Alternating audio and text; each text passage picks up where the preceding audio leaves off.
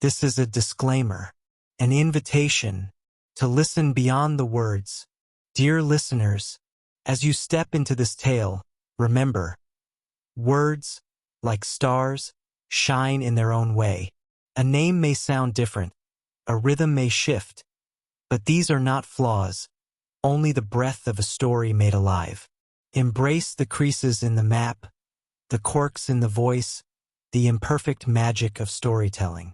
Listen with an open heart, and the journey will remain unchanged. Subscribe for future content updates and new stories. The Mysterious Affair at Styles, by Agatha Christie.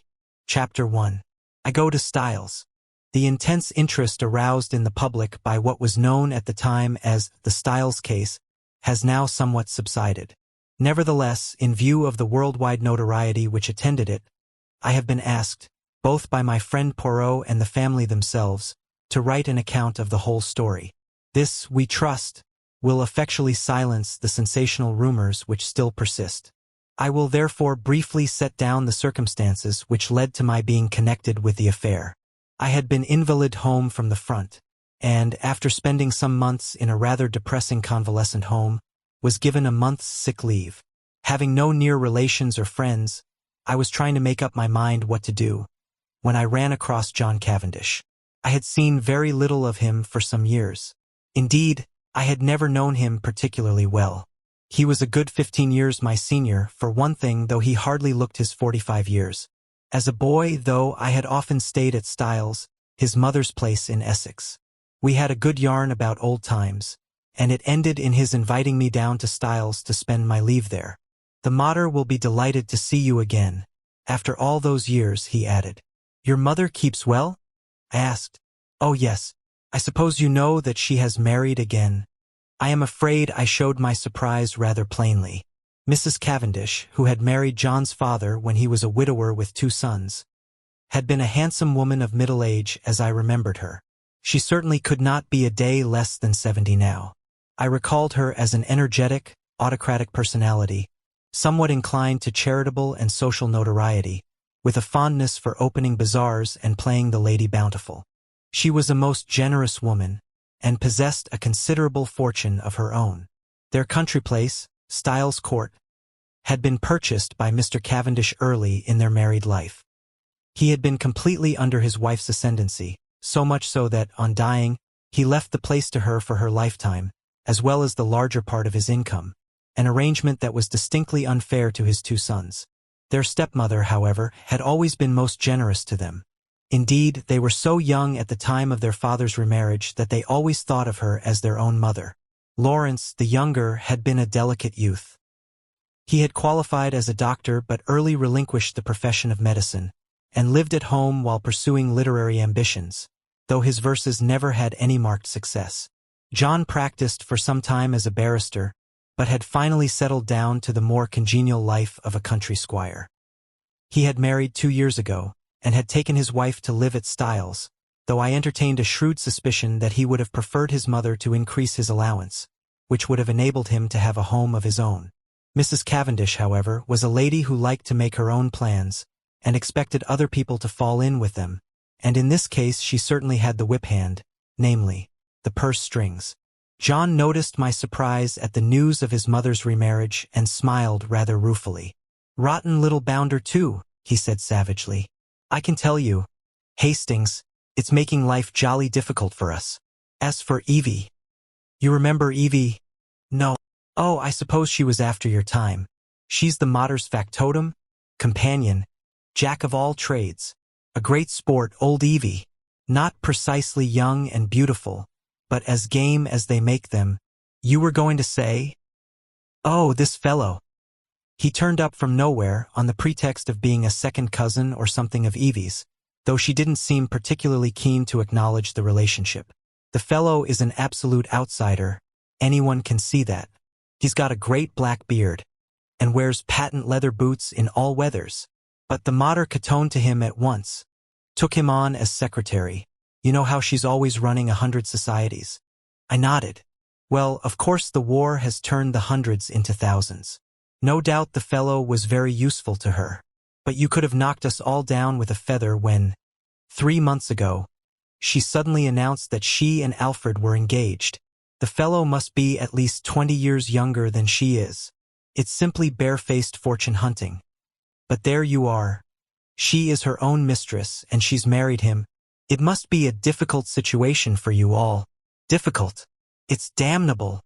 Thus it came about that, 3 days later, I descended from the train at Styles St. Mary, an absurd little station, with no apparent reason for existence, perched up in the midst of green fields and country lanes. John Cavendish was waiting on the platform and piloted me out to the car. Got a drop or two of petrol still, you see, he remarked, mainly owing to the mater's activities. The village of Styles St. Mary was situated about 2 miles from the little station, and Styles Court lay a mile the other side of it. It was a still, warm day in early July. As one looked out over the flat Essex country, lying so green and peaceful under the afternoon sun, it seemed almost impossible to believe that, not so very far away, a great war was running its appointed course. I felt I had suddenly strayed into another world. As we turned in at the lodge gates, John said, "I'm afraid you'll find it very quiet down here, Hastings. My dear fellow, that's just what I want. Oh, it's pleasant enough if you want to lead the idle life. I drill with the volunteers twice a week and lend a hand at the farms. My wife works regularly on the land. She is up at 5 every morning to milk and keeps at it steadily until lunchtime. It's a jolly good life taking it all round. If it weren't for that fellow Alfred Inglethorpe." He checked the car suddenly and glanced at his watch. "I wonder if we've time to pick up Cynthia. No, she'll have started from the hospital by now." "Cynthia? That's not your wife." "No, Cynthia is a protégée of my mother's, the daughter of an old schoolfellow of hers, who married a rascally solicitor. He came a cropper, and the girl was left an orphan and penniless. My mother came to the rescue, and Cynthia has been with us nearly 2 years now. She works in the Red Cross Hospital at Tadminster, 7 miles away." As he spoke the last words, we drew up in front of the fine old house. A lady in a stout tweed skirt, who was bending over a flower bed, straightened herself at our approach. "Hello, Evie. Here's our wounded hero, Mr. Hastings, Miss Howard." Miss Howard shook hands with a hearty, almost painful grip. I had an impression of very blue eyes in a sunburnt face. She was a pleasant-looking woman of about 40, with a deep voice, almost manly in its stentorian tones, and had a large, sensible, square body with feet to match, these last encased in good thick boots. Her conversation, I soon found, was couched in the telegraphic style. "Weeds grow like house afire. Can't keep even with M. Shall press you in. Better be careful." "I'm sure I shall be only too delighted to make myself useful," I responded. "Don't say it. Never does. Wish you hadn't later. You're a cynic." "Evie," said John, laughing. "Where's tea today? Inside or out?" "Out. Too fine a day to be cooped up in the house." "Come on then, you've done enough gardening for today. The laborer is worthy of his hire, you know. Come and be refreshed." "Well," said Miss Howard, drawing off her gardening gloves, "I'm inclined to agree with you." She led the way round the house to where tea was spread under the shade of a large sycamore. A figure rose from one of the basket chairs and came a few steps to meet us. "My wife, Hastings," said John. "I shall never forget my first sight of Mary Cavendish. Her tall, slender form, outlined against the bright light. The vivid sense of slumbering fire that seemed to find expression only in those wonderful tawny eyes of hers, remarkable eyes, different from any other woman's that I have ever known. The intense power of stillness she possessed, which nevertheless conveyed the impression of a wild, untamed spirit in an exquisitely civilized body. All these things are burnt into my memory. I shall never forget them." She greeted me with a few words of pleasant welcome in a low, clear voice, and I sank into a basket chair feeling distinctly glad that I had accepted John's invitation. Mrs. Cavendish gave me some tea, and her few quiet remarks heightened my first impression of her as a thoroughly fascinating woman. An appreciative listener is always stimulating, and I described, in a humorous manner, certain incidents of my convalescent home, in a way which, I flatter myself, greatly amused my hostess. John, of course, good fellow though he is, could hardly be called a brilliant conversationalist. At that moment, a well-remembered voice floated through the open French window near at hand. "Then you'll write to the princess after tea, Alfred?" "I'll write to Lady Tadminster for the second day, myself. Or shall we wait until we hear from the princess? In case of a refusal, Lady Tadminster might open it the first day, and Mrs. Crosby the second. Then there's the Duchess about the school fete." There was the murmur of a man's voice, and then Mrs. Inglethorpe's rose in reply. "Yes, certainly. After tea will do quite well. You are so thoughtful, Alfred dear." The French window swung open a little wider, and a handsome white-haired old lady, with a somewhat masterful cast of features, stepped out of it on to the lawn. A man followed her, a suggestion of deference in his manner. Mrs. Inglethorpe greeted me with effusion. "Why, if it isn't too delightful to see you again, Mr. Hastings, after all these years." "Alfred, darling, Mr. Hastings." "My husband." I looked with some curiosity at Alfred Darling. He certainly struck a rather alien note. I did not wonder at John objecting to his beard. It was one of the longest and blackest I have ever seen. He wore gold-rimmed pince-nez and had a curious impassivity of feature.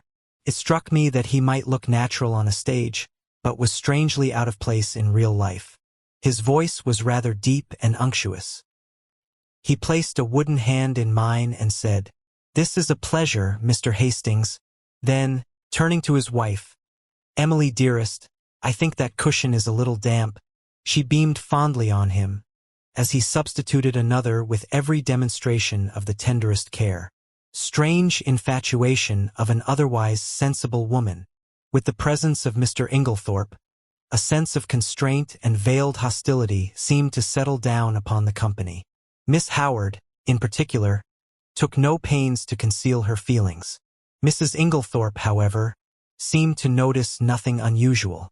Her volubility, which I remembered of old, had lost nothing in the intervening years, and she poured out a steady flood of conversation, mainly on the subject of the forthcoming bazaar which she was organizing and which was to take place shortly. Occasionally she referred to her husband over a question of days or dates. His watchful and attentive manner never varied. From the very first I took a firm and rooted dislike to him, and I flatter myself that my first judgments are usually fairly shrewd. Presently Mrs. Inglethorpe turned to give some instructions about letters to Evelyn Howard, and her husband addressed me in his painstaking voice. "Is soldiering your regular profession, Mr. Hastings?" "No, before the war I was in Lloyd's." "And you will return there after it is over?" "Perhaps. Either that or a fresh start altogether." Mary Cavendish leant forward. "What would you really choose as a profession, if you could just consult your inclination?" "Well, that depends. No secret hobby?" she asked. "Tell me. You're drawn to something?" "Everyone is, usually something absurd." "You'll laugh at me." She smiled. "Perhaps. Well, I've always had a secret hankering to be a detective." "The real thing, Scotland Yard? Or Sherlock Holmes?" "Oh, Sherlock Holmes by all means. But really, seriously, I am awfully drawn to it. I came across a man in Belgium once, a very famous detective, and he quite inflamed me. He was a marvelous little fellow. He used to say that all good detective work was a mere matter of method. My system is based on his, though of course I have progressed rather further.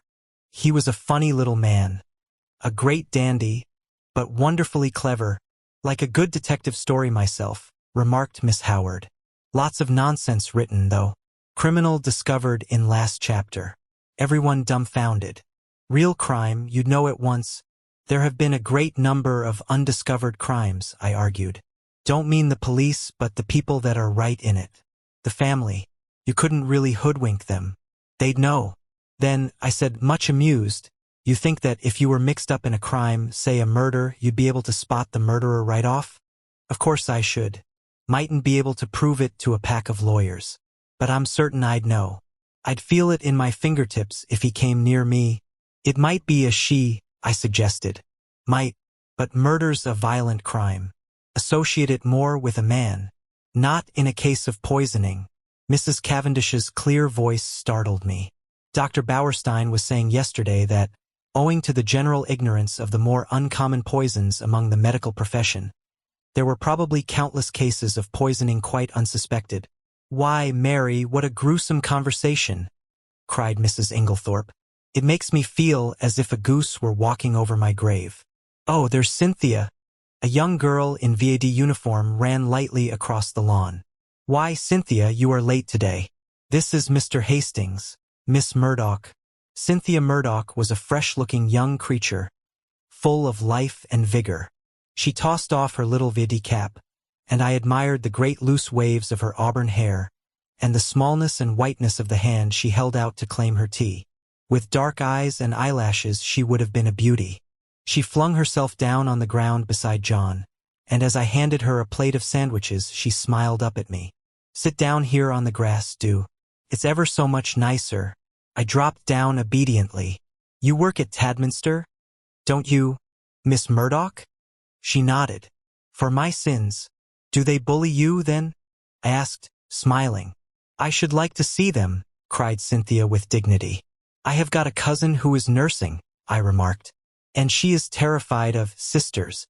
"I don't wonder. Sisters are, Mr. Hastings. They simp-lyr. You've no idea. But I'm not a nurse, thank heaven. I work in the dispensary." "How many people do you poison?" I asked, smiling. Cynthia smiled too. "Oh, hundreds," she said. "Cynthia," called Mrs. Inglethorpe, "do you think you could write a few notes for me?" "Certainly, Aunt Emily." She jumped up promptly, and something in her manner reminded me that her position was a dependent one, and that Mrs. Inglethorpe, kind as she might be in the main, did not allow her to forget it. My hostess turned to me. "John will show you your room. Supper is at 7:30. We have given up late dinner for some time now. Lady Tadminster, our member's wife, she was the late Lord Abbotsbury's daughter, does the same. She agrees with me that one must set an example of economy. We are quite a war household. Nothing is wasted here. Every scrap of waste paper, even, is saved and sent away in sacks." I expressed my appreciation, and John took me into the house and up the broad staircase, which forked right and left halfway to different wings of the building. My room was in the left wing and looked out over the park. John left me, and a few minutes later I saw him from my window walking slowly across the grass arm in arm with Cynthia Murdoch. I heard Mrs. Inglethorpe call Cynthia impatiently, and the girl started and ran back to the house. At the same moment, a man stepped out from the shadow of a tree and walked slowly in the same direction. He looked about 40, very dark with a melancholy, clean-shaven face. Some violent emotion seemed to be mastering him. He looked up at my window as he passed, and I recognized him, though he had changed much in the 15 years that had elapsed since we last met. It was John's younger brother, Lawrence Cavendish. I wondered what it was that had brought that singular expression to his face. Then I dismissed him from my mind and returned to the contemplation of my own affairs. The evening passed pleasantly enough, and I dreamed that night of that enigmatical woman, Mary Cavendish. The next morning dawned bright and sunny, and I was full of the anticipation of a delightful visit. I did not see Mrs. Cavendish until lunchtime, when she volunteered to take me for a walk, and we spent a charming afternoon roaming in the woods, returning to the house about 5. As we entered the large hall, John beckoned us both into the smoking room. I saw at once by his face that something disturbing had occurred. We followed him in, and he shut the door after us. "Look here, Mary. There's the deuce of a mess. Evie's had a row with Alfred Inglethorpe, and she's off." "Evie? Off?" John nodded gloomily. "Yes. You see, she went to the mater, and... Oh, here's Evie herself." Miss Howard entered. Her lips were set grimly together, and she carried a small suitcase. She looked excited and determined, and slightly on the defensive. "At any rate," she burst out, "I've spoken my mind." "My dear Evelyn," cried Mrs. Cavendish, "this can't be true." Miss Howard nodded grimly. "True enough. Afraid I said some things to Emily she won't forget or forgive in a hurry. Don't mind if they've only sunk in a bit. Probably water off a duck's back, though. I said right out, 'You're an old woman, Emily, and there's no fool like an old fool.'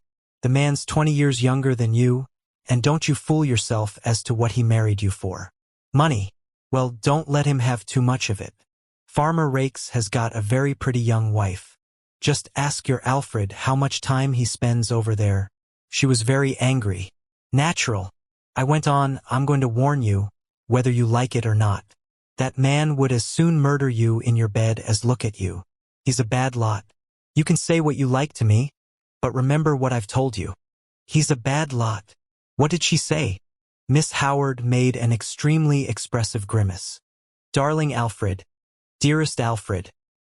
Wicked calumnies, wicked lies, wicked woman. To accuse her, dear husband. The sooner I left her house the better.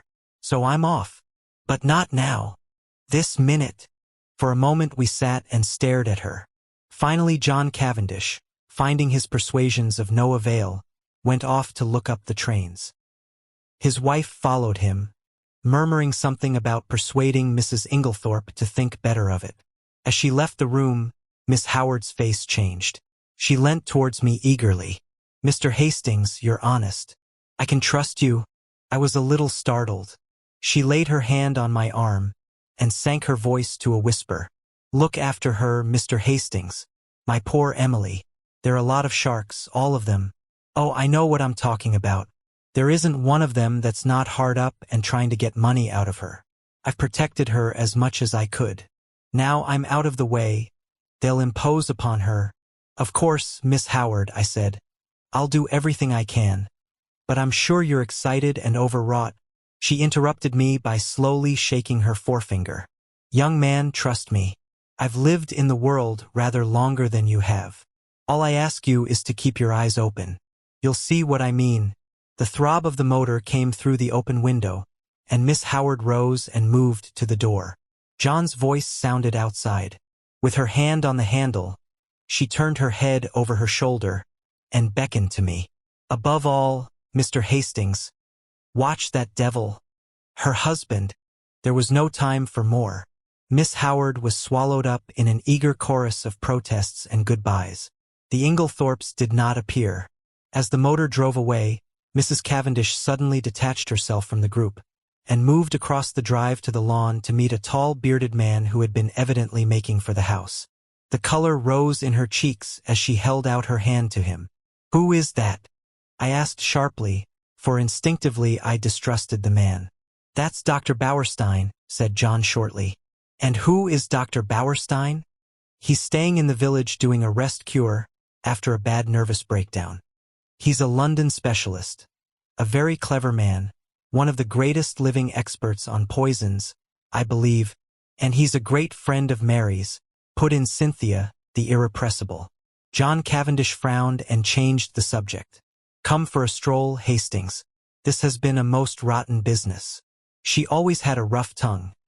But there is no stauncher friend in England than Evelyn Howard. He took the path through the plantation, and we walked down to the village through the woods which bordered one side of the estate. As we passed through one of the gates on our way home again, a pretty young woman of gypsy type coming in the opposite direction bowed and smiled. That's a pretty girl, I remarked appreciatively. John's face hardened. That is Mrs. Rakes. The one that Miss Howard. Exactly, said John, with rather unnecessary abruptness. I thought of the white-haired old lady in the big house, and that vivid, wicked little face that had just smiled into ours, and a vague chill of foreboding crept over me. I brushed it aside. Styles is really a glorious old place, I said to John. He nodded rather gloomily. Yes, it's a fine property. It'll be mine someday, should be mine now by rights, if my father had only made a decent will. And then I shouldn't be so damned hard up as I am now. Hard up, are you? My dear Hastings, I don't mind telling you that I'm at my wit's end for money. Couldn't your brother help you? Lawrence? He's gone through every penny he ever had, publishing rotten verses in fancy bindings. No, we're an impecunious lot. My mother's always been awfully good to us, I must say. That is, up to now. Since her marriage, of course. He broke off, frowning. For the first time I felt that, with Evelyn Howard, something indefinable had gone from the atmosphere. Her presence had spelt security. Now that security was removed, and the air seemed rife with suspicion. The sinister face of Dr. Bauerstein recurred to me unpleasantly. A vague suspicion of everyone and everything filled my mind. Just for a moment I had a premonition. Chapter 2. The 16th and 17th of July. I had arrived at Styles on the 5th of July. I come now to the events of the 16th and 17th of that month. For the convenience of the reader, I will recapitulate the incidents of those days in as exact a manner as possible. They were elicited subsequently at the trial by a process of long and tedious cross-examinations. I received a letter from Evelyn Howard a couple of days after her departure, telling me she was working as a nurse at the big hospital in Midlingham, a manufacturing town some 15 miles away, and begging me to let her know if Mrs. Inglethorpe should show any wish to be reconciled. The only fly in the ointment of my peaceful days was Mrs. Cavendish's extraordinary, and, for my part, unaccountable preference for the society of Dr. Bauerstein.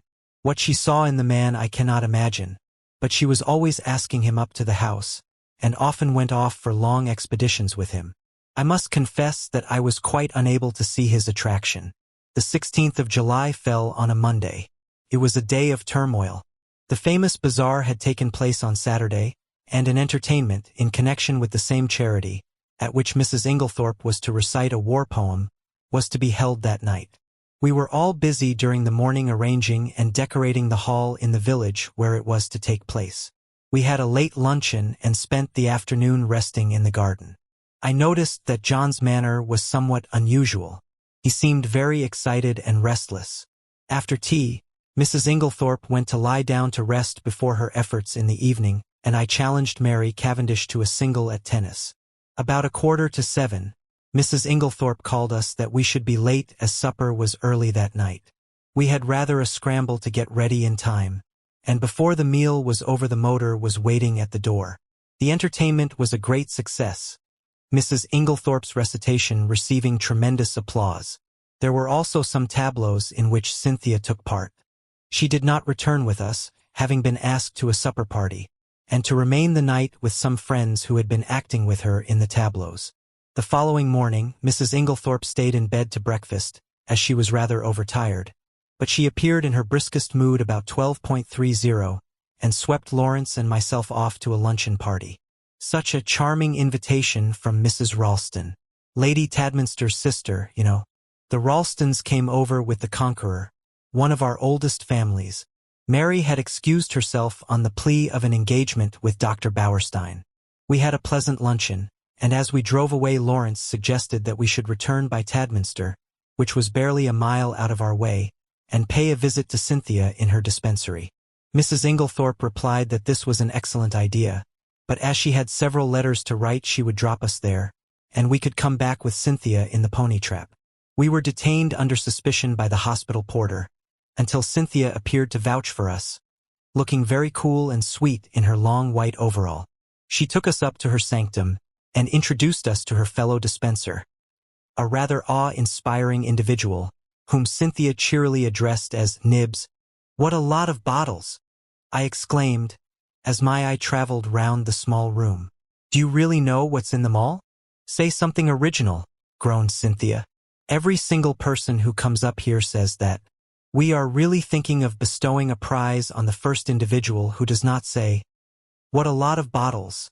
And I know the next thing you're going to say is, 'How many people have you poisoned?'" I pleaded guilty with a laugh.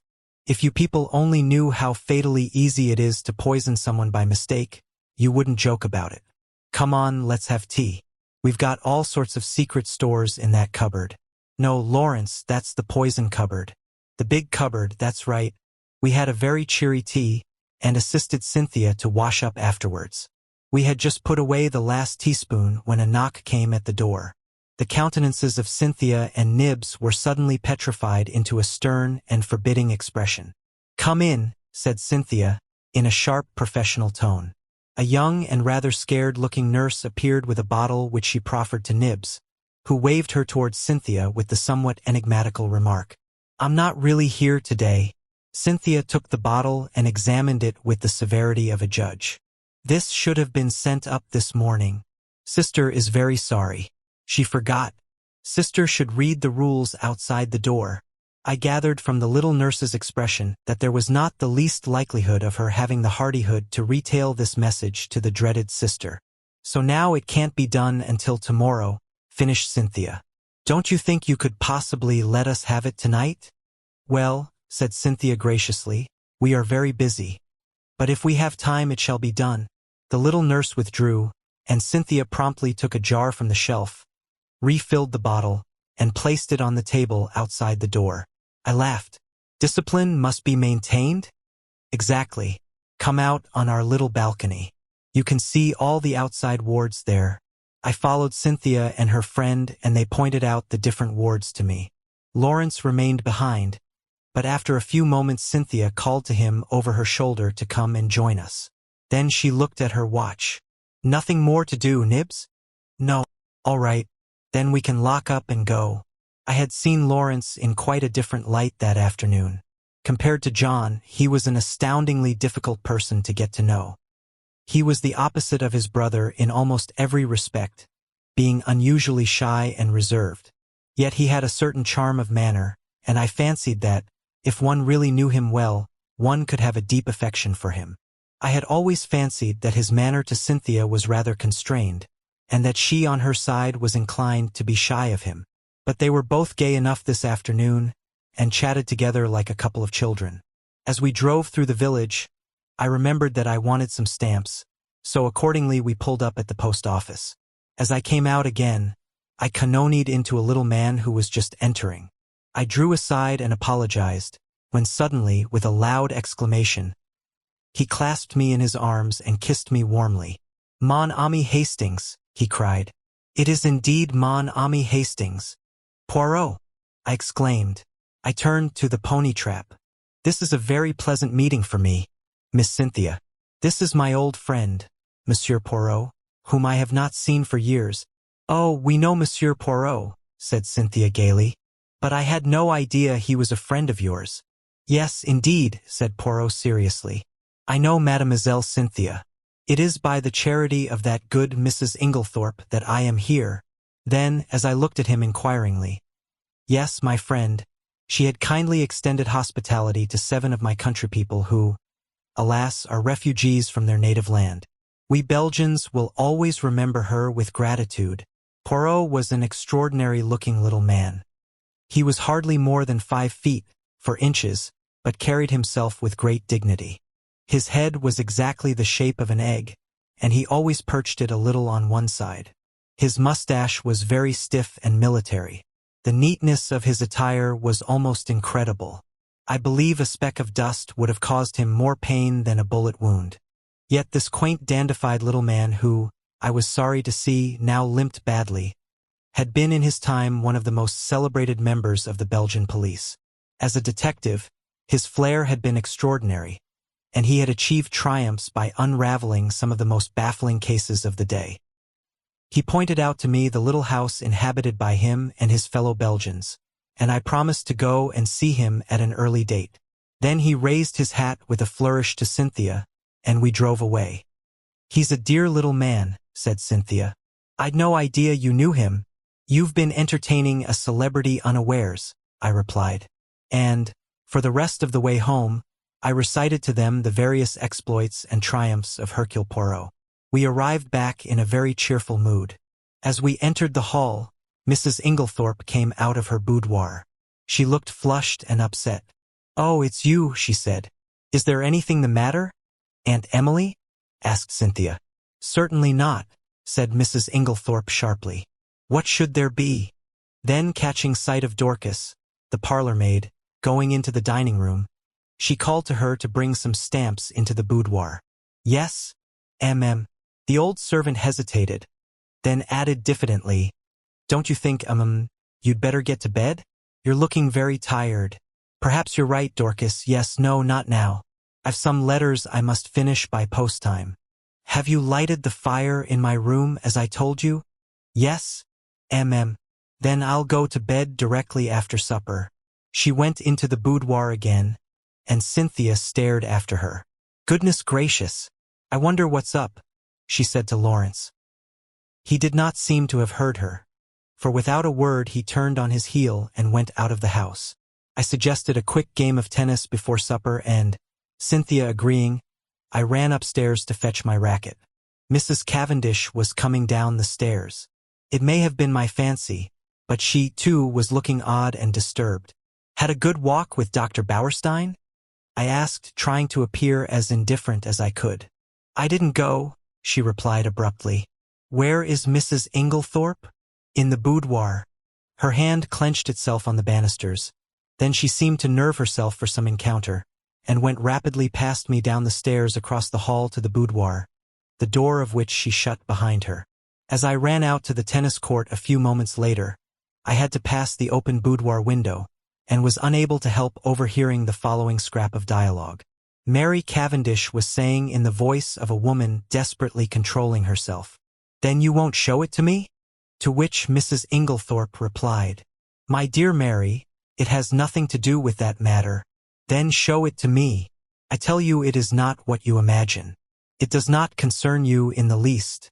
To which Mary Cavendish replied, with a rising bitterness, "Of course, I might have known you would shield him." Cynthia was waiting for me, and greeted me eagerly with, "I say, there's been the most awful row. I've got it all out of Dorcas." "What kind of a row?" "Between Aunt Emily and him. I do hope she's found him out at last." "Was Dorcas there, then?" "Of course not. She happened to be near the door. It was a real old bust-up. I do wish I knew what it was all about." I thought of Mrs. Rakes's gypsy face and Evelyn Howard's warnings, but wisely decided to hold my peace, while Cynthia exhausted every possible hypothesis, and cheerfully hoped, "Aunt Emily will send him away, and will never speak to him again." I was anxious to get hold of John, but he was nowhere to be seen. Evidently something very momentous had occurred that afternoon. I tried to forget the few words I had overheard, but, do what I would, I could not dismiss them altogether from my mind. What was Mary Cavendish's concern in the matter? Mr. Inglethorpe was in the drawing-room when I came down to supper. His face was impassive as ever, and the strange unreality of the man struck me afresh. Mrs. Inglethorpe came down last. She still looked agitated, and during the meal there was a somewhat constrained silence. Inglethorpe was unusually quiet. As a rule, he surrounded his wife with little attentions, placing a cushion at her back, and altogether playing the part of the devoted husband. Immediately after supper, Mrs. Inglethorpe retired to her boudoir again. "Send my coffee in here, Mary," she called. "I've just 5 minutes to catch the post." Cynthia and I went and sat by the open window in the drawing-room. Mary Cavendish brought our coffee to us. She seemed excited. "Do you young people want lights, or do you enjoy the twilight?" she asked. "Will you take Mrs. Inglethorpe her coffee, Cynthia? I will pour it out." "Do not trouble, Mary," said Inglethorpe. "I will take it to Emily." He poured it out and went out of the room carrying it carefully. Lawrence followed him, and Mrs. Cavendish sat down by us. We three sat for some time in silence. It was a glorious night, hot and still. Mrs. Cavendish fanned herself gently with a palm leaf. "It's almost too hot," she murmured. "We shall have a thunderstorm. Alas, that these harmonious moments can never endure." My paradise was rudely shattered by the sound of a well-known and heartily disliked voice in the hall. "Dr. Bauerstein," exclaimed Cynthia. "What a funny time to come." I glanced jealously at Mary Cavendish, but she seemed quite undisturbed. The delicate pallor of her cheeks did not vary. In a few moments, Alfred Inglethorpe had ushered the doctor in, the latter laughing, and protesting that he was in no fit state for a drawing-room. In truth, he presented a sorry spectacle, being literally plastered with mud. "What have you been doing, doctor?" cried Mrs. Cavendish. "I must make my apologies," said the doctor. "I did not really mean to come in, but Mr. Inglethorpe insisted." "Well, Bauerstein, you are in a plight," said John, strolling in from the hall. "Have some coffee, and tell us what you have been up to." "Thank you, I will." He laughed rather ruefully, as he described how he had discovered a very rare species of fern in an inaccessible place, and in his efforts to obtain it had lost his footing, and slipped ignominiously into a neighboring pond. "The sun soon dried me off," he added, "but I'm afraid my appearance is very disreputable." At this juncture, Mrs. Inglethorpe called to Cynthia from the hall, and the girl ran out. "Just carry up my dispatch case, will you, dear? I'm going to bed." The door into the hall was a wide one. I had risen when Cynthia did. John was close by me. There were therefore 3 witnesses who could swear that Mrs. Inglethorpe was carrying her coffee, as yet untasted, in her hand. My evening was utterly and entirely spoilt by the presence of Dr. Bauerstein. It seemed to me the man would never go. He rose at last, however, and I breathed a sigh of relief. "I'll walk down to the village with you," said Mr. Inglethorpe. "I must see our agent over those estate accounts." He turned to John. "No one need sit up. I will take the Chapter 3. The night of the tragedy. To make this part of my story clear, I append the following plan of the first floor of Styles. The servants' rooms are reached through the door B. They have no communication with the right wing, where the Inglethorpe's rooms were situated. It seemed to be the middle of the night when I was awakened by Lawrence Cavendish. He had a candle in his hand, and the agitation of his face told me at once that something was seriously wrong. "What's the matter?" I asked, sitting up in bed and trying to collect my scattered thoughts. "We are afraid my mother is very ill. She seems to be having some kind of fit. Unfortunately, she has locked herself in. I'll come at once." I sprang out of bed, and, pulling on a dressing gown, followed Lawrence along the passage and the gallery to the right wing of the house. John Cavendish joined us, and 1 or 2 of the servants were standing round in a state of awe-stricken excitement. Lawrence turned to his brother. "What do you think we had better do?" Never, I thought, had his indecision of character been more apparent. John rattled the handle of Mrs. Inglethorpe's door violently, but with no effect. It was obviously locked or bolted on the inside. The whole household was aroused by now. The most alarming sounds were audible from the interior of the room. Clearly something must be done. "Try going through Mr. Inglethorpe's room, sir," cried Dorcas. "Oh, the poor mistress!" Suddenly I realized that Alfred Inglethorpe was not with us, that he alone had given no sign of his presence. John opened the door of his room. It was pitch dark, but Lawrence was following with the candle, and by its feeble light we saw that the bed had not been slept in, and that there was no sign of the room having been occupied. We went straight to the connecting door. That too was locked or bolted on the inside. What was to be done? "Oh, dear, sir," cried Dorcas, wringing her hands, "whatever shall we do? We must try and break the door in, I suppose. It'll be a tough job, though. Here, let one of the maids go down and wake Bailey and tell him to go for Dr. Wilkins at once. Now then, we'll have a try at the door. Half a moment. Though, isn't there a door into Miss Cynthia's rooms?" "Yes, sir, but that's always bolted. It's never been undone." "Well, we might just see." He ran rapidly down the corridor to Cynthia's room. Mary Cavendish was there, shaking the girl, who must have been an unusually sound sleeper, and trying to wake her. In a moment or 2 he was back. "No good. That's bolted too. We must break in the door. I think this one is a shade less solid than the one in the passage." We strained and heaved together. The framework of the door was solid, and for a long time it resisted our efforts, but at last we felt it give beneath our weight, and finally, with a resounding crash, it was burst open. We stumbled in together, Lawrence still holding his candle. Mrs. Inglethorpe was lying on the bed, her whole form agitated by violent convulsions, in one of which she must have overturned the table beside her. As we entered, however, her limbs relaxed, and she fell back upon the pillows. John strode across the room and lit the gas. Turning to Annie, one of the housemaids, he sent her downstairs to the dining room for brandy. Then he went across to his mother whilst I unbolted the door that gave on the corridor. I turned to Lawrence to suggest that I had better leave them now that there was no further need of my services, but the words were frozen on my lips. Never have I seen such a ghastly look on any man's face. He was white as chalk.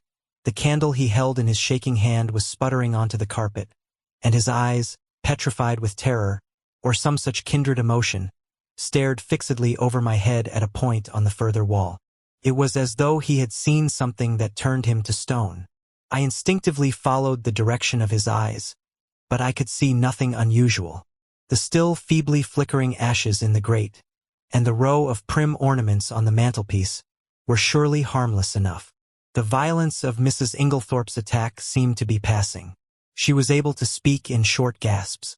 Better now, very sudden. Stupid of me. To lock myself in. A shadow fell on the bed and, looking up, I saw Mary Cavendish standing near the door with her arm around Cynthia. She seemed to be supporting the girl, who looked utterly dazed and unlike herself. Her face was heavily flushed, and she yawned repeatedly. "Poor Cynthia is quite frightened," said Mrs. Cavendish in a low, clear voice. She herself, I noticed, was dressed in her white land smock. Then it must be later than I thought. I saw that a faint streak of daylight was showing through the curtains of the windows, and that the clock on the mantelpiece pointed to close upon 5 o'clock. A strangled cry from the bed startled me. A fresh access of pain seized the unfortunate old lady. The convulsions were of a violence terrible to behold. Everything was confusion. We thronged round her, powerless to help or alleviate. A final convulsion lifted her from the bed, until she appeared to rest upon her head and her heels, with her body arched in an extraordinary manner. In vain Mary and John tried to administer more brandy. The moments flew. Again the body arched itself in that peculiar fashion. At that moment, Dr. Bauerstein pushed his way authoritatively into the room. For one instant he stopped dead, staring at the figure on the bed, and at the same instant, Mrs. Inglethorpe cried out in a strangled voice, her eyes fixed on the doctor, "Alfred, Alfred." Then she fell back motionless on the pillows. With a stride, the doctor reached the bed, and seizing her arms worked them energetically, applying what I knew to be artificial respiration. He issued a few short, sharp orders to the servants. An imperious wave of his hand drove us all to the door. We watched him, fascinated, though I think we all knew in our hearts that it was too late, and that nothing could be done now. I could see by the expression on his face that he himself had little hope. Finally he abandoned his task, shaking his head gravely. At that moment we heard footsteps outside, and Dr. Wilkins, Mrs. Inglethorpe's own doctor, a portly, fussy little man, came bustling in. In a few words Dr. Bauerstein explained how he had happened to be passing the lodge gates as the car came out, and had run up to the house as fast as he could, whilst the car went on to fetch Dr. Wilkins. With a faint gesture of the hand, he indicated the figure on the bed. "Very sad, murmured Dr. Wilkins. "Poor dear lady. Always did far too much against my advice. I warned her. Her heart was far from strong. Take it easy, I said to her, take it easy. But no, her zeal for good works was too great. Nature rebelled. Natur rebelled." Dr. Bauerstein, I noticed, was watching the local doctor narrowly. He still kept his eyes fixed on him as he spoke. The convulsions were of a peculiar violence. "Dr. Wilkins, I am sorry you were not here in time to witness them. They were quite titanic in character." "Ah," said Dr. Wilkins wisely. "I should like to speak to you in private," said Dr. Bauerstein. He turned to John. "You do not object?" "Certainly not." We all trooped out into the corridor, leaving the two doctors alone, and I heard the key turned in the lock behind us. We went slowly down the stairs. I was violently excited. I have a certain talent for deduction, and Dr. Bauerstein's manner had started a flock of wild surmises in my mind. Mary Cavendish laid her hand upon my arm. "What is it? Why did Dr. Bauerstein seem so peculiar?" I looked at her. "Do you know what I think?" "What?" "Listen." I looked round, the others were out of earshot. I lowered my voice to a whisper. "I believe she has been poisoned.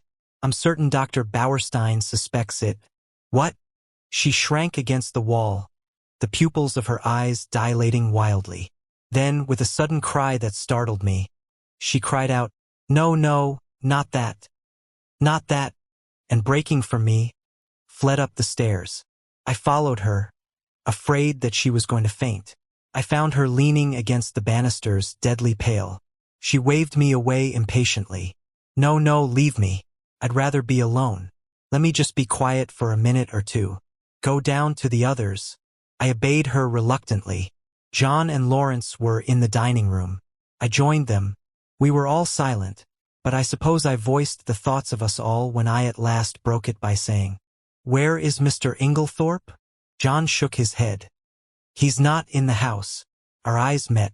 Where was Alfred Inglethorpe? His absence was strange and inexplicable. I remembered Mrs. Inglethorpe's dying words. What lay beneath them? What more could she have told us, if she had had time? At last we heard the doctors descending the stairs. Dr. Wilkins was looking important and excited, and trying to conceal an inward exultation under a manner of decorous calm. Dr. Bauerstein remained in the background, his grave bearded face unchanged. Dr. Wilkins was the spokesman for the two. He addressed himself to John. "Mr. Cavendish, I should like your consent to a post-mortem." "Is that necessary?" asked John gravely. A spasm of pain crossed his face. "Absolutely," said Dr. Bauerstein. "You mean by that?" "That neither Dr. Wilkins nor myself could give a death certificate under the circumstances." John bent his head. "In that case, I have no alternative but to agree." "Thank you," said Dr. Wilkins briskly. "We propose that it should take place tomorrow night, or rather tonight," and he glanced at the daylight. "Under the circumstances, I am afraid an inquest can hardly be avoided. These formalities are necessary, but I beg that you won't distress yourselves." There was a pause, and then Dr. Bauerstein drew 2 keys from his pocket and handed them to John. "These are the keys of the 2 rooms. I have locked them and, in my opinion, they would be better kept locked for the present." The doctors then departed. I had been turning over an idea in my head, and I felt that the moment had now come to broach it. Yet I was a little chary of doing so. John, I knew, had a horror of any kind of publicity, and was an easygoing optimist, who preferred never to meet trouble halfway. It might be difficult to convince him of the soundness of my plan. Lawrence, on the other hand, being less conventional and having more imagination, I felt I might count upon as an ally. There was no doubt that the moment had come for me to take the lead. "John," I said, "I am going to ask you something." "Well, you remember my speaking of my friend Poirot, the Belgian who is here? He has been a most famous detective." "Yes, I want you to let me call him in to investigate this matter." "What now?" "Before the post-mortem." "Yes, time is an advantage if there has been foul play." "Rubbish!" cried Lawrence angrily. "In my opinion, the whole thing is a mare's nest of Bauerstein's. Wilkins hadn't an idea of such a thing until Bauerstein put it into his head. But, like all specialists, Bauerstein's got a bee in his bonnet. Poisons are his hobby, so of course he sees them everywhere." I confess that I was surprised by Lawrence's attitude. He was so seldom vehement about anything. John hesitated. "I can't feel as you do, Lawrence," he said at last. "I'm inclined to give Hastings a free hand, though I should prefer to wait a bit. We don't want any unnecessary scandal." "No, no," I cried eagerly, "you need have no fear of that. Poirot is discretion itself." "Very well, then, have it your own way. I leave it in your hands. Though, if it is as we suspect, it seems a clear enough case. God forgive me if I am wronging him." I looked at my watch. It was 6 o'clock. I determined to lose no time. 5 minutes' delay, however, I allowed myself. I spent it in ransacking the library until I discovered a medical book which gave a description of strychnine poisoning. Chapter 4. Poirot Investigates. The house which the Belgians occupied in the village was quite close to the park gates. One could save time by taking a narrow path through the long grass, which cut off the detours of the winding drive. So I accordingly went that way.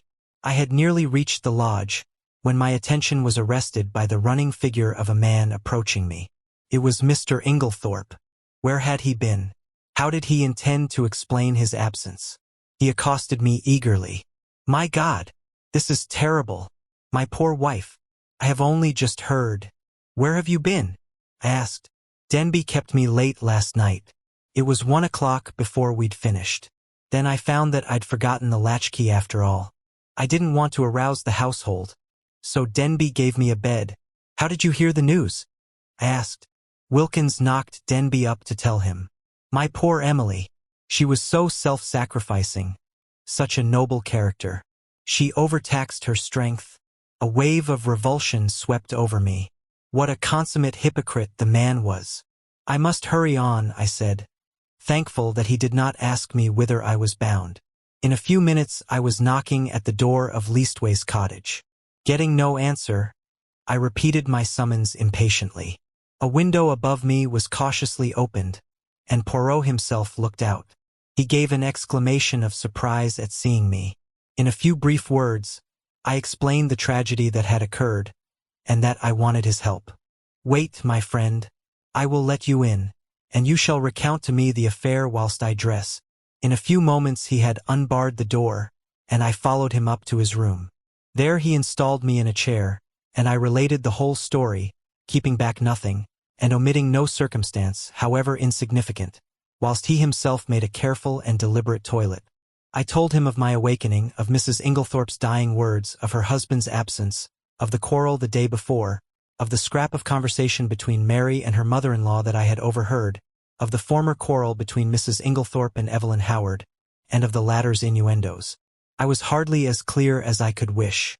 I repeated myself several times, and occasionally had to go back to some detail that I had forgotten. Poirot smiled kindly on me. The mind is confused? Is it not so? Take time, mon ami. You are agitated, you are excited, it is but natural. Presently, when we are calmer, we will arrange the facts neatly, each in his proper place. We will examine and reject. Those of importance we will put on one side. Those of no importance, poof.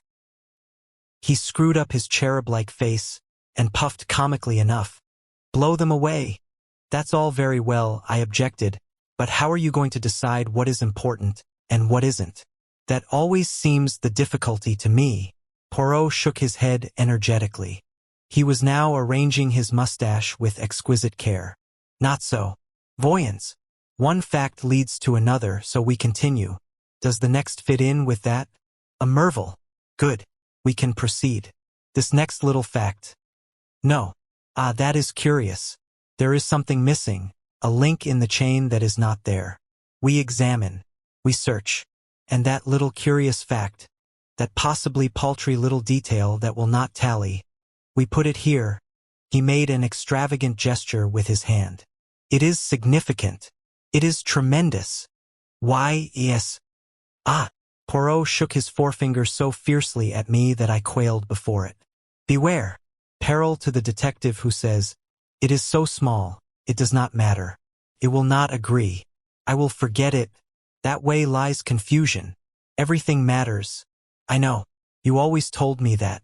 That's why I have gone into all the details of this thing, whether they seem to me relevant or not. And I am pleased with you. You have a good memory, and you have given me the facts faithfully. Of the order in which you present them, I say nothing. Truly, it is deplorable. But I make allowances. You are upset. To that I attribute the circumstance that you have omitted one fact of paramount importance. What is that? I asked. You have not told me if Mrs. Inglethorpe ate well last night. I stared at him. Surely the war had affected the little man's brain. He was carefully engaged in brushing his coat before putting it on, and seemed wholly engrossed in the task. I don't remember, I said. And, anyway, I don't see. You do not see? But it is of the first importance. I can't see why, I said, rather nettled. As far as I can remember, she didn't eat much. She was obviously upset, and it had taken her appetite away. That was only natural. Yes, said Poirot thoughtfully, it was only natural. He opened a drawer and took out a small dispatch case, then turned to me. Now I am ready. We will proceed to the chateau and study matters on the spot. Excuse me, mon ami, you dressed in haste, and your tie is on one side. Permit me. With a deft gesture, he rearranged it. Est. Now, shall we start? We hurried up the village and turned in at the lodge gates. Poirot stopped for a moment and gazed sorrowfully over the beautiful expanse of park, still glittering with morning dew. So beautiful, so beautiful. And yet, the poor family, plunged in sorrow, prostrated with grief. He looked at me keenly as he spoke, and I was aware that I reddened under his prolonged gaze. Was the family prostrated by grief? Was the sorrow at Mrs. Inglethorpe's death so great? I realized that there was an emotional lack in the atmosphere. The dead woman had not the gift of commanding love. Her death was a shock and a distress, but she would not be passionately regretted. Poirot seemed to follow my thoughts. He nodded his head gravely. "No, you are right," he said. "It is not as though there was a blood tie. She has been kind and generous to these Cavendishes, but she was not their own mother. Blood tells. Always remember that. Blood tells." "Poirot," I said, "I wish you would tell me why you wanted to know if Mrs. Inglethorpe ate well last night. I have been turning it over in my mind, but I can't see how it has anything to do with the matter." He was silent for a minute or two as we walked along, but finally he said, "I do not mind telling you, though, as you know, it is not my habit to explain until the end is reached. The present contention is that Mrs. Inglethorpe died of strychnine poisoning, presumably administered in her coffee." "Yes." "Well, what time was the coffee served?" "About 8 o'clock. Therefore she drank it between then and 8:30. Certainly not much later. Well, strychnine is a fairly rapid poison. Its effects would be felt very soon, probably in about an hour.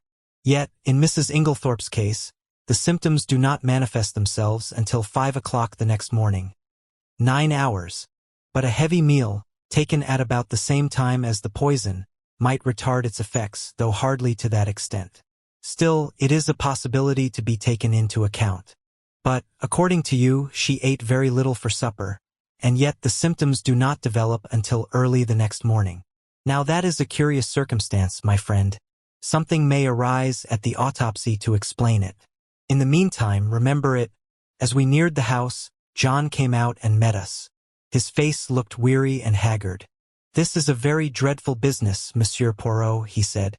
"Hastings has explained to you that we are anxious for no publicity?"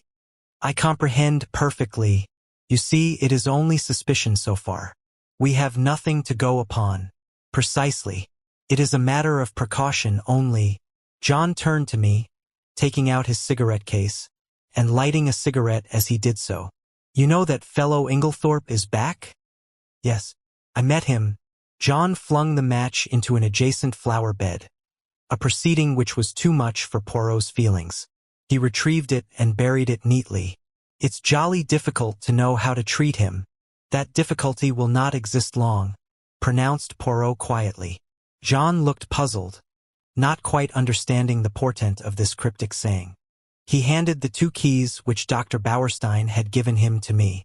"Show Monsieur Poirot everything he wants to see." "The rooms are locked?" asked Poirot. Dr. Bauerstein considered it advisable. Poirot nodded thoughtfully. "Then he is very sure. Well, that simplifies matters for us." We went up together to the room of the tragedy.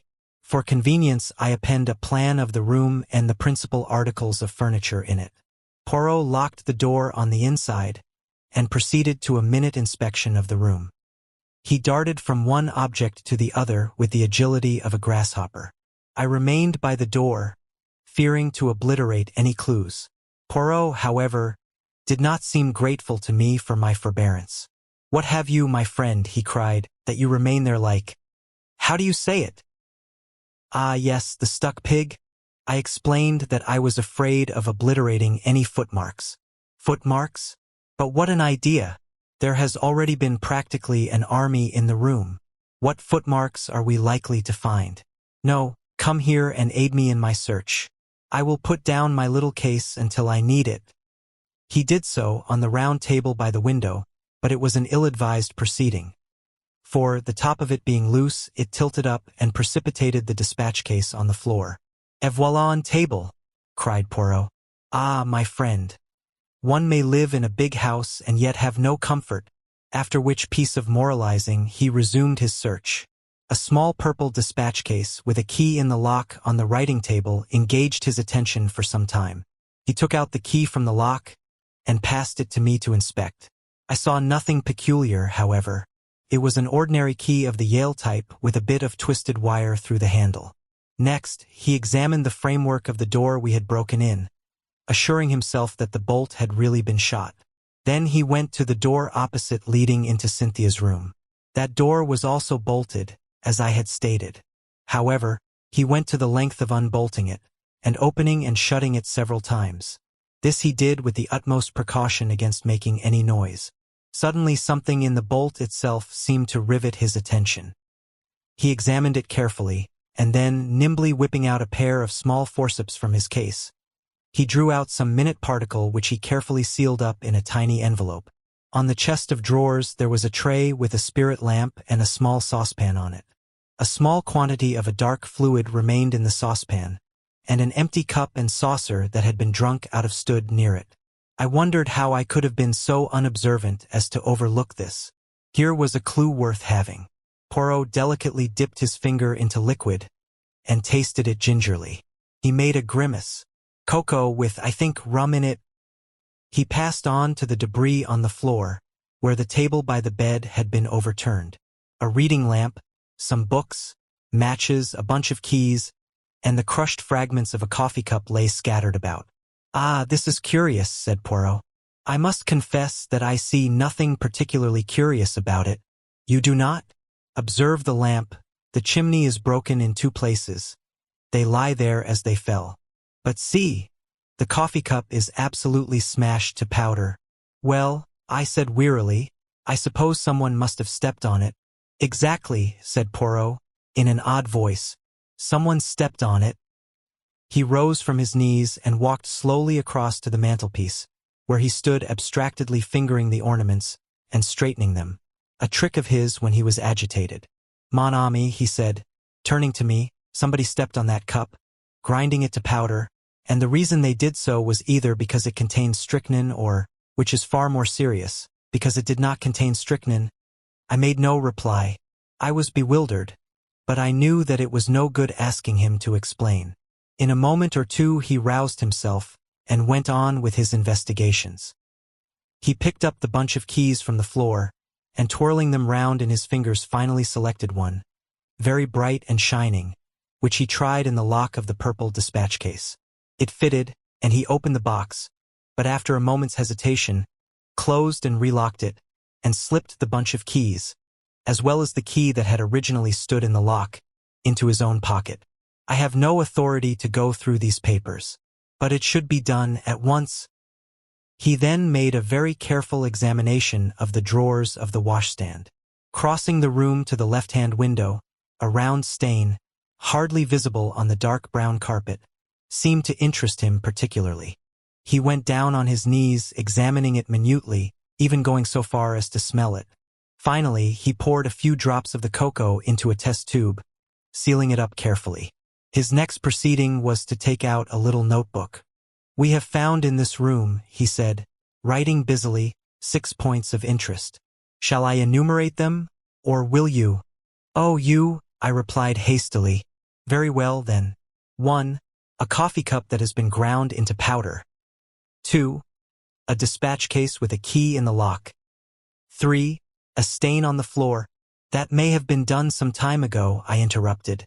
"No, for it is still perceptibly damp and smells of coffee." 4. A fragment of some dark green fabric. Only a thread or two, but recognizable. "Ah!" I cried. "That was what you sealed up in the envelope." "Yes. It may turn out to be a piece of one of Mrs. Inglethorpe's own dresses, and quite unimportant. We shall see." 5. This, with a dramatic gesture, he pointed to a large splash of candle grease on the floor by the writing table. "It must have been done since yesterday. Otherwise a good housemaid would have at once removed it with blotting paper and a hot iron. One of my best hats once. But that is not to the point. It was very likely done last night. We were very agitated. Or perhaps Mrs. Inglethorpe herself dropped her candle." "You brought only one candle into the room?" "Yes. Lawrence Cavendish was carrying it. But he was very upset. He seemed to see something over here." I indicated the mantelpiece. "That absolutely paralyzed him." "That is interesting," said Poirot quickly. "Yes, it is suggestive." His eye sweeping the whole length of the wall, but it was not his candle that made this great patch, for you perceive that this is white grease, whereas Monsieur Lawrence's candle, which is still on the dressing table, is pink. On the other hand, Mrs. Inglethorpe had no candlestick in the room, only a reading lamp. Then I said, "What do you deduce?" To which my friend only made a rather irritating reply, urging me to use my own natural faculties. "And the sixth point?" I asked. "I suppose it is the sample of cocoa." "No," said Poirot thoughtfully. "I might have included that in the sixth, but I did not. No, the sixth point I will keep to myself for the present." He looked quickly round the room. "There is nothing more to be done here, I think, unless—" He stared earnestly and long at the dead ashes in the grate. "The fire burns, and it destroys. But by chance there might be. Let us see." Deftly, on hands and knees, he began to sort the ashes from the grate into the fender, handling them with the greatest caution. Suddenly he gave a faint exclamation. "The forceps! Hastings!" I quickly handed them to him, and with skill he extracted a small piece of half-charred paper. "There, mon ami," he cried. "What do you think of that?" I scrutinized the fragment. "This is an exact reproduction of it." I was puzzled. It was unusually thick, quite unlike ordinary notepaper. Suddenly an idea struck me. "Poirot," I cried, "this is a fragment of a will." "Exactly." I looked up at him sharply. "You are not surprised?" "No," he said gravely. "I expected it."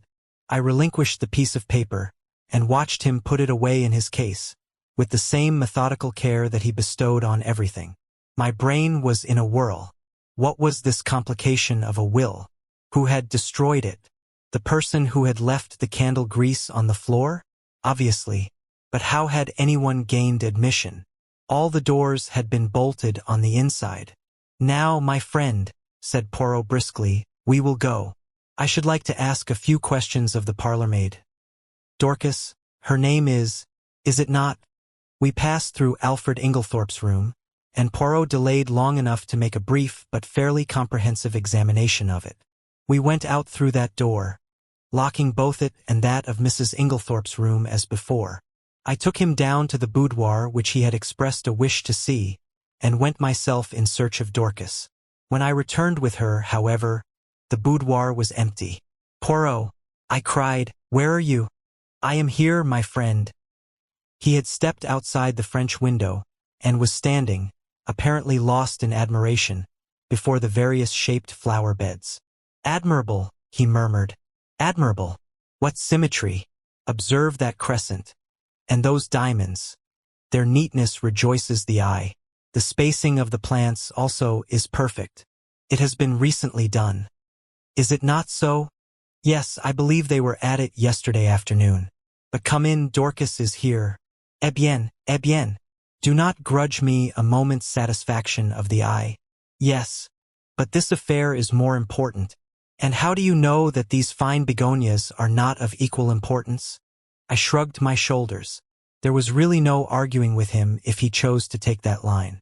"You do not agree? But such things have been. Well, we will come in and interview the brave Dorcas." Dorcas was standing in the boudoir, her hands folded in front of her, and her gray hair rose in stiff waves under her white cap. She was the very model and picture of a good old-fashioned servant. In her attitude towards Poirot, she was inclined to be suspicious, but he soon broke down her defenses. He drew forward a chair. "Pray be seated, mademoiselle." "Thank you, sir. You have been with your mistress many years, is it not so?" 10 years, sir." "That is a long time, and very faithful service. You were much attached to her, were you not?" "She was a very good mistress to me, sir." "Then you will not object to answering a few questions. I put them to you with Mr. Cavendish's full approval." "Oh, certainly, sir. Then I will begin by asking you about the events of yesterday afternoon." "Your mistress had a quarrel?" "Yes, sir. But I don't know that I ought." Dorcas hesitated. Poirot looked at her keenly.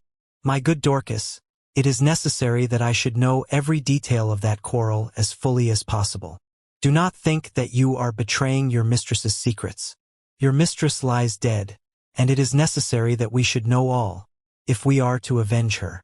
Nothing can bring her back to life, but we do hope, if there has been foul play, to bring the murderer to justice."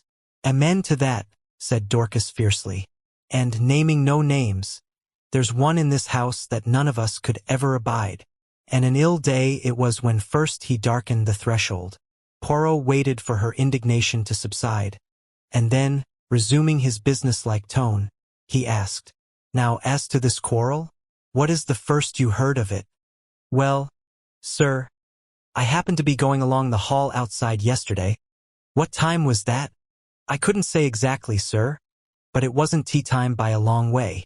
Perhaps 4 o'clock, or it may have been a bit later." "Well, sir, as I said, I happened to be passing along, when I heard voices very loud and angry in here. I didn't exactly mean to listen, but, well, there it is." I stopped. The door was shut, but the mistress was speaking very sharp and clear, and I heard what she said quite plainly. "You have lied to me, and deceived me," she said.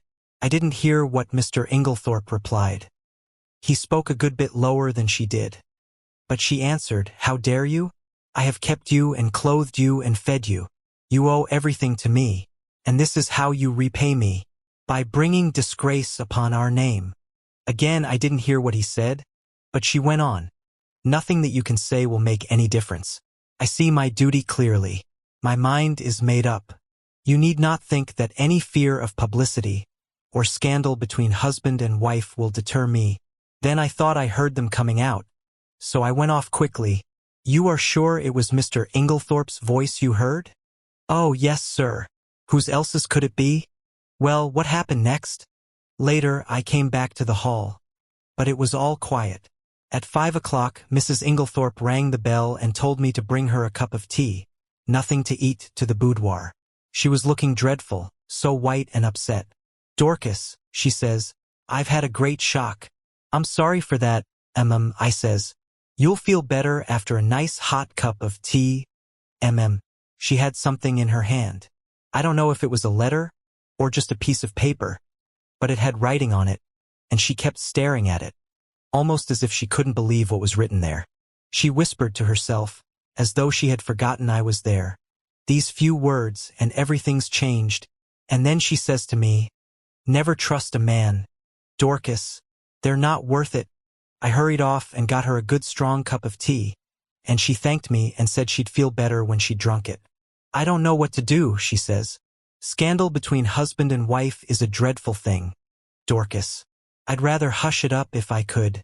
Mrs. Cavendish came in just then, so she didn't say any more.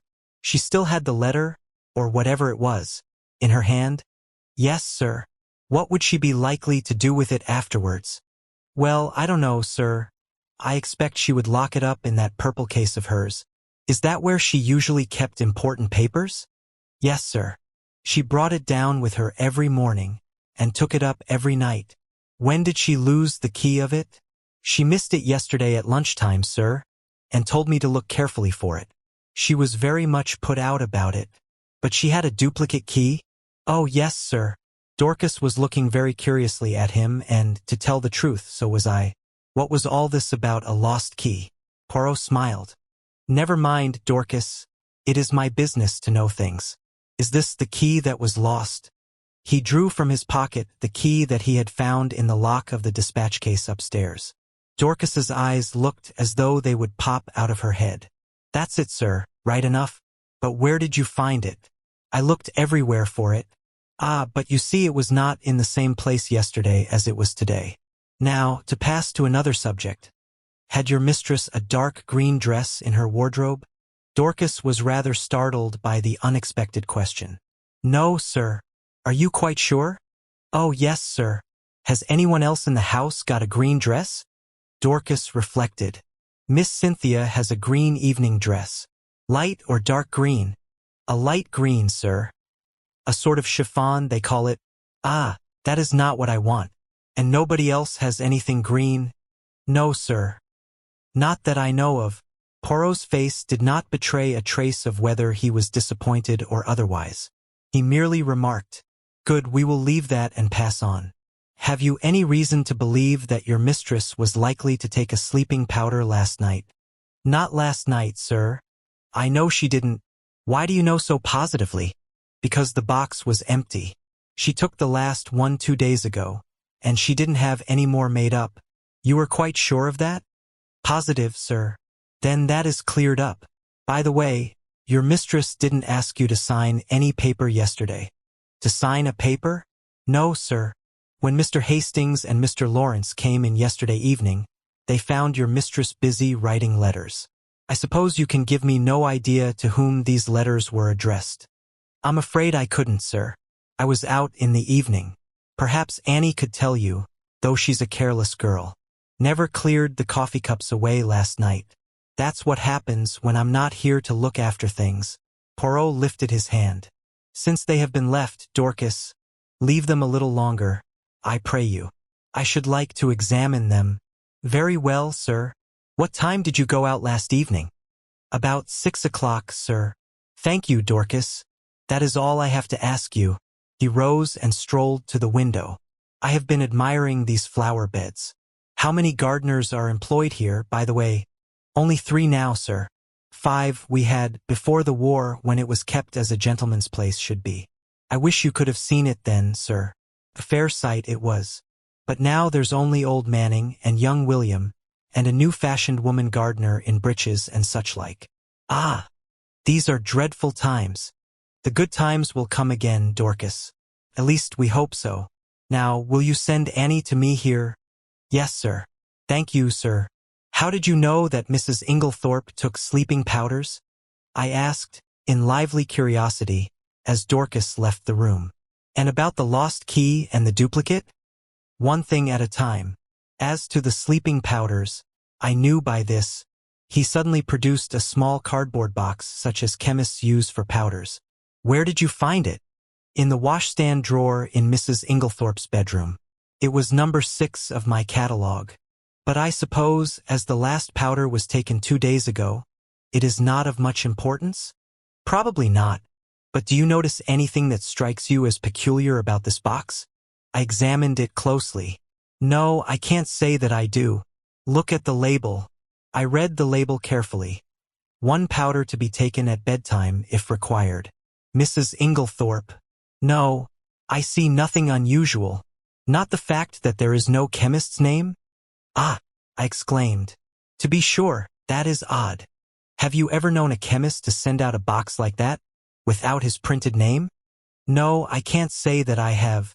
I was becoming quite excited, but Poirot damped my ardor by remarking. Yet the explanation is quite simple. So do not intrigue yourself, my friend. An audible creaking proclaimed the approach of Annie, so I had no time to reply. Annie was a fine, strapping girl, and was evidently laboring under intense excitement, mingled with a certain ghoulish enjoyment of the tragedy. Poirot came to the point at once with a businesslike briskness. I sent for you, Annie, because I thought you might be able to tell me something about the letters Mrs. Inglethorpe wrote last night. How many were there? And can you tell me any of the names and addresses? Annie considered. There were 4 letters, sir. 1 was to Miss Howard, and 1 was to Mr. Wells, the lawyer, and the other 2 I don't think I remember, sir. Oh yes, 1 was to Ross's, the caterers in Tadminster. The other one I don't remember. Think, urged Poirot. Annie racked her brains in vain. I'm sorry, sir, but it's clean gone. I don't think I can have noticed it. It does not matter, said Poirot, not betraying any sign of disappointment. Now I want to ask you about something else. There is a saucepan in Mrs. Inglethorpe's room with some cocoa in it. Did she have that every night? Yes, sir.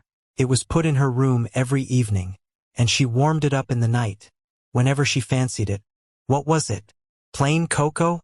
Yes, sir, made with milk with a teaspoonful of sugar and 2 teaspoonfuls of rum in it. Who took it to her room? I did, sir. Always? Yes, sir. At what time? When I went to draw the curtains, as a rule, sir. Did you bring it straight up from the kitchen then? No, sir, you see there's not much room on the gas stove, so cook used to make it early, before putting the vegetables on for supper. Then I used to bring it up, and put it on the table by the swing door, and take it into her room later. The swing door is in the left wing, is it not? Yes, sir. And the table, is it on this side of the door, or on the farther servant's side? It's this side, sir. What time did you bring it up last night? About 7:15, I should say, sir. And when did you take it into Mrs. Inglethorpe's room? When I went to shut up, sir. About 8 o'clock. Mrs. Inglethorpe came up to bed before I'd finished. Then, between 7:15 and 8 o'clock, the cocoa was standing on the table in the left wing? Yes, sir. Annie had been growing redder and redder in the face, and now she blurted out unexpectedly. And if there was salt in it, sir, it wasn't me. I never took the salt near it. What makes you think there was salt in it? Asked Poirot. Seeing it on the tray, sir. You saw some salt on the tray? Yes, coarse kitchen salt, it looked. I never noticed it when I took the tray up, but when I came to take it into the mistress's room I saw it at once, and I suppose I ought to have taken it down again, and asked cook to make some fresh. But I was in a hurry because Dorcas was out, and I thought maybe the cocoa itself was all right, and the salt had only gone on the tray. So I dusted it off with my apron, and took it in. I had the utmost difficulty in controlling my excitement. Unknown to herself, Annie had provided us with an important piece of evidence. How she would have gaped if she had realized that her coarse kitchen salt was strychnine, one of the most deadly poisons known to mankind. I marveled at Poirot's calm. His self-control was astonishing. I awaited his next question with impatience, but it disappointed me. When you went into Mrs. Inglethorpe's room, was the door leading into Miss Cynthia's room bolted? Oh, yes, sir. It always was. It had never been opened. And the door into Mr. Inglethorpe's room? Did you notice if that was bolted too? Annie hesitated. I couldn't rightly say, sir. It was shut, but I couldn't say whether it was bolted or not. When you finally left the room, did Mrs. Inglethorpe bolt the door after you? No, sir, not then, but I expect she did later. She usually did lock it at night. The door into the passage, that is. Did you notice any candle grease on the floor when you did the room yesterday? Candle grease? Oh, no, sir. Mrs. Inglethorpe didn't have a candle, only a reading lamp. Then, if there had been a large patch of candle grease on the floor, you think you would have been sure to have seen it? Yes, sir, and I would have taken it out with a piece of blotting paper and a hot iron. Then Poirot repeated the question he had put to Dorcas. Did your mistress ever have a green dress? No, sir, nor a mantle, nor a cape, nor, how do you call it? A sports coat? Not green, sir, nor anyone else in the house? Annie reflected. No, sir. You are sure of that? Quite sure. Bien. That is all I want to know. Thank you very much. With a nervous giggle, Annie took herself creakingly out of the room. My pent-up excitement burst forth. Poirot, I cried, I congratulate you. This is a great discovery. What is a great discovery? Why, that it was the cocoa and not the coffee that was poisoned. That explains everything. Of course, it did not take effect until the early morning, since the cocoa was only drunk in the middle of the night. So you think that the cocoa, mark well what I say, Hastings, the cocoa, contained strychnine? Of course. That salt on the tray, what else could it have been? It might have been salt, replied Poirot placidly. I shrugged my shoulders. If he was going to take the matter that way, it was no good arguing with him. The idea crossed my mind, not for the first time, that poor old Poirot was growing old. Privately, I thought it lucky that he had associated with him someone of a more receptive type of mind. Poirot was surveying me with quietly twinkling eyes. You are not pleased with me, mon ami? My dear Poirot, I said coldly, it is not for me to dictate to you. You have a right to your own opinion, just as I have to mine. A most admirable sentiment, remarked Poirot, rising briskly to his feet. Now I have finished with this room. By the way, whose is the smaller desk in the corner? Mr. Inglethorpe's. Ah, he tried the roll top tentatively. Locked. But perhaps one of Mrs. Inglethorpe's keys would open it. He tried several, twisting and turning them with a practiced hand, and finally uttering an ejaculation of satisfaction. Voila! It is not the key, but it will open it at a pinch. He slid back the roll top and ran a rapid eye over the neatly filed papers. To my surprise, he did not examine them, merely remarking approvingly as he relocked the desk. Decidedly, he is a man of method. This Mr. Inglethorpe, a man of method, was, in Poirot's estimation, the highest praise that could be bestowed on any individual. I felt that my friend was not what he had been as he rambled on disconnectedly. There were no stamps in his desk, but there might have been, mon ami? There might have been, yes. His eyes wandered round the room. This boudoir has nothing more to tell us. It did not yield much. Only this. He pulled a crumpled envelope out of his pocket and tossed it over to me. It was rather a curious document. A plain, dirty-looking old envelope with a few words scrawled across it, apparently at random. Chapter 5. It isn't strychnine, is it? Where did you find this? I asked Poirot in lively curiosity. In the wastepaper basket. You recognize the handwriting? Yes, it is Mrs. Inglethorpe's. But what does it mean? Poirot shrugged his shoulders. I cannot say. But it is suggestive. A wild idea flashed across me. Was it possible that Mrs. Inglethorpe's mind was deranged? Had she some fantastic idea of demoniacal possession? And, if that were so, was it not also possible that she might have taken her own life? I was about to expound these theories to Poirot, when his own words distracted me. Come, he said, now to examine the coffee cups. My dear Poirot, what on earth is the good of that now that we know about the cocoa? Oh la la, that miserable cocoa, cried Poirot flippantly. He laughed with apparent enjoyment, raising his arms to heaven in mock despair, in what I could not but consider the worst possible taste.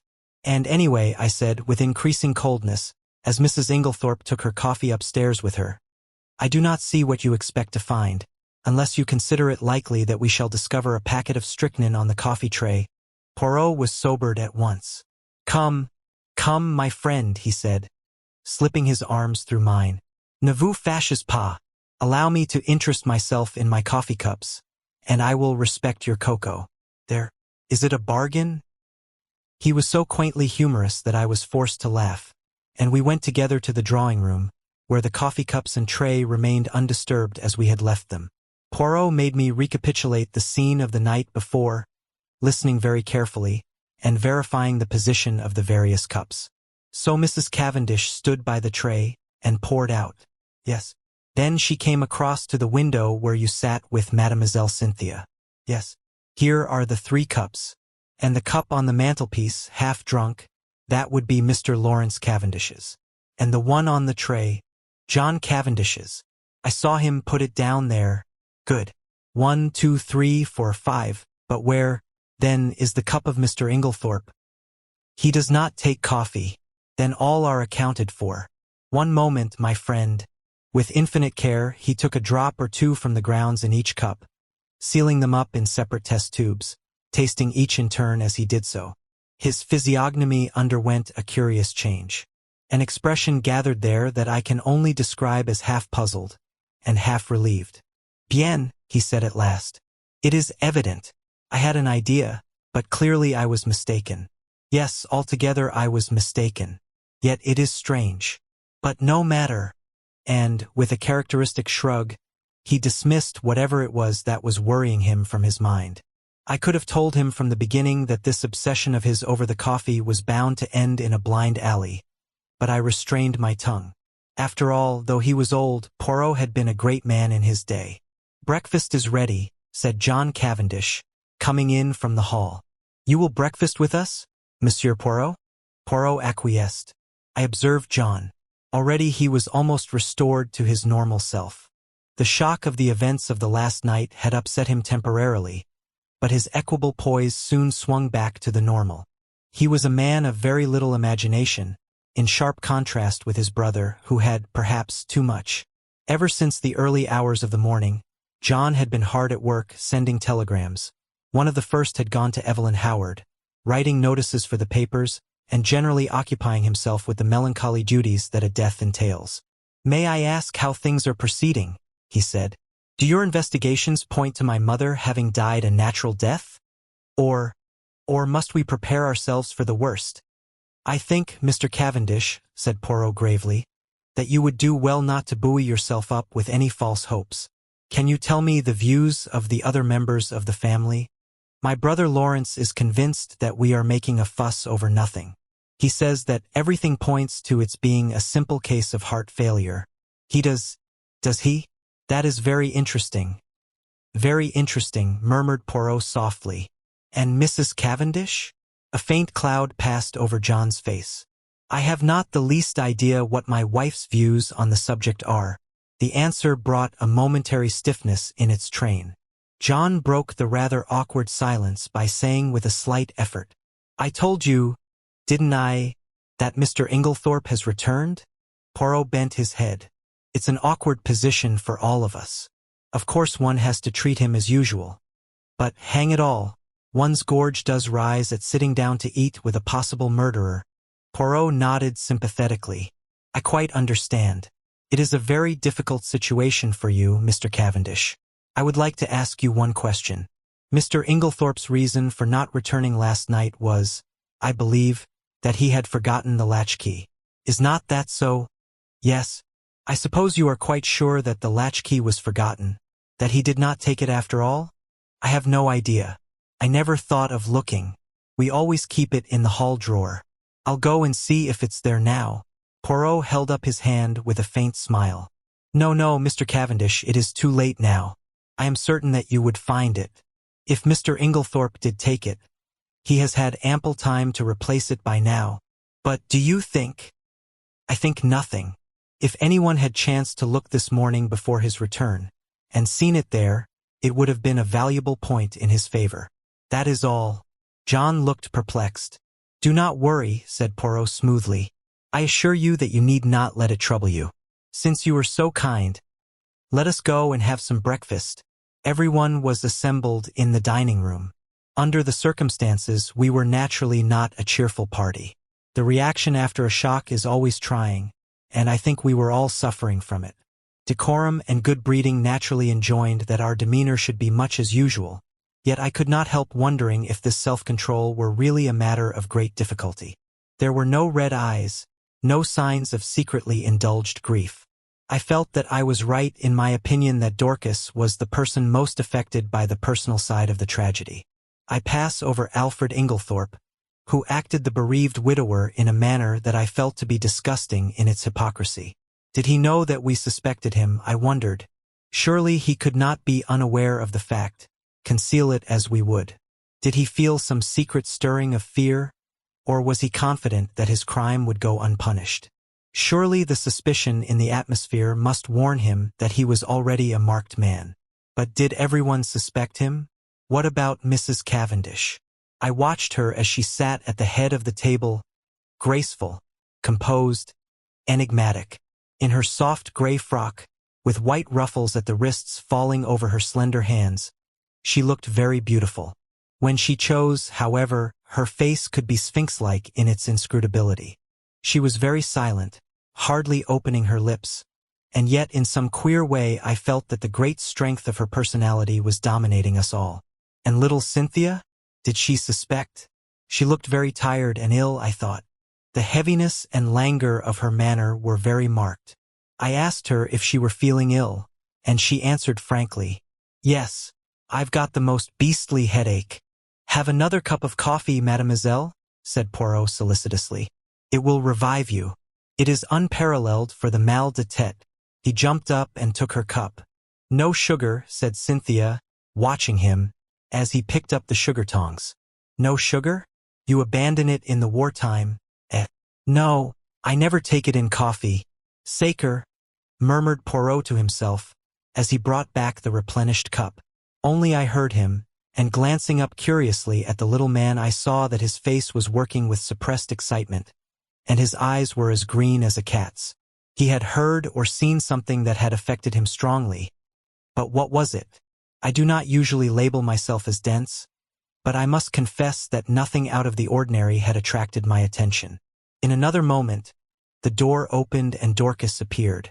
Mr. Wells to see you, sir, she said to John.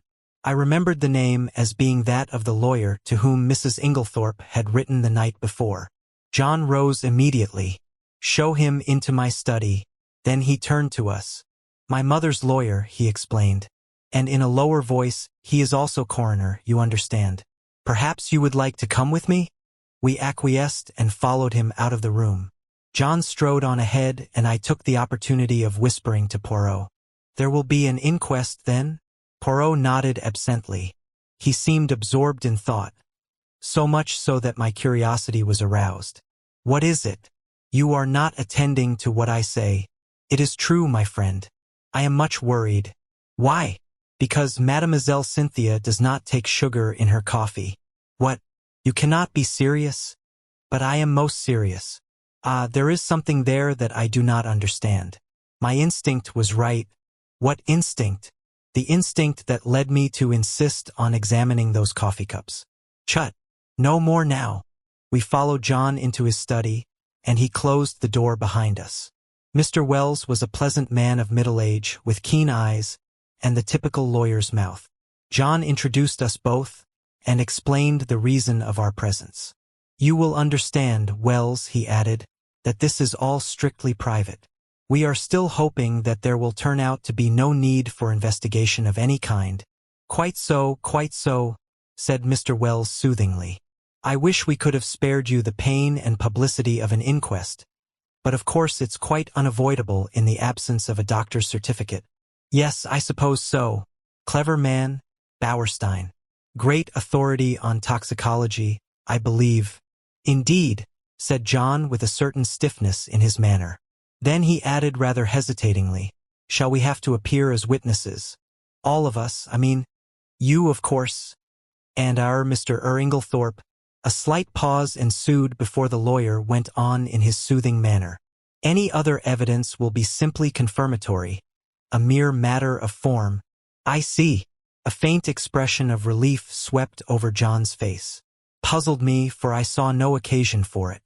If you know of nothing to the contrary, pursued Mr. Wells, I had thought of Friday.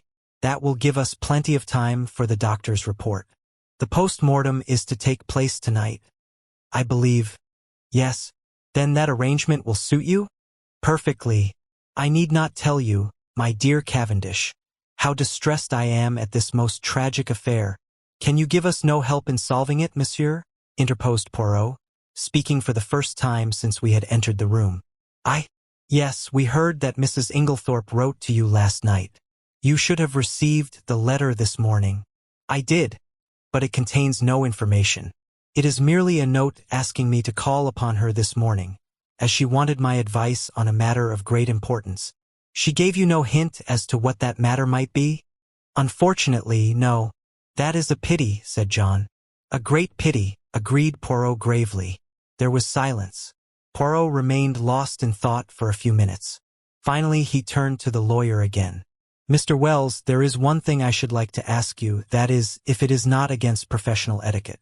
In the event of Mrs. Inglethorpe's death, who would inherit her money? The lawyer hesitated a moment, and then replied, the knowledge will be public property very soon, so if Mr. Cavendish does not object. Not at all, interpolated John. I do not see any reason why I should not answer your question.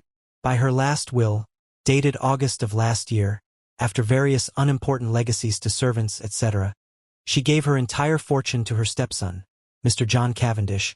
Was not that, pardon the question, Mr. Cavendish, rather unfair to her other stepson, Mr. Lawrence Cavendish? No, I do not think so. You see, under the terms of their father's will, while John inherited the property, Lawrence, at his stepmother's death, would come into a considerable sum of money. Mrs. Inglethorpe left her money to her elder stepson, knowing that he would have to keep up styles. It was, to my mind, a very fair and equitable distribution. Poirot nodded thoughtfully. I see. But I am right in saying, am I not, that by your English law that will was automatically revoked when Mrs. Inglethorpe remarried? Mr. Wells bowed his head. As I was about to proceed, Monsieur Poirot, that document is now null and void. Hein, said Poirot. He reflected for a moment, and then asked, was Mrs. Inglethorpe herself aware of that fact? I do not know. She may have been. She was, said John unexpectedly. We were discussing the matter of wills being revoked by marriage only yesterday. Ah, one more question, Mr. Wells. You say her last will. Had Mrs. Inglethorpe, then, made several former wills? On an average, she made a new will at least once a year, said Mr. Wells imperturbably. She was given to changing her mind as to her testamentary dispositions, now benefiting one, now another member of her family. Suppose, suggested Poirot, that, unknown to you, she had made a new will in favor of someone who was not, in any sense of the word, a member of the family. We will say Miss Howard, for instance. Would you be surprised? Not in the least. Ah! Poirot seemed to have exhausted his questions. I drew close to him, while John and the lawyer were debating the question of going through Mrs. Inglethorpe's papers. Do you think Mrs. Inglethorpe made a will leaving all her money to Miss Howard? I asked in a low voice with some curiosity. Poirot smiled. No. Then why did you ask? Hush! John Cavendish had turned to Poirot. Will you come with us, Monsieur Poirot? We are going through my mother's papers. Mr. Inglethorpe is quite willing to leave it entirely to Mr. Wells and myself, which simplifies matters very much, murmured the lawyer. As technically, of course, he was entitled. He did not finish the sentence. We will look through the desk in the boudoir first, explained John, and go up to her bedroom afterwards. She kept her most important papers in a purple dispatch case, which we must look through carefully. Yes, said the lawyer, it is quite possible that there may be a later will than the one in my possession. There is a later will. It was Poirot who spoke. What? John and the lawyer looked at him startled. Or, rather, pursued my friend imperturbably, there was one. What do you mean, there was one? Where is it now? Burnt. Burnt? Yes. See here. He took out the charred fragment we had found in the grate in Mrs. Inglethorpe's room, and handed it to the lawyer with a brief explanation of when and where he had found it. But possibly this is an old will? I do not think so. In fact, I am almost certain that it was made no earlier than yesterday afternoon. What? Impossible! Broke simultaneously from both men. Poirot turned to John. If you will allow me to send for your gardener, I will prove it to you. Oh, of course. But I don't see. Poirot raised his hand. Do as I ask you. Afterwards you shall question as much as you please. Very well. He rang the bell. Dorcas answered it in due course. Dorcas, will you tell Manning to come round and speak to me here? Yes, sir. Dorcas withdrew. We waited in a tense silence. Poirot alone seemed perfectly at his ease, and dusted a forgotten corner of the bookcase. The clumping of hobnailed boots on the gravel outside proclaimed the approach of Manning. John looked questioningly at Poirot. The latter nodded. Come inside. Manning, said John, I want to speak to you. Manning came slowly and hesitatingly through the French window, and stood as near it as he could. He held his cap in his hands, twisting it very carefully round and round. His back was much bent, though he was probably not as old as he looked, but his eyes were sharp and intelligent, and belied his slow and rather cautious speech. Manning, said John, this gentleman will put some questions to you which I want you to answer. Yes, sir, mumbled Manning. Poirot stepped forward briskly. Manning's eye swept over him with a faint contempt. You were planting a bed of begonias round by the south side of the house yesterday afternoon? Were you not, Manning? Yes, sir, me and Will. And Mrs. Inglethorpe came to the window and called you, did she not? Yes, sir, she did. Tell me in your own words exactly what happened after that. Well, sir, nothing much. She just told Will to go on his bicycle down to the village and bring back a form of will or such like. I don't know what exactly. She wrote it down for him. Well, he did, sir. And what happened next? We went on with the begonias, sir. Did not Mrs. Inglethorpe call you again? Yes, sir. Both me and Will, she called. And then, she made us come right in, and sign our names at the bottom of a long paper. Under where she'd signed. Did you see anything of what was written above her signature? Asked Poirot sharply. No, sir. There was a bit of blotting paper over that part. And you signed where she told you? Yes, sir. First me and then Will. What did she do with it afterwards? Well, sir, she slipped it into a long envelope and put it inside a sort of purple box that was standing on the desk. What time was it when she first called you? About 4, I should say, sir. Not earlier? Couldn't it have been about 3:30? No, I shouldn't say so, sir. It would be more likely to be a bit after 4. Not before it. Thank you, Manning, that will do, said Poirot pleasantly. The gardener glanced at his master, who nodded, whereupon Manning lifted a finger to his forehead with a low mumble and backed cautiously out of the window. We all looked at each other. "Good heavens," murmured John. "What an extraordinary coincidence." "How a coincidence?" "That my mother should have made a will on the very day of her death." Mr. Wells cleared his throat and remarked drily, "Are you so sure it is a coincidence, Cavendish? What do you mean? Your mother, you tell me, had a violent quarrel with someone yesterday afternoon." "What do you mean?" cried John again. There was a tremor in his voice, and he had gone very pale. "In consequence of that quarrel, your mother very suddenly and hurriedly makes a new will. The contents of that will we shall never know. She told no one of its provisions. This morning, no doubt, she would have consulted me on the subject. But she had no chance. The will disappears, and she takes its secret with her to her grave. Cavendish, I much fear there is no coincidence there. Monsieur Poirot, I am sure you agree with me that the facts are very suggestive." "Suggestive or not," interrupted John, "we are most grateful to Monsieur Poirot for elucidating the matter. But for him we should never have known of this will. I suppose, I may not ask you, monsieur, what first led you to suspect the fact?" Poirot smiled and answered, "A scribbled over old envelope, and a freshly planted bed of begonias." John, I think, would have pressed his questions further, but at that moment the loud purr of a motor was audible, and we all turned to the window as it swept past. "Evie," cried John. "Excuse me, Wells." He went hurriedly out into the hall. Poirot looked inquiringly at me. "Miss Howard," I explained. "Ah, I am glad she has come. There is a woman with a head and a heart too, Hastings. Though the good God gave her no beauty." I followed John's example and went out into the hall, where Miss Howard was endeavoring to extricate herself from the voluminous mass of veils that enveloped her head. As her eyes fell on me, a sudden pang of guilt shot through me. This was the woman who had warned me so earnestly, and to whose warning I had, alas, paid no heed. How soon, and how contemptuously, I had dismissed it from my mind.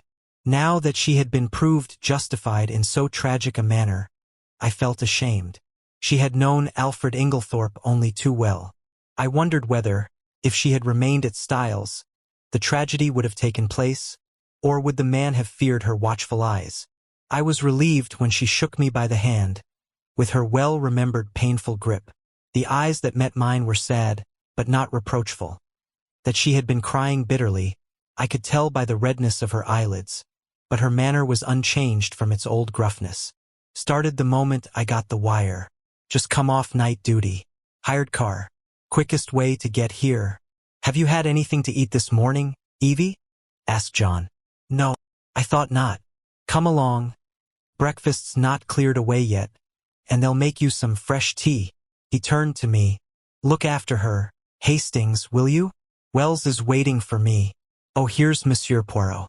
He's helping us, you know, Evie." Miss Howard shook hands with Poirot, but glanced suspiciously over her shoulder at John. "What do you mean, helping us?" "Helping us to investigate." "Nothing to investigate. Have they taken him to prison yet?" "Taken who to prison?" "Who?" "Alfred Inglethorpe, of course." "My dear Evie, do be careful. Lawrence is of the opinion that my mother died from heart seizure." "More fool Lawrence," retorted Miss Howard. "Of course Alfred Inglethorpe murdered poor Emily, as I always told you he would." "My dear Evie, don't shout so. Whatever we may think or suspect, it is better to say as little as possible for the present. The inquest isn't until Friday." "Not until fiddlesticks." The snort Miss Howard gave was truly magnificent. "You're all off your heads.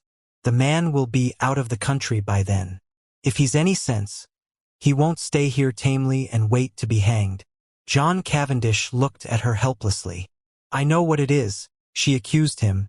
"You've been listening to the doctors." "Never should. What do they know? Nothing at all, or just enough to make them dangerous. I ought to know. My own father was a doctor. That little Wilkins is about the greatest fool that even I have ever seen. Heart seizure, sort of thing he would say. Anyone with any sense could see at once that her husband had poisoned her. I always said he'd murder her in her bed, poor soul. Now he's done it. And all you can do is to murmur silly things about heart seizure and inquest on Friday. You ought to be ashamed of yourself, John Cavendish. What do you want me to do? Asked John, unable to help a faint smile. Dash it all, Evie. I can't haul him down to the local police station by the scruff of his neck. Well, you might do something. Find out how he did it. He's a crafty beggar. Dare say he soaked flypapers. Ask Cook if she's missed any.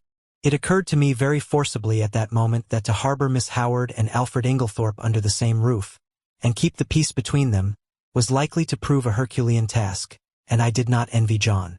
I could see by the expression of his face that he fully appreciated the difficulty of the position. For the moment, he sought refuge in retreat, and left the room precipitately. Dorcas brought in fresh tea. As she left the room, Poirot came over from the window where he had been standing, and sat down facing Miss Howard. Mademoiselle, he said gravely, I want to ask you something. Ask away, said the lady, eyeing him with some disfavor. I want to be able to count upon your help. I'll help you to hang Alfred with pleasure, she replied gruffly. Hanging's too good for him. Ought to be drawn and quartered, like in good old times. We are at one then, said Poirot, for I too want to hang the criminal. Alfred Inglethorpe? Him or another? No question of another. Poor Emily was never murdered until he came along. I don't say she wasn't surrounded by sharks. She was, but it was only her purse they were after. Her life was safe enough. But along comes Mr. Alfred Inglethorpe, and within 2 months, hey presto. Believe me, Miss Howard, said Poirot very earnestly, if Mr. Inglethorpe is the man, he shall not escape me. On my honor, I will hang him as high as Haman. That's better, said Miss Howard more enthusiastically. But I must ask you to trust me. Now your help may be very valuable to me. I will tell you why. Because, in all this house of mourning, yours are the only eyes that have wept. Miss Howard blinked, and a new note crept into the gruffness of her voice. If you mean that I was fond of her, yes, I was. Emily was a selfish old woman in her way.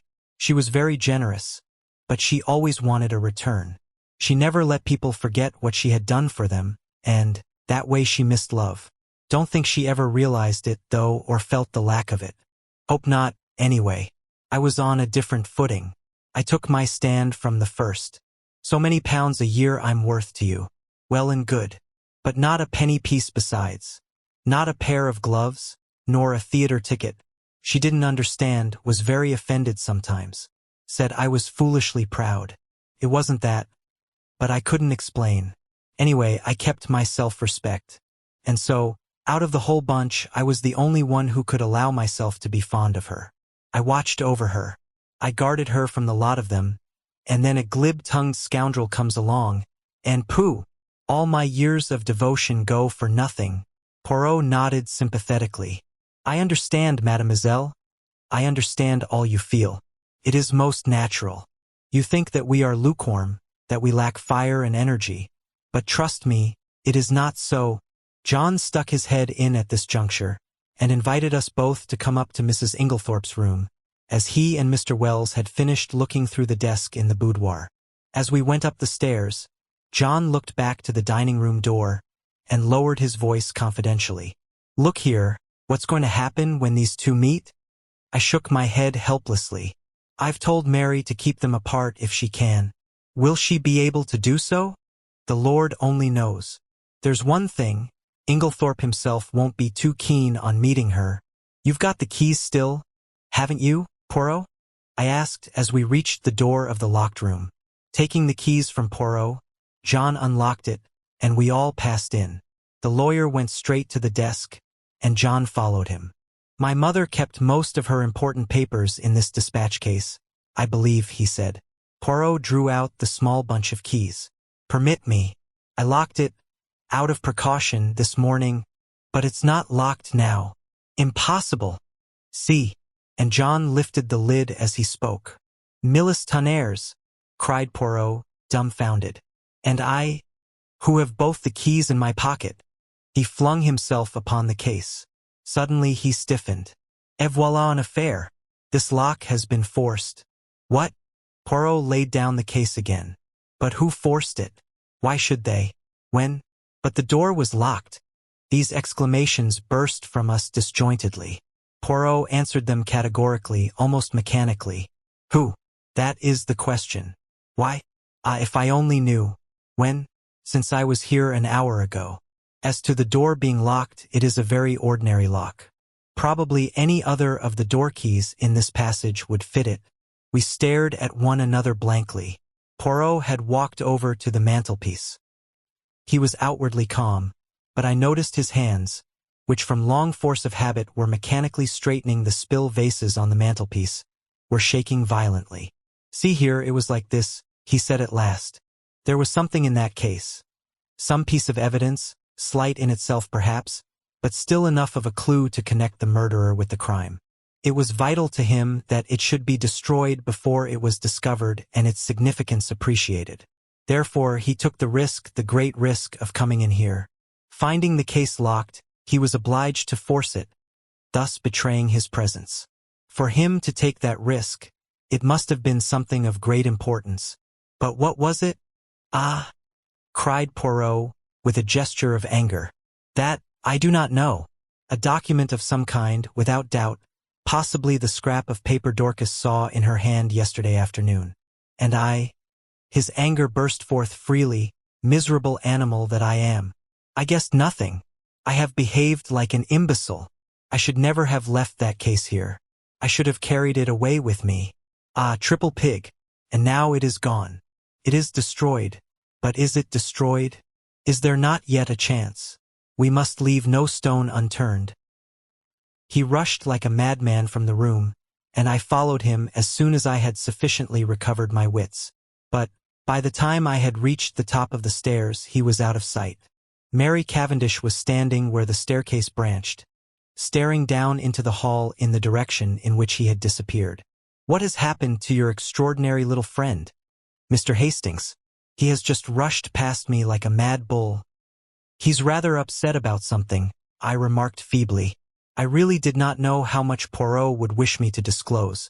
As I saw a faint smile gather on Mrs. Cavendish's expressive mouth, I endeavored to try and turn the conversation by saying, They haven't met yet, have they? Who? Mr. Inglethorpe and Miss Howard. She looked at me in rather a disconcerting manner. Do you think it would be such a disaster if they did meet? Well, don't you? I said, rather taken aback.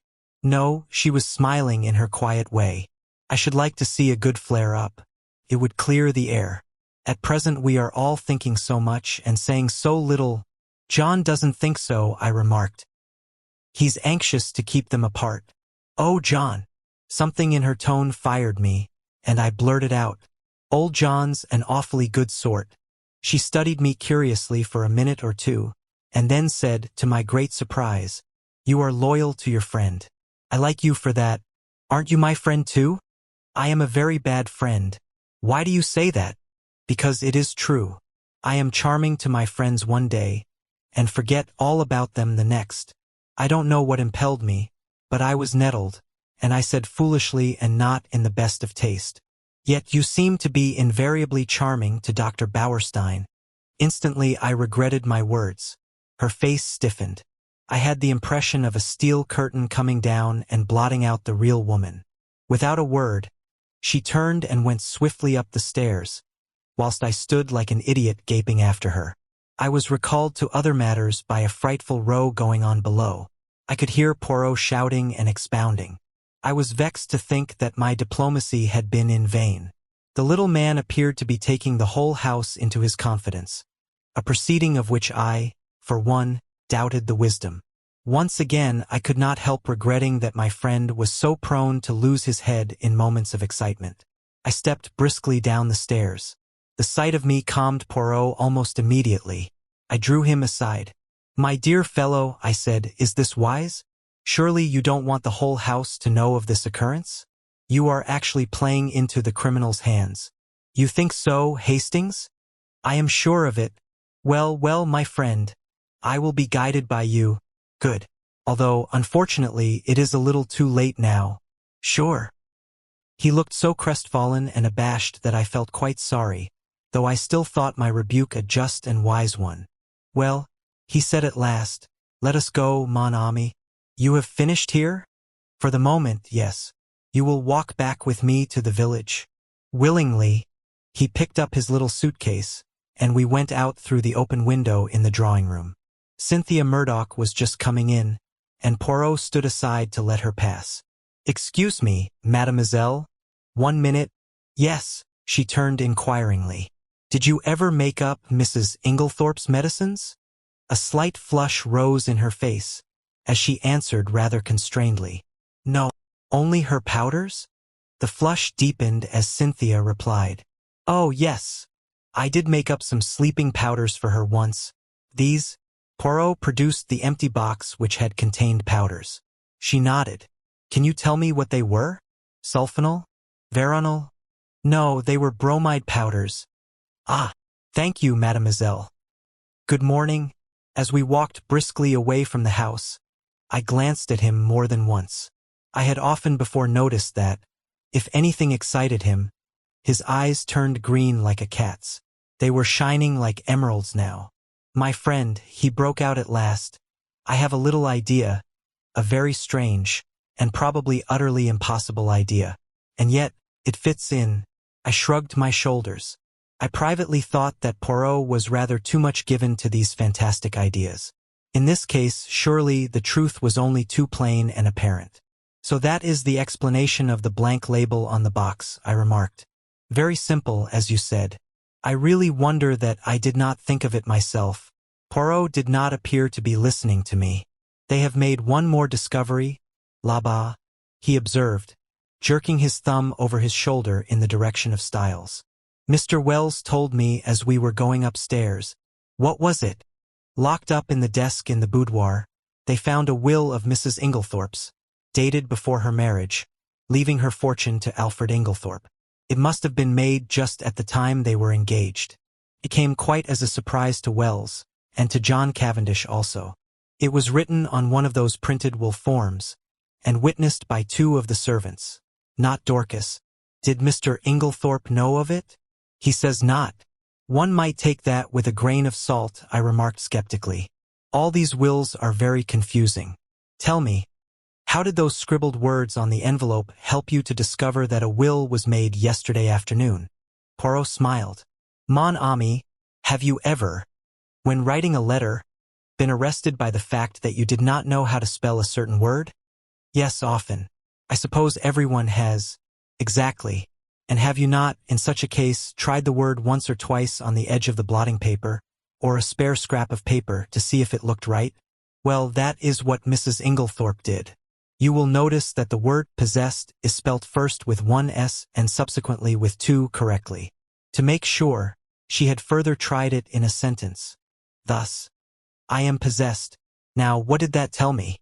It told me that Mrs. Inglethorpe had been writing the word possessed that afternoon, and having the fragment of paper found in the grate fresh in my mind, the possibility of a will, a document almost certain to contain that word, occurred to me at once. This possibility was confirmed by a further circumstance. In the general confusion, the boudoir had not been swept that morning, and near the desk were several traces of brown mold and earth. The weather had been perfectly fine for some days, and no ordinary boots would have left such a heavy deposit. I strolled to the window, and saw at once that the begonia beds had been newly planted. The mold in the beds was exactly similar to that on the floor of the boudoir, and also I learnt from you that they had been planted yesterday afternoon. I was now sure that one, or possibly both of the gardeners, for there were 2 sets of footprints in the bed, had entered the boudoir, for if Mrs. Inglethorpe had merely wished to speak to them, she would in all probability have stood at the window, and they would not have come into the room at all. I was now quite convinced that she had made a fresh will, and had called the 2 gardeners in to witness her signature. Events proved that I was right in my supposition. That was very ingenious, I could not help admitting. I must confess that the conclusions I drew from those few scribbled words were quite erroneous. He smiled. You gave too much rein to your imagination. Imagination is a good servant, and a bad master. The simplest explanation is always the most likely. Another point. How did you know that the key of the dispatch case had been lost? I did not know it. It was a guess that turned out to be correct.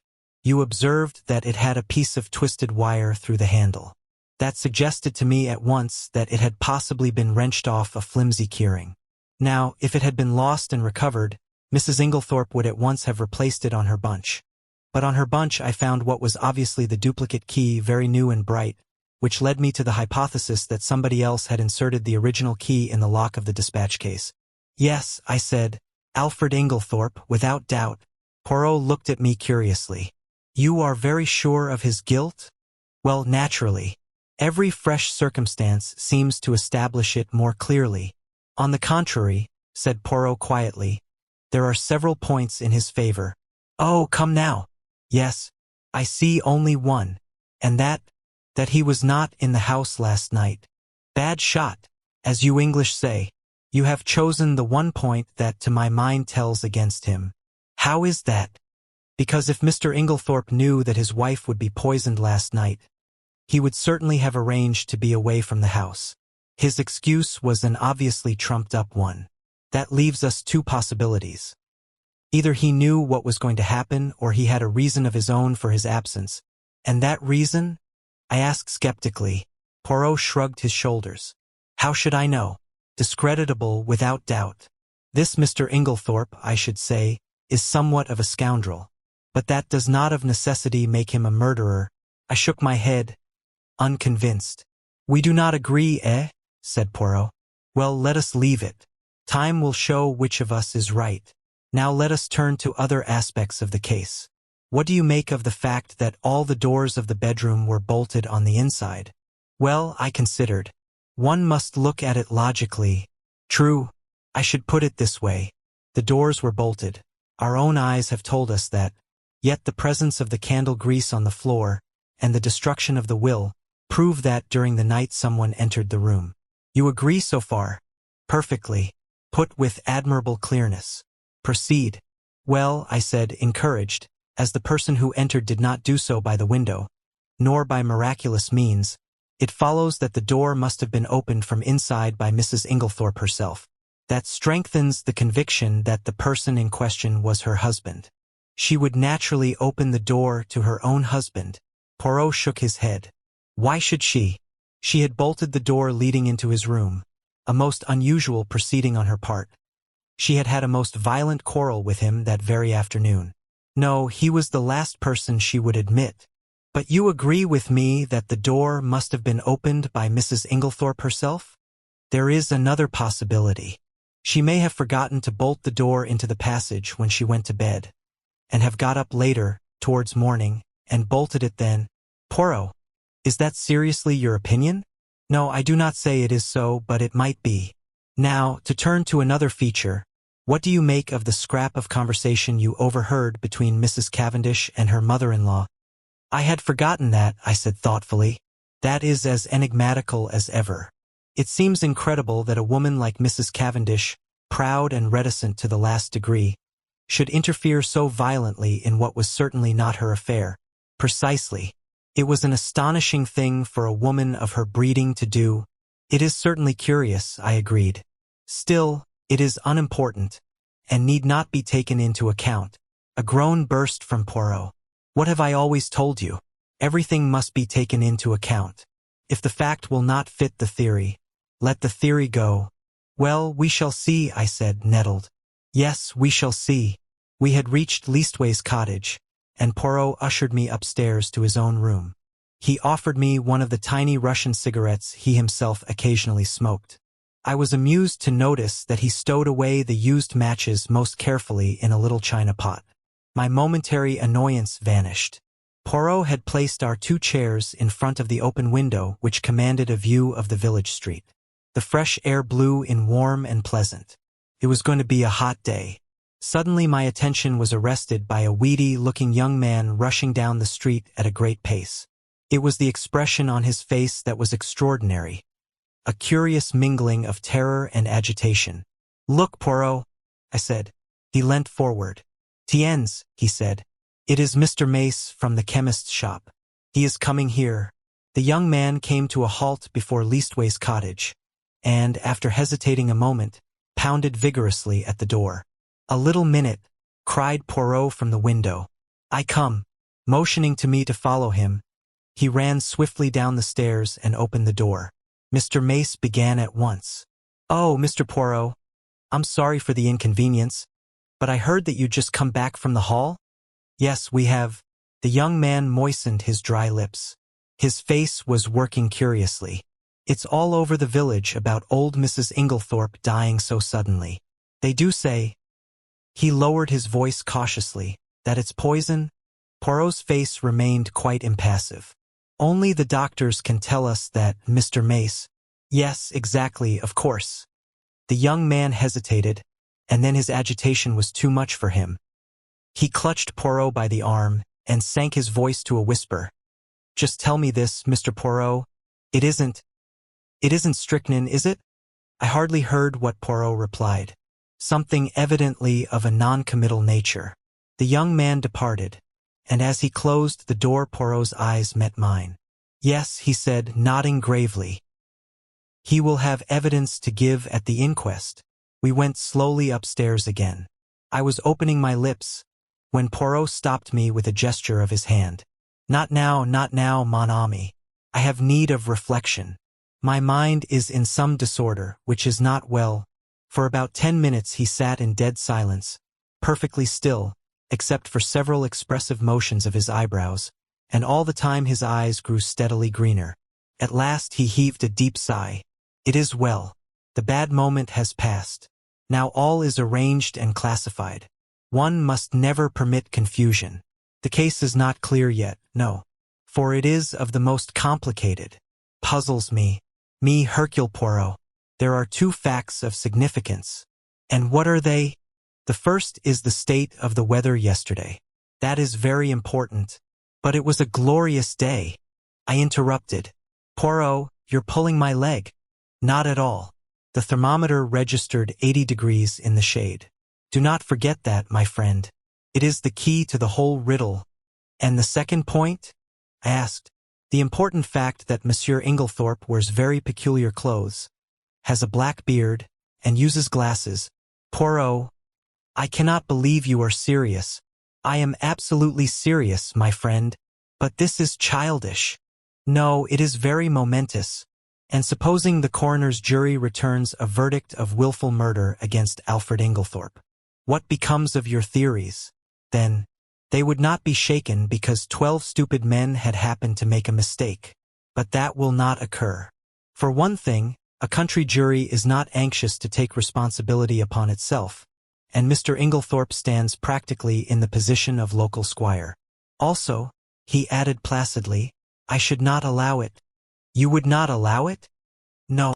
I looked at the extraordinary little man, divided between annoyance and amusement. He was so tremendously sure of himself. As though he read my thoughts, he nodded gently. Oh yes, mon ami, I would do what I say. He got up and laid his hand on my shoulder. His physiognomy underwent a complete change.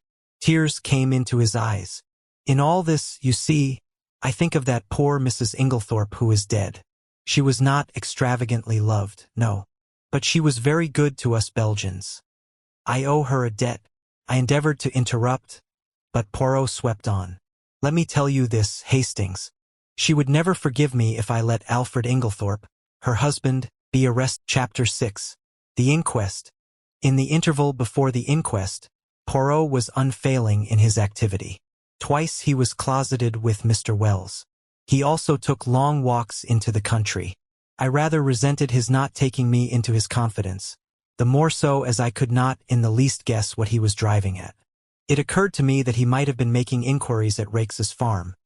So, finding him out when I called at Leastways Cottage on Wednesday evening, I walked over there by the fields, hoping to meet him. But there was no sign of him, and I hesitated to go right up to the farm itself. As I walked away, I met an aged rustic, who leered at me cunningly. You am from the hall? Bain't you? He asked. Yes. I'm looking for a friend of mine whom I thought might have walked this way. A little chap, as waves his hands when he talks. One of them Belgies from the village. Yes, I said eagerly. He has been here, then? Oh, he's been here, right enough. Morin once too. Friend of yours, is he? "Ah, you gentlemen from the hall. A pretty lot," and he leered more jocosely than ever. "Why, do the gentlemen from the hall come here often?" I asked as carelessly as I could. He winked at me knowingly. "One does, mister. Naming no names, mind. And a very liberal gentleman, too." "Oh, thank you, sir. I'm sure." I walked on sharply. Evelyn Howard had been right then, and I experienced a sharp twinge of disgust as I thought of Alfred Inglethorpe's liberality with another woman's money. Had that piquant gypsy face been at the bottom of the crime, or was it the baser mainspring of money? Probably a judicious mixture of both. On one point, Poirot seemed to have a curious obsession. He once or twice observed to me that he thought Dorcas must have made an error in fixing the time of the quarrel. He suggested to her repeatedly that it was 4:30, and not 4 o'clock when she had heard the voices. But Dorcas was unshaken. Quite an hour, or even more, had elapsed between the time when she had heard the voices and 5 o'clock, when she had taken tea to her mistress. The inquest was held on Friday at the Stylites Arms in the village. Poirot and I sat together, not being required to give evidence. The preliminaries were gone through. The jury viewed the body, and John Cavendish gave evidence of identification. Further questioned, he described his awakening in the early hours of the morning, and the circumstances of his mother's death. The medical evidence was next taken. There was a breathless hush, and every eye was fixed on the famous London specialist, who was known to be one of the greatest authorities of the day on the subject of toxicology. In a few brief words, he summed up the result of the postmortem. Shorn of its medical phraseology and technicalities, it amounted to the fact that Mrs. Inglethorpe had met her death as the result of strychnine poisoning. Judging from the quantity recovered, she must have taken not less than 3/4 of a grain of strychnine, but probably 1 grain or slightly over. "Is it possible that she could have swallowed the poison by accident?" asked the coroner. "I should consider it very unlikely. Strychnine is not used for domestic purposes, as some poisons are, and there are restrictions placed on its sale. Does anything in your examination lead you to determine how the poison was administered?" "No." "You arrived at Styles before Dr. Wilkins, I believe?" "That is so. The motor met me just outside the lodge gates, and I hurried there as fast as I could." "Will you relate to us exactly what happened next?" "I entered Mrs. Inglethorpe's room. She was at that moment in a typical tetanic convulsion. She turned towards me and gasped out, 'Alfred, Alfred.' Could the strychnine have been administered in Mrs. Inglethorpe's after-dinner coffee, which was taken to her by her husband? Possibly, but strychnine is a fairly rapid drug in its action. The symptoms appear from 1 to 2 hours after it has been swallowed. It is retarded under certain conditions, none of which, however, appear to have been present in this case. I presume Mrs. Inglethorpe took the coffee after dinner about 8 o'clock, whereas the symptoms did not manifest themselves until the early hours of the morning, which, on the face of it, points to the drug having been taken much later in the evening. Mrs. Inglethorpe was in the habit of drinking a cup of cocoa in the middle of the night. Could the strychnine have been administered in that? No, I myself took a sample of the cocoa remaining in the saucepan and had it analyzed. There was no strychnine present. I heard Poirot chuckle softly beside me. "How did you know?" I whispered. "Listen, I should say," the doctor was continuing, "that I would have been considerably surprised at any other result." "Why?" "Simply because strychnine has an unusually bitter taste. It can be detected in a solution of 1 in 70,000, and can only be disguised by some strongly flavored substance. Cocoa would be quite powerless to mask it." One of the jury wanted to know if the same objection applied to coffee. "No. Coffee has a bitter taste of its own, which would probably cover the taste of strychnine. Then you consider it more likely that the drug was administered in the coffee, but that for some unknown reason its action was delayed." "Yes, but, the cup being completely smashed, there is no possibility of analyzing its contents." This concluded Dr. Bauerstein's evidence. Dr. Wilkins corroborated it on all points. Sounded as to the possibility of suicide, he repudiated it utterly. The deceased, he said, suffered from a weak heart, but otherwise enjoyed perfect health, and was of a cheerful and well-balanced disposition. She would be one of the last people to take her own life. Lawrence Cavendish was next called. His evidence was quite unimportant, being a mere repetition of that of his brother. Just as he was about to step down, he paused and said rather hesitatingly, "I should like to make a suggestion, if I may." He glanced deprecatingly at the coroner, who replied briskly, "Certainly, Mr. Cavendish, we are here to arrive at the truth of this matter, and welcome anything that may lead to further elucidation." "It is just an idea of mine," explained Lawrence. "Of course I may be quite wrong, but it still seems to me that my mother's death might be accounted for by natural means." "How do you make that out, Mr. Cavendish?" "My mother, at the time of her death, and for some time before it, was taking a tonic containing strychnine." "Ah," said the coroner. The jury looked up, interested. "I believe," continued Lawrence, "that there have been cases where the cumulative effect of a drug, administered for some time, has ended by causing death. Also, is it not possible that she may have taken an overdose of her medicine by accident? This is the first we have heard of the deceased taking strychnine at the time of her death." "We are much obliged to you, Mr. Cavendish." Dr. Wilkins was recalled and ridiculed the idea. "What Mr. Cavendish suggests is quite impossible. Any doctor would tell you the same. Strychnine is, in a certain sense, a cumulative poison, but it would be quite impossible for it to result in sudden death in this way. There would have to be a long period of chronic symptoms which would at once have attracted my attention. The whole thing is absurd." "And the second suggestion?" "That Mrs. Inglethorpe may have inadvertently taken an overdose. 3 or even 4 doses would not have resulted in death. Mrs. Inglethorpe always had an extra large amount of medicine made up at a time, as she dealt with Coots, the cash chemists in Tadminster. She would have had to take very nearly the whole bottle to account for the amount of strychnine found at the post-mortem." "Then you consider that we may dismiss the tonic as not being in any way instrumental in causing her death?" "Certainly. The supposition is ridiculous." The same juryman who had interrupted before here suggested that the chemist who made up the medicine might have committed an error. "That, of course, is always possible," replied the doctor. But Dorcas, who was the next witness called, dispelled even that possibility. The medicine had not been newly made up. On the contrary, Mrs. Inglethorpe had taken the last dose on the day of her death. So the question of the tonic was finally abandoned, and the coroner proceeded with his task. Having elicited from Dorcas how she had been awakened by the violent ringing of her mistress's bell, and had subsequently roused the household, he passed to the subject of the quarrel on the preceding afternoon. Dorcas's evidence on this point was substantially what Poirot and I had already heard, so I will not repeat it here. The next witness was Mary Cavendish. She stood very upright, and spoke in a low, clear, and perfectly composed voice. In answer to the coroner's question, she told how, her alarm clock having aroused her at 4:30 as usual, she was dressing, when she was startled by the sound of something heavy falling. "That would have been the table by the bed?" commented the coroner. "I opened my door," continued Mary, "and listened. In a few minutes a bell rang violently. Dorcas came running down and woke my husband, and we all went to my mother-in-law's room, but it was locked." The coroner interrupted her. "I really do not think we need trouble you further on that point. We know all that can be known of the subsequent happenings. But I should be obliged if you would tell us all you overheard of the quarrel the day before." There was a faint insolence in her voice. She raised her hand and adjusted the ruffle of lace at her neck, turning her head a little as she did so.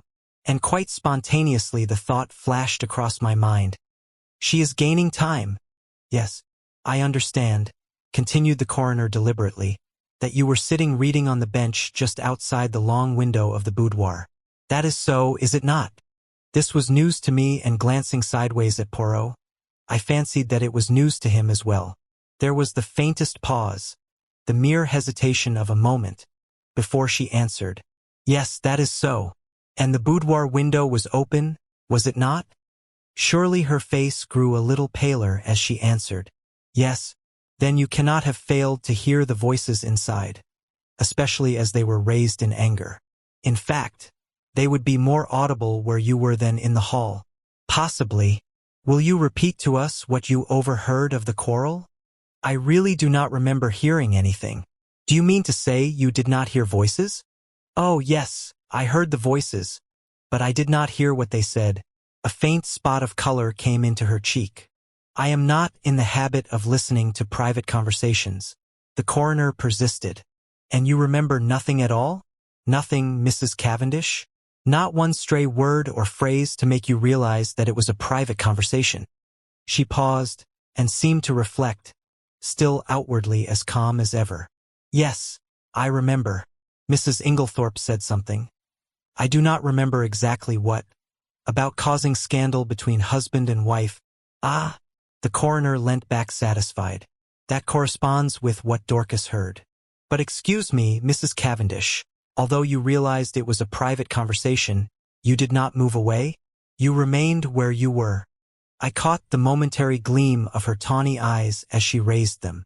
I felt certain that at that moment she would willingly have torn the little lawyer, with his insinuations, into pieces, but she replied quietly enough. No, I was very comfortable where I was. I fixed my mind on my book. And that is all you can tell us? That is all. The examination was over, though I doubted if the coroner was entirely satisfied with it. I think he suspected that Mary Cavendish could tell more if she chose. Amy Hill, shop assistant, was next called, and deposed to having sold a will form on the afternoon of the 17th to William Earle, undergardener at Styles. William Earle and Manning succeeded her, and testified to witnessing a document. Manning fixed the time at about 4:30. William was of the opinion that it was rather earlier. Cynthia Murdoch came next. She had, however, little to tell. She had known nothing of the tragedy, until awakened by Mrs. Cavendish. You did not hear the table fall? No, I was fast asleep. The coroner smiled. A good conscience makes a sound sleeper, he observed. Thank you, Miss Murdoch, that is all. Miss Howard. Miss Howard produced the letter written to her by Mrs. Inglethorpe on the evening of the 17th. Poirot and I had, of course, already seen it. It added nothing to our knowledge of the tragedy. The following is a facsimile. Styles Court, Essex. Handwritten note. July 17th. My dear Evelyn, can we not bury the hatchet?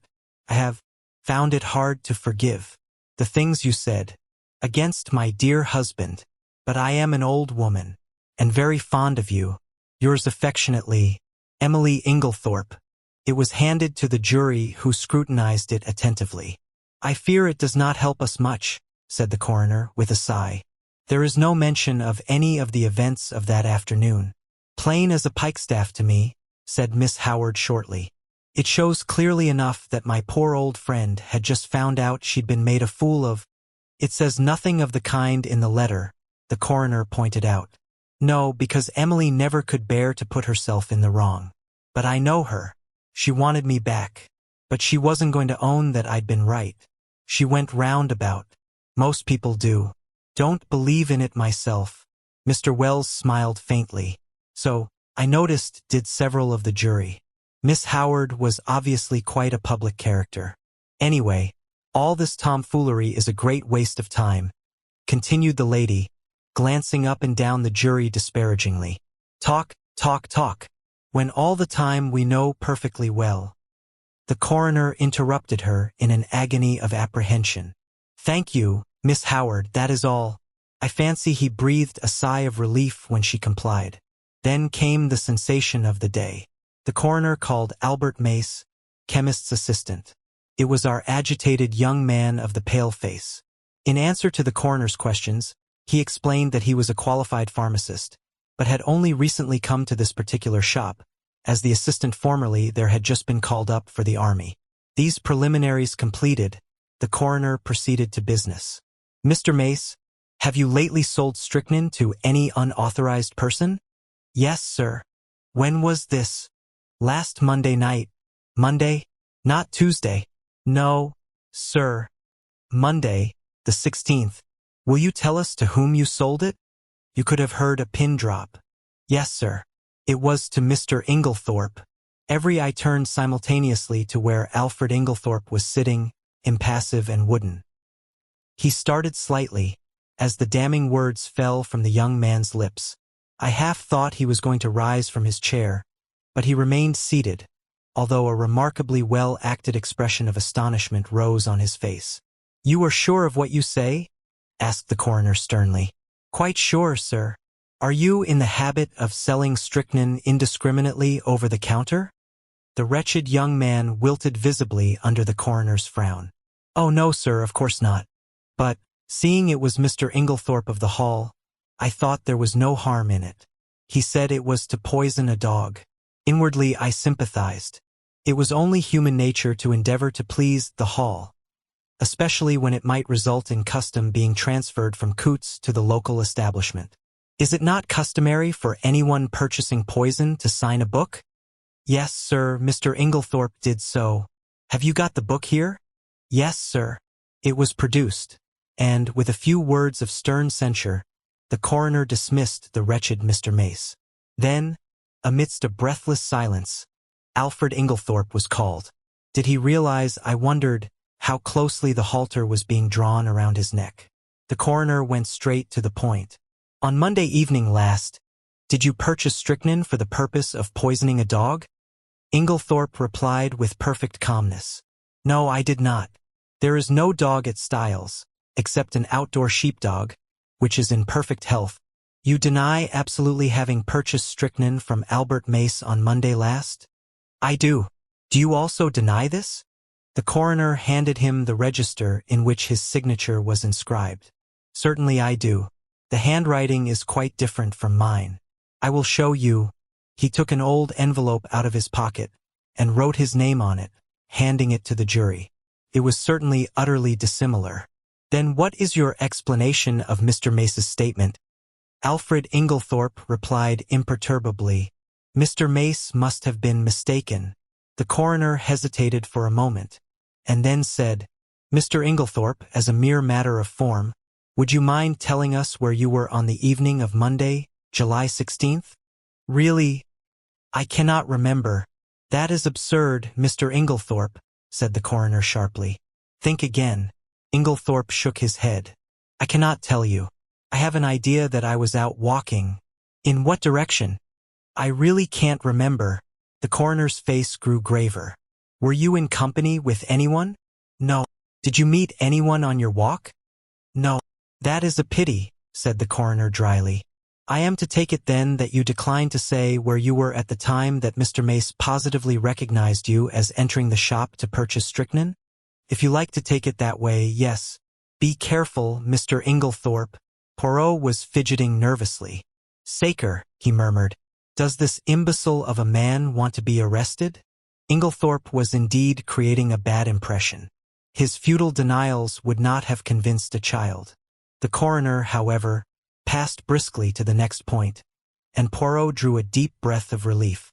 "You had a discussion with your wife on Tuesday afternoon?" "Pardon me," interrupted Alfred Inglethorpe, "you have been misinformed. I had no quarrel with my dear wife. The whole story is absolutely untrue. I was absent from the house the entire afternoon.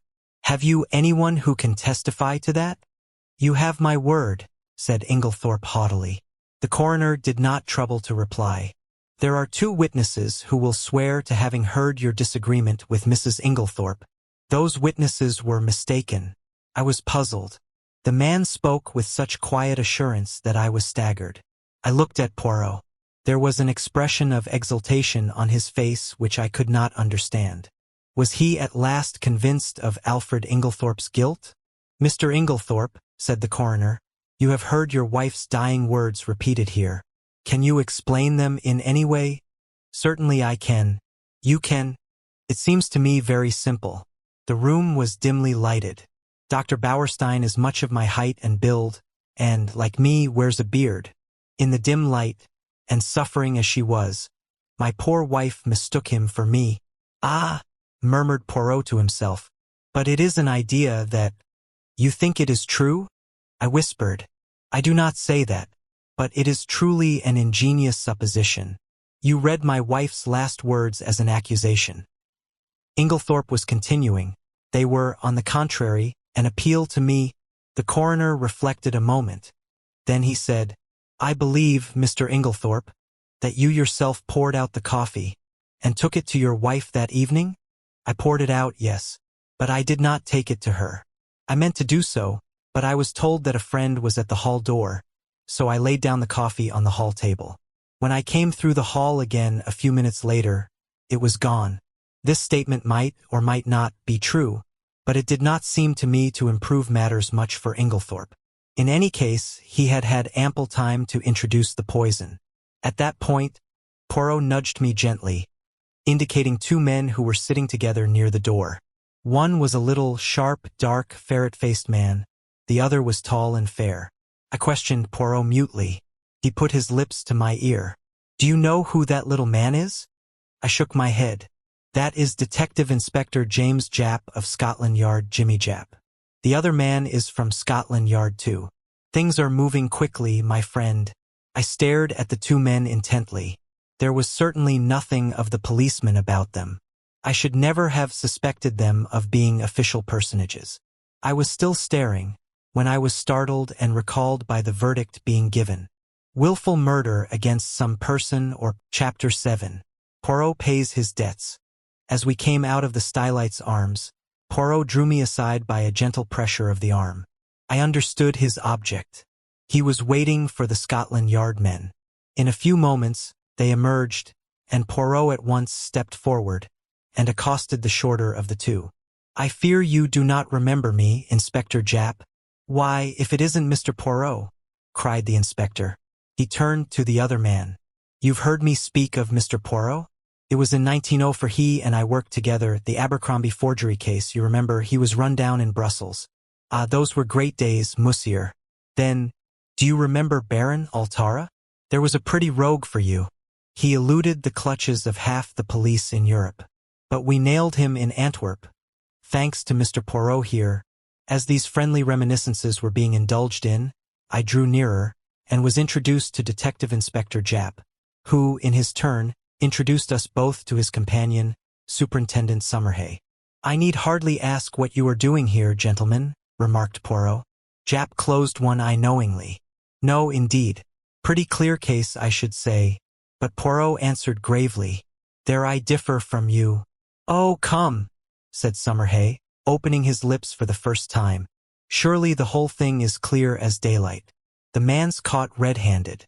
How he could be such a fool beats me." But Japp was looking attentively at Poirot. "Hold your fire, Summerhay," he remarked jocularly. "Me and Monsieur here have met before, and there's no man's judgment I'd sooner take than his. If I'm not greatly mistaken, he's got something up his sleeve. Isn't that so, Monsieur?" Poirot smiled. "I have drawn certain conclusions." "Yes." Summerhay was still looking rather skeptical, but Japp continued his scrutiny of Poirot. "It's this way," he said, "so far, we've only seen the case from the outside. That's where the Yard's at a disadvantage in a case of this kind, where the murder's only out, so to speak, after the inquest. A lot depends on being on the spot first thing, and that's where Mr. Poirot's had the start of us. We shouldn't have been here as soon as this even, if it hadn't been for the fact that there was a smart doctor on the spot, who gave us the tip through the coroner. But you've been on the spot from the first, and you may have picked up some little hints. From the evidence at the inquest, Mr. Inglethorpe murdered his wife as sure as I stand here, and if anyone but you hinted the contrary, I'd laugh in his face. I must say I was surprised the jury didn't bring it in willful murder against him right off. I think they would have if it hadn't been for the coroner. He seemed to be holding them back. Perhaps, though, you have a warrant for his arrest in your pocket now," suggested Poirot. A kind of wooden shudder of officialdom came down from Japp's expressive countenance. "Perhaps I have, and perhaps I haven't," he remarked dryly. Poirot looked at him thoughtfully. "I am very anxious, messers, that he should not be arrested." "I dare say," observed Summerhay sarcastically. Japp was regarding Poirot with comical perplexity. "Can't you go a little further, Mr. Poirot? A wink's as good as a nod from you. You've been on the spot, and the Yard doesn't want to make any mistakes, you know." Poirot nodded gravely. "That is exactly what I thought. Well, I will tell you this. Use your warrant. Arrest Mr. Inglethorpe. But it will bring you no kudos. The case against him will be dismissed at once. Come see." And he snapped his fingers expressively. Japp's face grew grave, though Summerhay gave an incredulous snort. As for me, I was literally dumb with astonishment. I could only conclude that Poirot was mad. Japp had taken out a handkerchief and was gently dabbing his brow. I daren't do it, Mr. Poirot. I take your word. But there's others over me who'll be asking what the devil I mean by it. Can't you give me a little more to go on? Poirot reflected a moment. It can be done, he said at last. I admit I do not wish it. It forces my hand. I would have preferred to work in the dark just for the present. But what you say is very just. The word of a Belgian policeman whose day is past is not enough. And Alfred Inglethorpe must not be arrested. That I have sworn, as my friend Hastings here knows. See, then, my good Japp, you go at once to Styles? Well, in about half an hour. We're seeing the coroner and the doctor first. Good. Call for me in passing the last house in the village. I will go with you. At Styles, Mr. Inglethorpe will give you, or if he refuses, as is probable, I will give you such proofs that shall satisfy you that the case against him could not possibly be sustained. Is that a bargain? That's a bargain, said Japp heartily. And on behalf of the yard, I'm much obliged to you, though I'm bound to confess I can't at present see the faintest possible loophole in the evidence. But you always were a marvel. So long then, monsieur. The two detectives strode away, Summerhay with an incredulous grin on his face. Well, my friend, cried Poirot, before I could get in a word, what do you think? Mon Dieu, I had some warm moments in that court. I did not figure to myself that the man would be so pig-headed as to refuse to say anything at all. Decidedly, it was the policy of an imbecile. There are other explanations besides that of imbecility, I remarked. For, if the case against him is true, how could he defend himself except by silence? Why, in 1,000 ingenious ways, cried Poirot. See. Say that it is I who have committed this murder. I can think of 7 most plausible stories, far more convincing than Mr. Inglethorpe's stony denials. I could not help laughing. My dear Poirot, I am sure you are capable of thinking of 70. But, seriously, in spite of what I heard you say to the detectives, you surely cannot still believe in the possibility of Alfred Inglethorpe's innocence. Why not now as much as before? Nothing has changed, but the evidence is so conclusive. Yes, too conclusive. We turned in at the gate of Leastways Cottage, and proceeded up the now familiar stairs. Yes, too conclusive, continued Poirot almost to himself. Real evidence is usually vague and unsatisfactory. It has to be examined, sifted. But here the whole thing is cut and dried. No, my friend, this evidence has been very cleverly manufactured. So cleverly that it has defeated its own ends. How do you make that out? Because so long as the evidence against him was vague and intangible, it was very hard to disprove. But, in his anxiety, the criminal has drawn the net so closely that one cut will set Inglethorpe free. I was silent, and in a minute or two Poirot continued, Let us look at the matter like this. Here is a man, let us say, who sets out to poison his wife. He has lived by his wits, as the saying goes. Presumably, therefore, he has some wits. He is not altogether a fool. Well, how does he set about it? He goes boldly to the village chemist's and purchases strychnine under his own name, with a trumped-up story about a dog which is bound to be proved absurd. He does not employ the poison that night. No, he waits until he has had a violent quarrel with her, of which the whole household is cognizant, and which naturally directs their suspicions upon him. He prepares no defense, no shadow of an alibi, yet he knows the chemist's assistant must necessarily come forward with the facts. Bah! Do not ask me to believe that any man could be so idiotic. Only a lunatic, who wished to commit suicide by causing himself to be hanged, would act so. Still, I do not see, I began. Neither do I see. I tell you, mon ami, it puzzles me. Me, Hercule Poirot.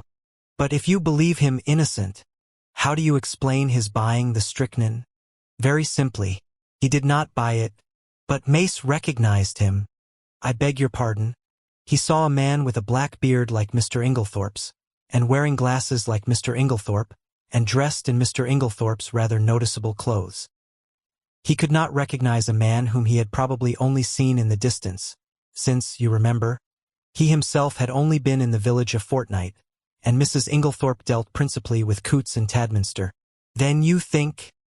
Mon ami, do you remember the 2 points I laid stress upon? Leave the first one for the moment. What was the second? The important fact that Alfred Inglethorpe wears peculiar clothes, has a black beard, and uses glasses, I quoted. Exactly. Now suppose anyone wished to pass himself off as John or Lawrence Cavendish. Would it be easy? No, I said thoughtfully. Of course an actor. But Poirot cut me short ruthlessly. And why would it not be easy? I will tell you, my friend. Because they are both clean-shaven men. To make up successfully as one of these two in broad daylight, it would need an actor of genius and a certain initial facial resemblance. But in the case of Alfred Inglethorpe, all that is changed. His clothes, his beard, the glasses which hide his eyes, those are the salient points about his personal appearance. Now, what is the first instinct of the criminal? To divert suspicion from himself, is it not so? And how can he best do that? By throwing it on someone else. In this instance, there was a man ready to his hand. Everybody was predisposed to believe in Mr. Inglethorpe's guilt. It was a foregone conclusion that he would be suspected. But to make it a sure thing, there must be tangible proof, such as the actual buying of the poison, and that, with a man of the peculiar appearance of Mr. Inglethorpe, was not difficult. Remember, this young mace had never actually spoken to Mr. Inglethorpe. How should he doubt that the man in his clothes, with his beard and his glasses, was not Alfred Inglethorpe? It may be so, I said, fascinated by Poirot's eloquence. But, if that was the case, why does he not say where he was at 6 o'clock on Monday evening? Ah, why indeed, said Poirot, calming down. If he were arrested, he probably would speak, but I do not want it to come to that. I must make him see the gravity of his position. There is, of course, something discreditable behind his silence. If he did not murder his wife, he is, nevertheless, a scoundrel, and has something of his own to conceal, quite apart from the murder. What can it be? I mused, won over to Poirot's views for the moment, although still retaining a faint conviction that the obvious deduction was the correct one. Can you not guess? Asked Poirot, smiling. No, can you? Oh yes, I had a little idea some time ago. And it has turned out to be correct. You never told me, I said reproachfully. Poirot spread out his hands apologetically. Pardon me, mon ami. You were not precisely sympathique. He turned to me earnestly. Tell me. You see now that he must not be arrested? Perhaps, I said doubtfully, for I was really quite indifferent to the fate of Alfred Inglethorpe, and thought that a good fright would do him no harm. Poirot, who was watching me intently, gave a sigh. Come, my friend, he said, changing the subject, apart from Mr. Inglethorpe, how did the evidence at the inquest strike you? Oh, pretty much what I expected. Did nothing strike you as peculiar about it? My thoughts flew to Mary Cavendish, and I hedged. In what way? Well, Mr. Lawrence Cavendish's evidence, for instance? I was relieved. Oh, Lawrence. No, I don't think so. He's always a nervous chap. His suggestion that his mother might have been poisoned accidentally by means of the tonic she was taking, that did not strike you as strange, hein? No, I can't say it did. The doctors ridiculed it, of course. But it was quite a natural suggestion for a layman to make. But Monsieur Lawrence is not a layman. You told me yourself that he had started by studying medicine, and that he had taken his degree. Yes, that's true. I never thought of that. I was rather startled. It is odd. Poirot nodded. From the first, his behavior has been peculiar. Of all the household, he alone would be likely to recognize the symptoms of strychnine poisoning, and yet we find him the only member of the family to uphold strenuously the theory of death from natural causes. If it had been Monsieur John, I could have understood it. He has no technical knowledge, and is by nature unimaginative. But Monsieur Lawrence, no. And now, today, he puts forward a suggestion that he himself must have known was ridiculous. There is food for thought in this, mon ami. It's very confusing, I agreed. Then there is Mrs. Cavendish, continued Poirot. That's another who is not telling all she knows. What do you make of her attitude? I don't know what to make of it. It seems inconceivable that she should be shielding Alfred Inglethorpe. Yet that is what it looks like.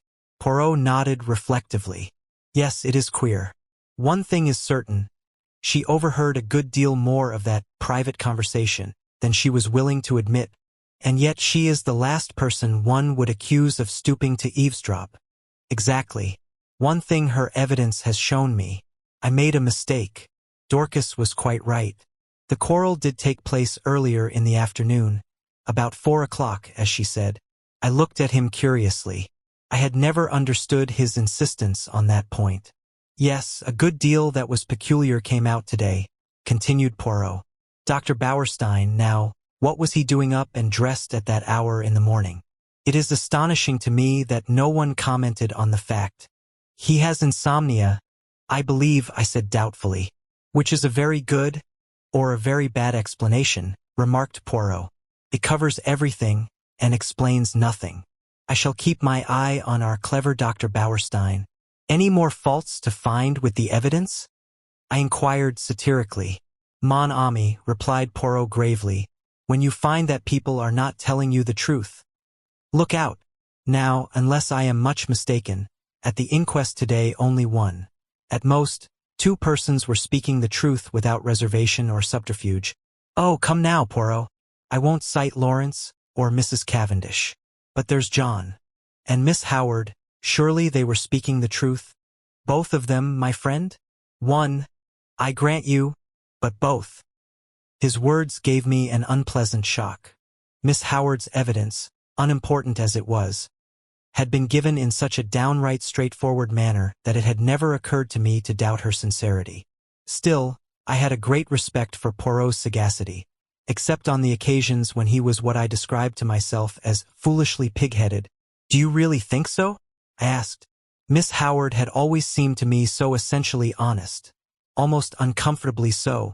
Poirot gave me a curious look, which I could not quite fathom. He seemed to speak, and then checked himself. Miss Murdoch, too, I continued. There's nothing untruthful about her. No. But it was strange that she never heard a sound, sleeping next door, whereas Mrs. Cavendish, in the other wing of the building, distinctly heard the table fall. Well, she's young. And she sleeps soundly. Ah, yes, indeed. She must be a famous sleeper. That one. I did not quite like the tone of his voice, but at that moment a smart knock reached our ears, and looking out of the window we perceived the 2 detectives waiting for us below. Poirot seized his hat, gave a ferocious twist to his mustache, and, carefully brushing an imaginary speck of dust from his sleeve, motioned me to precede him down the stairs. There we joined the detectives and set out for Styles. I think the appearance of the 2 Scotland Yard men was rather a shock, especially to John, though of course after the verdict, he had realized that it was only a matter of time. Still, the presence of the detectives brought the truth home to him more than anything else could have done. Poirot had conferred with Japp in a low tone on the way up, and it was the latter functionary who requested that the household, with the exception of the servants, should be assembled together in the drawing-room. I realized the significance of this. It was up to Poirot to make his boast good. Personally, I was not sanguine. Poirot might have excellent reasons for his belief in Inglethorpe's innocence, but a man of the type of Summerhay would require tangible proofs, and these I doubted if Poirot could supply. Before very long we had all trooped into the drawing-room, the door of which Japp closed. Poirot politely set chairs for everyone. The Scotland Yard men were the cynosure of all eyes. I think that for the first time we realized that the thing was not a bad dream, but a tangible reality. We had read of such things, now we ourselves were actors in the drama. Tomorrow the daily papers, all over England, would blazon out the news in staring headlines. Mysterious tragedy in Essex. Wealthy lady poison. There would be pictures of Styles, snapshots of the family leaving the inquest. The village photographer had not been idle. All the things that one had read 100 times. Things that happened to other people, not to oneself. And now, in this house, a murder had been committed. In front of us were the detectives in charge of the case. The well-known glib phraseology passed rapidly through my mind in the interval before Poirot opened the proceedings. I think everyone was a little surprised that it should be he and not one of the official detectives who took the initiative. Mesdames and messieurs, said Poirot, bowing as though he were a celebrity about to deliver a lecture, I have asked you to come here all together, for a certain object. That object, it concerns Mr. Alfred Inglethorpe. Inglethorpe was sitting a little by himself. I think, unconsciously, everyone had drawn his chair slightly away from him, and he gave a faint start as Poirot pronounced his name. "Mr. Inglethorpe," said Poirot, addressing him directly, "a very dark shadow is resting on this house. The shadow of murder." Inglethorpe shook his head sadly. "My poor wife," he murmured. "Poor Emily. It is terrible." "I do not think, monsieur," said Poirot pointedly, "that you quite realize how terrible it may be. For you," and as Inglethorpe did not appear to understand, he added, "Mr. Inglethorpe, you are standing in very grave danger." The two detectives fidgeted. "I saw the official caution, anything you say will be used in evidence against you," actually hovering on Summerhay's lips. Poirot went on. "Do you understand now, monsieur?" "No. What do you mean?" "I mean," said Poirot deliberately, "that you are suspected of poisoning your wife." A little gasp ran round the circle at this plain speaking. "Good heavens!" cried Inglethorpe, starting up. "What a monstrous idea! I poison my dearest Emily. I do not think," Poirot watched him narrowly, "that you quite realize the unfavorable nature of your evidence at the inquest. Mr. Inglethorpe, knowing what I have now told you, do you still refuse to say where you were at 6 o'clock on Monday afternoon?" With a groan, Alfred Inglethorpe sank down again and buried his face in his hands. Poirot approached and stood over him. "Speak!" he cried menacingly. With an effort, Inglethorpe raised his face from his hands. Then, slowly and deliberately, he shook his head. "You will not speak?" "No. I do not believe that anyone could be so monstrous as to accuse me of what you say." Poirot nodded thoughtfully, like a man whose mind is made up. "Soit," he said. "Then I must speak for you." Alfred Inglethorpe sprang up again. "You? How can you speak? You do not know." He broke off abruptly. Poirot turned to face us. "Mesdames and messieurs, I speak. Listen. I, Hercule Poirot, affirm that the man who entered the chemist's shop and purchased strychnine at 6 o'clock on Monday last was not Mr. Inglethorpe, for at 6 o'clock on that day Mr. Inglethorpe was escorting Mrs. Raikes back to her home from a neighboring farm.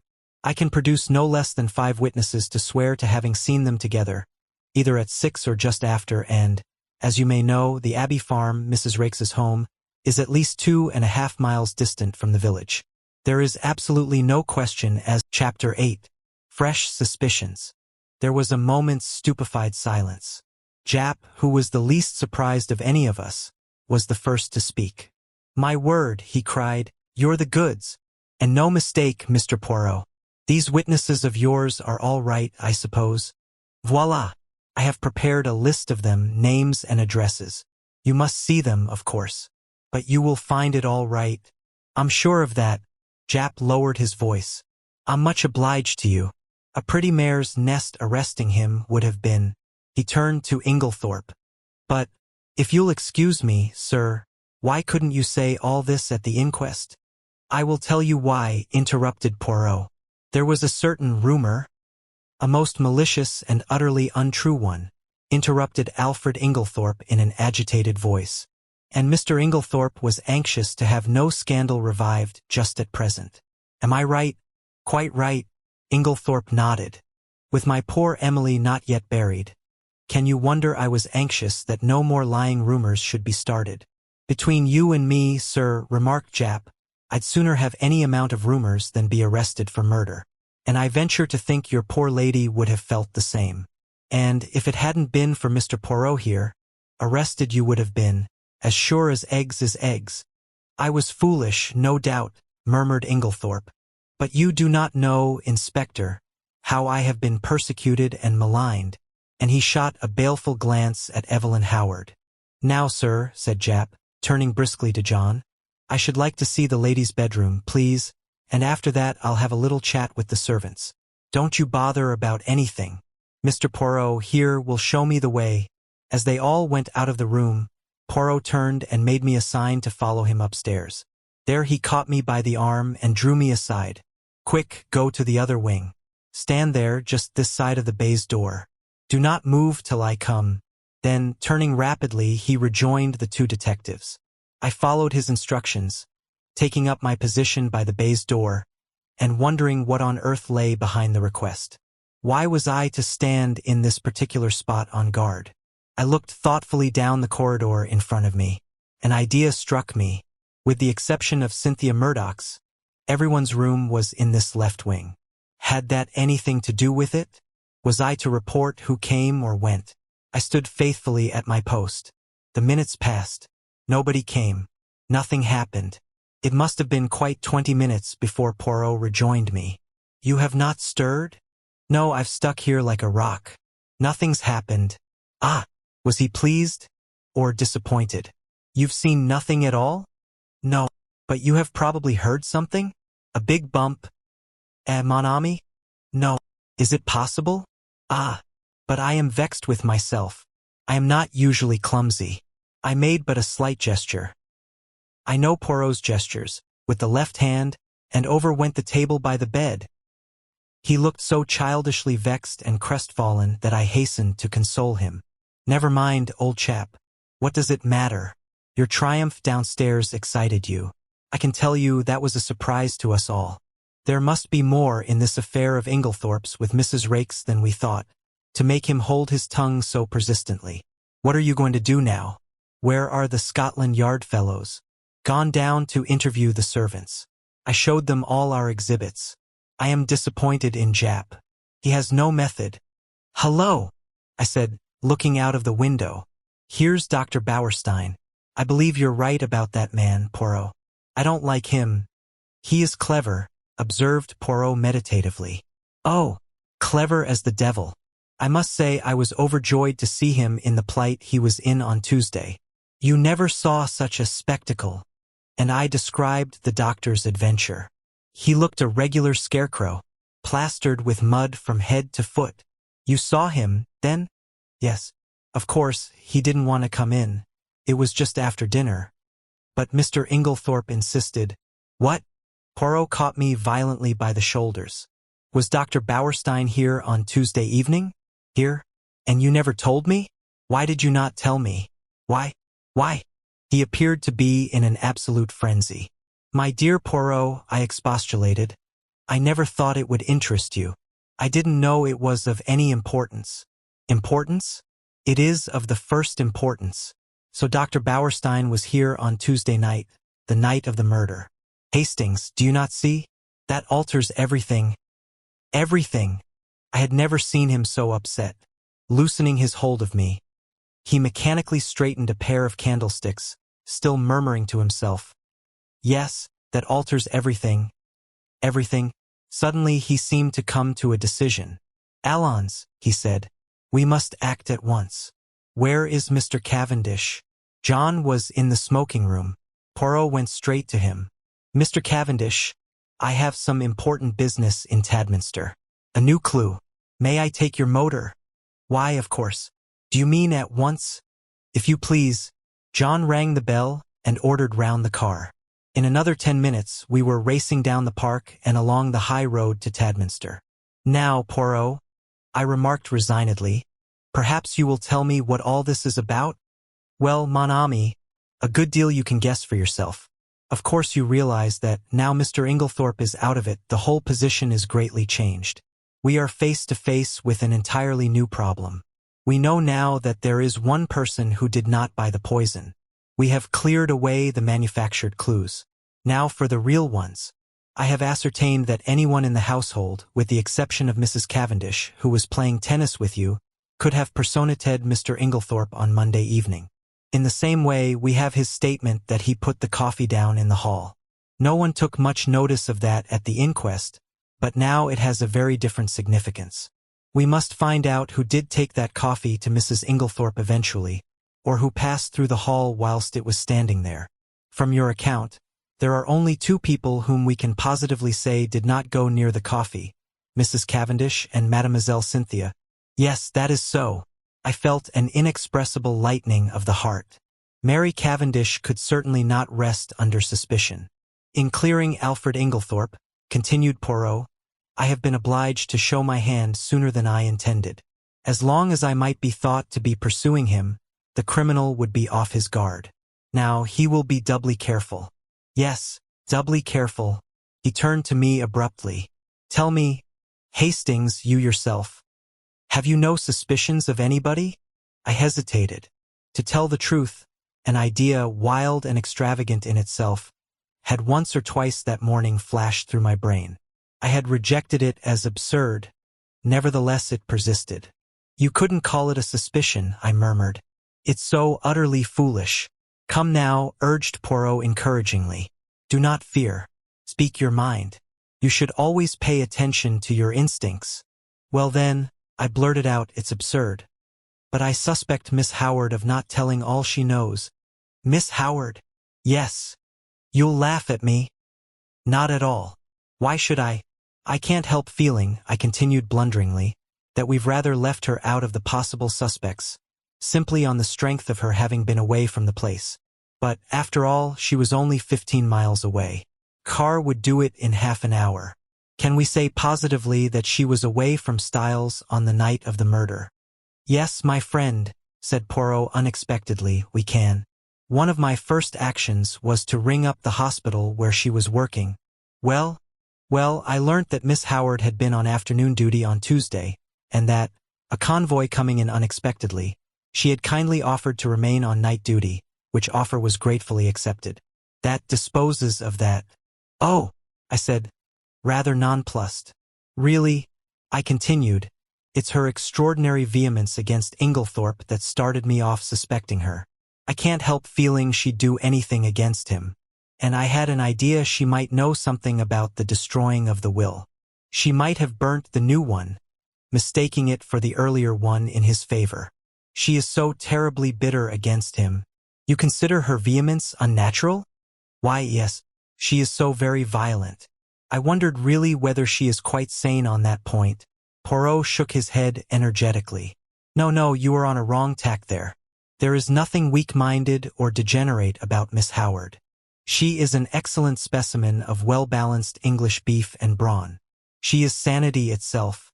Yet her hatred of Inglethorpe seems almost a mania. My idea was, a very ridiculous one, no doubt, that she had intended to poison him, and that, in some way, Mrs. Inglethorpe got hold of it by mistake. But I don't at all see how it could have been done. The whole thing is absurd and ridiculous to the last degree. Still, you are right in one thing. It is always wise to suspect everybody until you can prove logically, and to your own satisfaction, that they are innocent. Now, what reasons are there against Miss Howard's having deliberately poisoned Mrs. Inglethorpe? Why, she was devoted to her, I exclaimed. Cha! Cried Poirot irritably. You argue like a child. If Miss Howard were capable of poisoning the old lady, she would be quite equally capable of simulating devotion. No, we must look elsewhere. You are perfectly correct in your assumption that her vehemence against Alfred Inglethorpe is too violent to be natural, but you are quite wrong in the deduction you draw from it. I have drawn my own deductions, which I believe to be correct, but I will not speak of them at present. He paused a minute, then went on. Now, to my way of thinking, there is one insuperable objection to Miss Howard's being the murderess, and that is, that in no possible way could Mrs. Inglethorpe's death benefit Miss Howard. Now there is no murder without a motive. I reflected. Could not Mrs. Inglethorpe have made a will in her favor? Poirot shook his head. But you yourself suggested that possibility to Mr. Wells? Poirot smiled. That was for a reason. I did not want to mention the name of the person who was actually in my mind. Miss Howard occupied very much the same position, so I used her name instead. Still, Mrs. Inglethorpe might have done so. Why, that will, made on the afternoon of her death, may. But Poirot's shake of the head was so energetic that I stopped. No, my friend. I have certain little ideas of my own about that will. But I can tell you this much. It was not in Miss Howard's favor. I accepted his assurance, though I did not really see how he could be so positive about the matter. Well, I said with a sigh, we will acquit Miss Howard then. It is partly your fault that I ever came to suspect her. It was what you said about her evidence at the inquest that set me off. Poirot looked puzzled. What did I say about her evidence at the inquest? Don't you remember? when I cited her and John Cavendish as being above suspicion. Oh, yes, he seemed a little confused, but recovered himself. By the way, Hastings, there is something I want you to do for me. Certainly. What is it? Next time you happen to be alone with Lawrence Cavendish, I want you to say this to him. I have a message for you. From Poirot. He says, find the extra coffee cup, and you can rest in peace. Nothing more. Nothing less. Find the extra coffee cup, and you can rest in peace. Is that right? I asked, much mystified. Excellent. But what does it mean?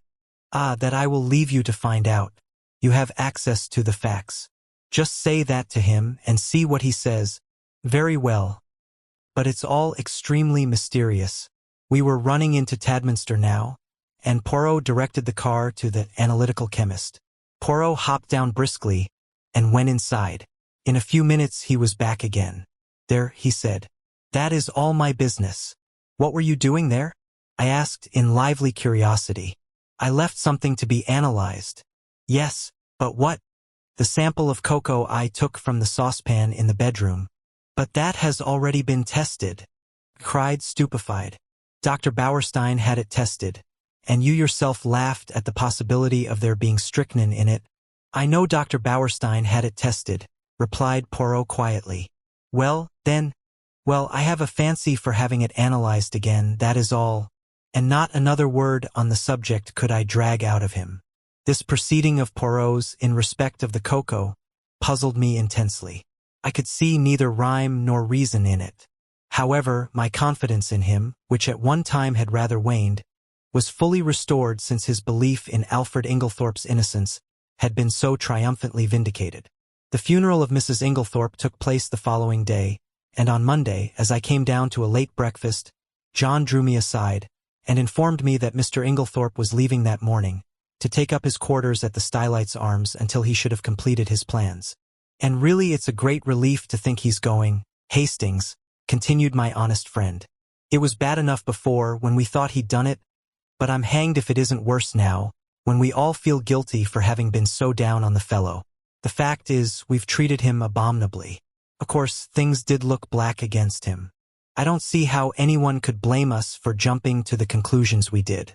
Still, there it is, we were in the wrong, and now there's a beastly feeling that one ought to make amends, which is difficult when one doesn't like the fellow a bit better than one did before. The whole thing's damned awkward, and I'm thankful he's had the tact to take himself off. It's a good thing Styles wasn't the matters to leave to him. Couldn't bear to think of the fellow lording it here. He's welcome to her money. You'll be able to keep up the place all right? I asked. Oh yes. There are the death duties, of course, but half my father's money goes with the place, and Lawrence will stay with us for the present, so there is his share as well. We shall be pinched at first, of course, because, as I once told you, I am in a bit of a hole financially myself. Still, the Johnnies will wait now. In the general relief at Inglethorpe's approaching departure, we had the most genial breakfast we had experienced since the tragedy.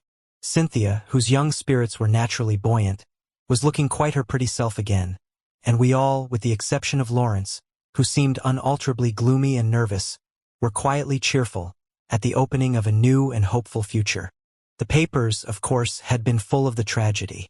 Glaring headlines, sandwiched biographies of every member of the household, subtle innuendos, the usual familiar tag about the police having a clue. Nothing was spared us. It was a slack time.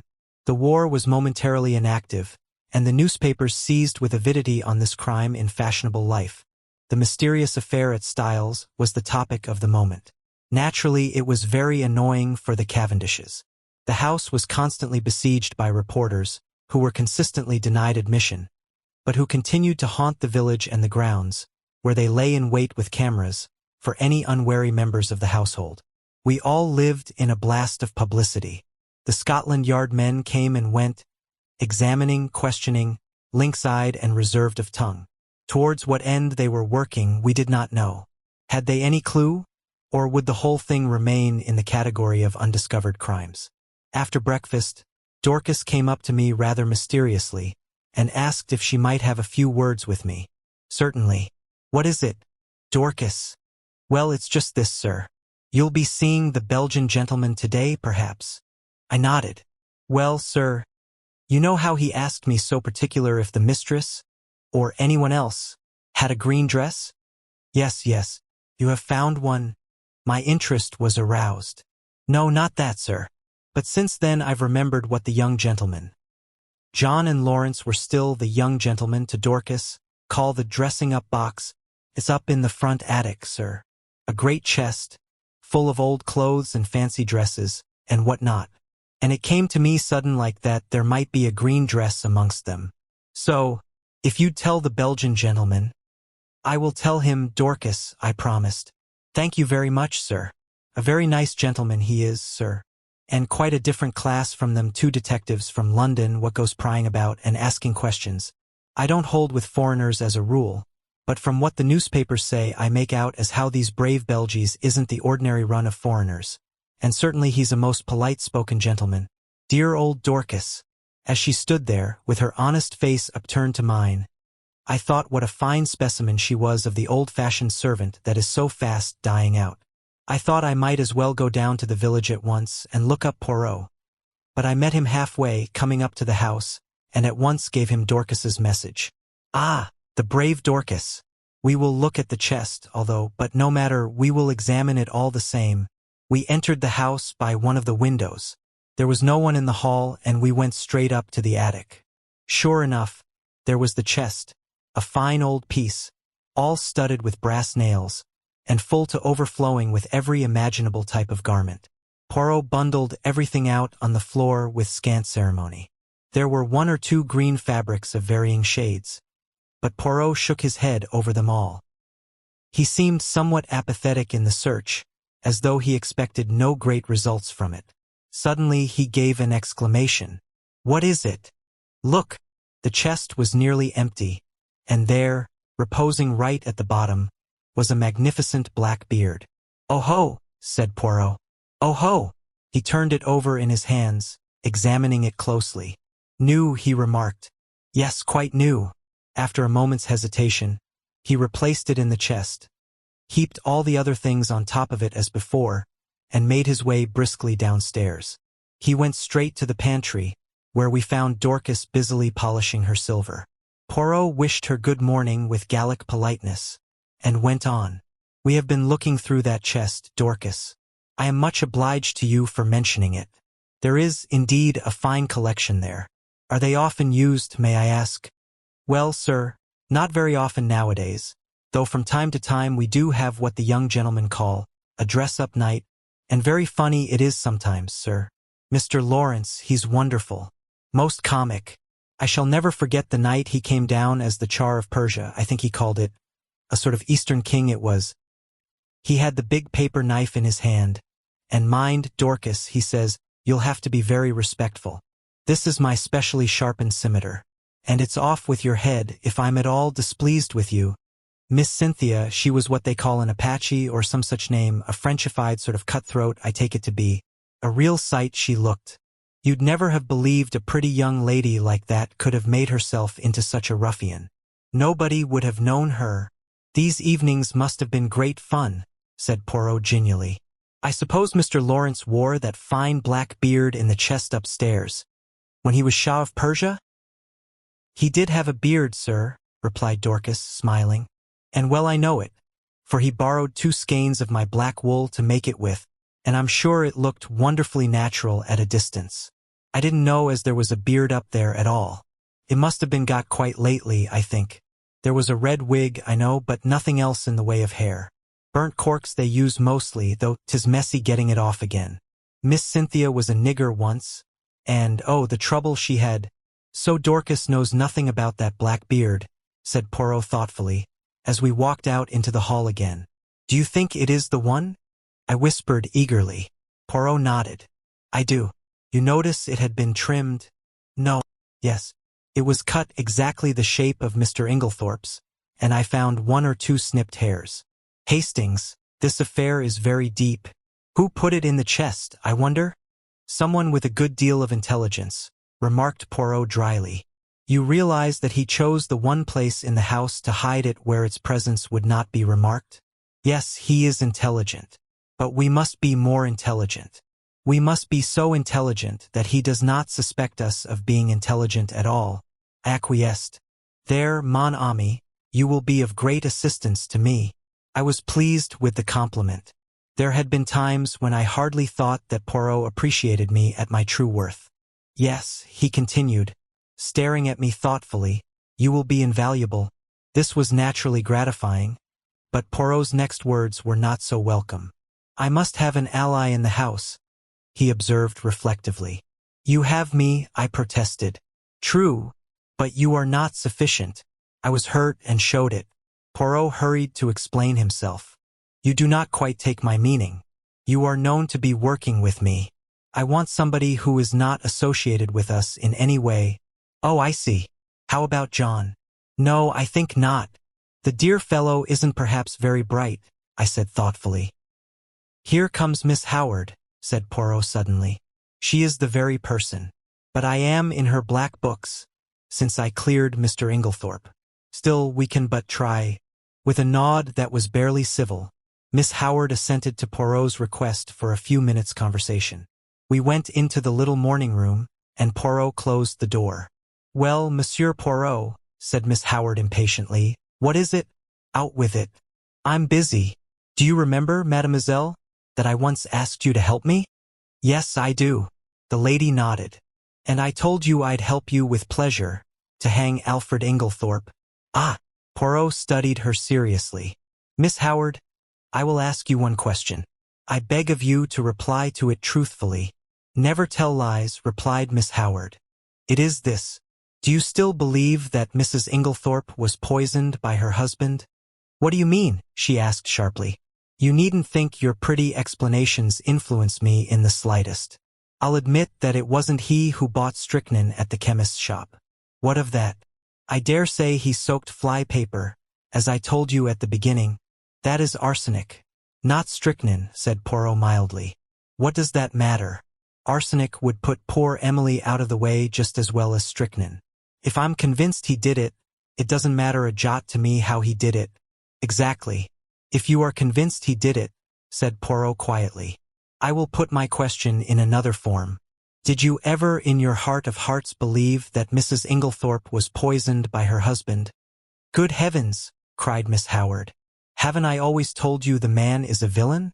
Haven't I always told you he would murder her in her bed? Haven't I always hated him like poison?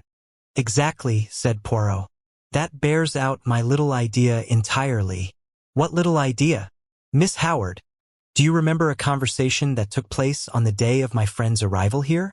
He repeated it to me, and there is a sentence of yours that has impressed me very much. Do you remember affirming that if a crime had been committed, and anyone you loved had been murdered, you felt certain that you would know by instinct who the criminal was, even if you were quite unable to prove it? Yes, I remember saying that. I believe it too. I suppose you think it nonsense. Not at all. And yet you will pay no attention to my instinct against Alfred Inglethorpe.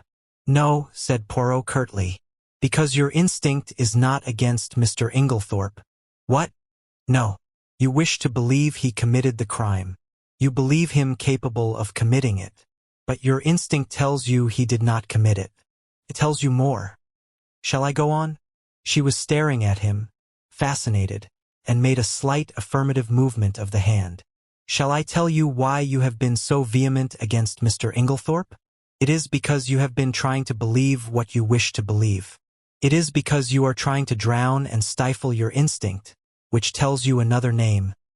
No, no, no, cried Miss Howard wildly, flinging up her hands. Don't say it. Oh, don't say it. It isn't true. Can't be true. I don't know what put such a wild, such a dreadful idea into my head. I am right, am I not? Asked Poirot. Yes, yes, you must be a wizard to have guessed. But it can't be so, it's too monstrous, too impossible. It must be Alfred Inglethorpe. Poirot shook his head gravely. Don't ask me about it, continued Miss Howard, because I shan't tell you. I won't admit it even to myself. I must be mad to think of such a thing. Poirot nodded as if satisfied. I will ask you nothing. It is enough for me that it is as I thought. And I too have an instinct. We are working together towards a common end. Don't ask me to help you because I won't. I wouldn't lift a finger to, she faltered. You will help me in spite of yourself. I ask you nothing, but you will be my ally. You will not be able to help yourself. You will do the only thing that I want of you, and that is, you will watch. Evelyn Howard bowed her head. Yes, I can't help doing that. I am always watching, always hoping I shall be proved wrong. If we are wrong, well and good, said Poirot. No one will be more pleased than I shall. But if we are right, Miss Howard, on whose side are you then? I don't know. Come now. It could be hushed up. There must be no hushing up. But Emily herself. She broke off. Miss Howard, said Poirot gravely, this is unworthy of you. Suddenly she took her face from her hands. Yes, she said quietly, that was not Evelyn Howard who spoke. She flung her head up proudly. This is Evelyn Howard, and she is on the side of justice. Let the cost be what it may. And with these words, she walked firmly out of the room. There, said Poirot, looking after her, goes a very valuable ally. That woman, Hastings, has got brains as well as a heart. I did not reply. Instinct is a marvelous thing, mused Poirot. It can neither be explained nor ignored. You and Miss Howard seem to know what you are talking about, I observed coldly. Perhaps you don't realize that I am still in the dark. Really? Is that so, mon ami? Yes. Enlighten me, will you? Poirot studied me attentively for a moment or two. Then, to my intense surprise, he shook his head decidedly. No, my friend. Oh, look here, why not? 2 is enough for a secret. Well, I think it is very unfair to keep back facts from me. I am not keeping back facts. Every fact that I know is in your possession. You can draw your own deductions from them. This time it is a question of ideas. Still, it would be interesting to know. Poirot looked at me very earnestly, and again shook his head. You see, he said sadly, you have no instincts. It was intelligence you were requiring just now, I pointed out. The two often go together, said Poirot enigmatically. The remark seemed so utterly irrelevant that I did not even take the trouble to answer it. But I decided that if I made any interesting and important discoveries, as no doubt I should, I would keep them to myself and surprise Poirot with the ultimate result. There are times when it is one's Chapter 9. Dr. Bauerstein. I had had no opportunity as yet of passing on Poirot's message to Lawrence. But now, as I strolled out on the lawn, still nursing a grudge against my friend's high-handedness, I saw Lawrence on the croquet lawn, aimlessly knocking a couple of very ancient balls about with a still more ancient mallet. It struck me that it would be a good opportunity to deliver my message. Otherwise, Poirot himself might relieve me of it. It was true that I did not quite gather its purport, but I flattered myself that by Lawrence's reply, and perhaps a little skillful cross-examination on my part, I should soon perceive its significance. Accordingly, I accosted him. I've been looking for you, I remarked untruthfully. Have you? Yes. The truth is, I've got a message for you, from Poirot. Yes. He told me to wait until I was alone with you, I said, dropping my voice significantly, and watching him intently out of the corner of my eye. I have always been rather good at what is called, I believe, creating an atmosphere. Well, there was no change of expression in the dark, melancholic face. Had he any idea of what I was about to say? This is the message. I dropped my voice still lower. Find the extra coffee cup, and you can rest in peace. What on earth does he mean? Lawrence stared at me in quite unaffected astonishment. Don't you know? Not in the least. Do you? I was compelled to shake my head. What extra coffee cup? I don't know. He'd better ask Dorcas, or one of the maids, if he wants to know about coffee cups. It's their business, not mine. I don't know anything about the coffee cups, except that we've got some that are never used, which are a perfect dream. Old Worcester. You're not a connoisseur, are you, Hastings? I shook my head. You miss a lot. A really perfect bit of old china. It's pure delight to handle it, or even to look at it.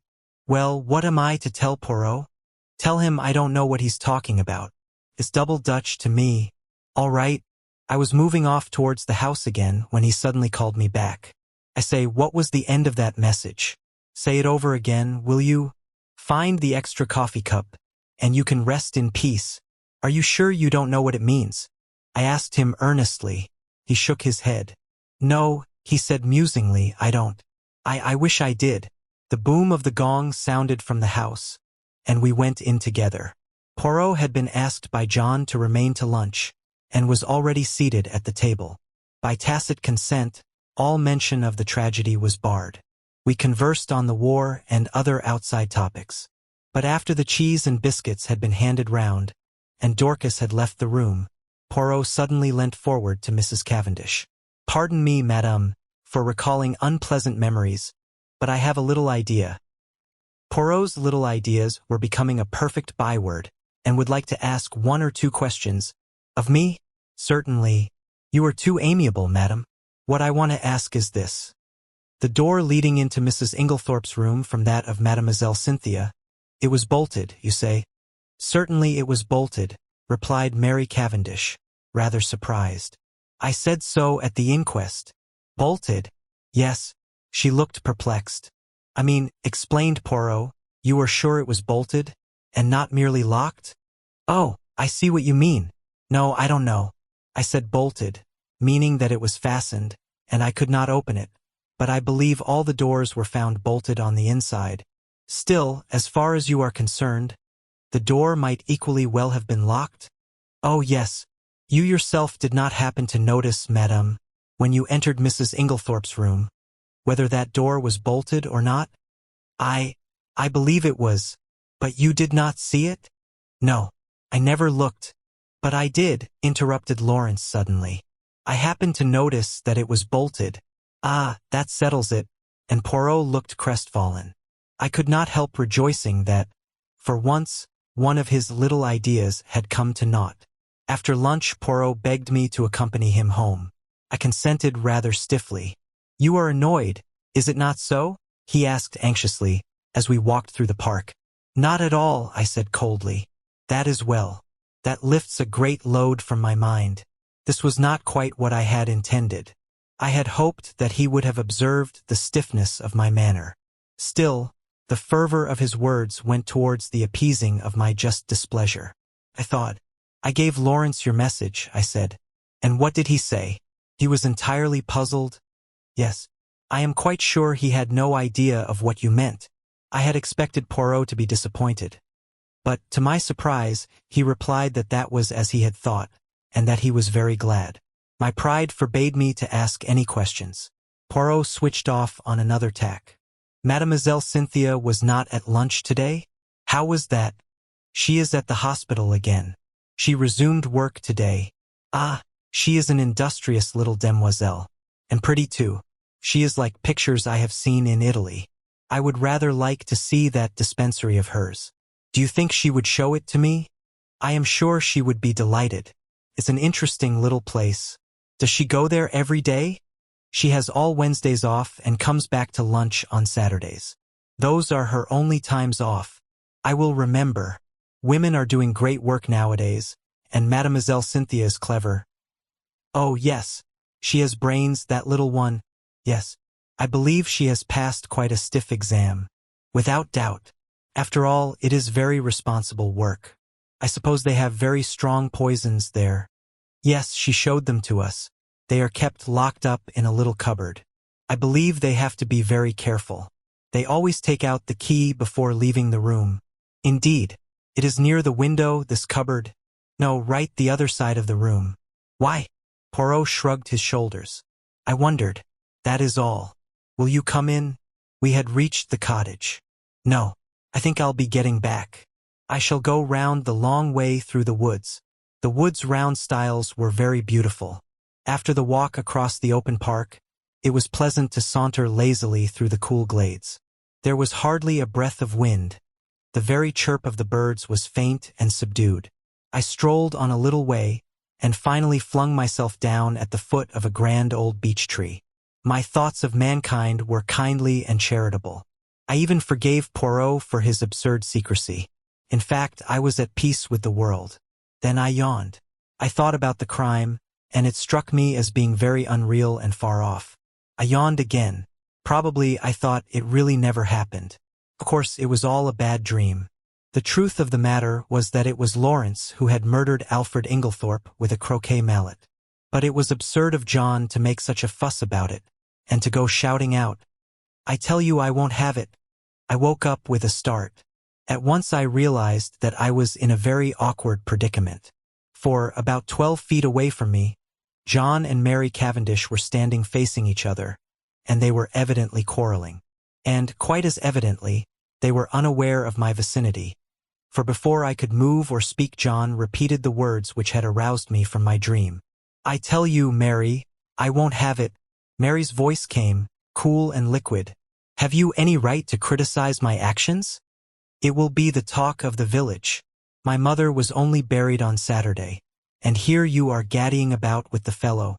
Oh," she shrugged her shoulders, "if it is only village gossip that you mind.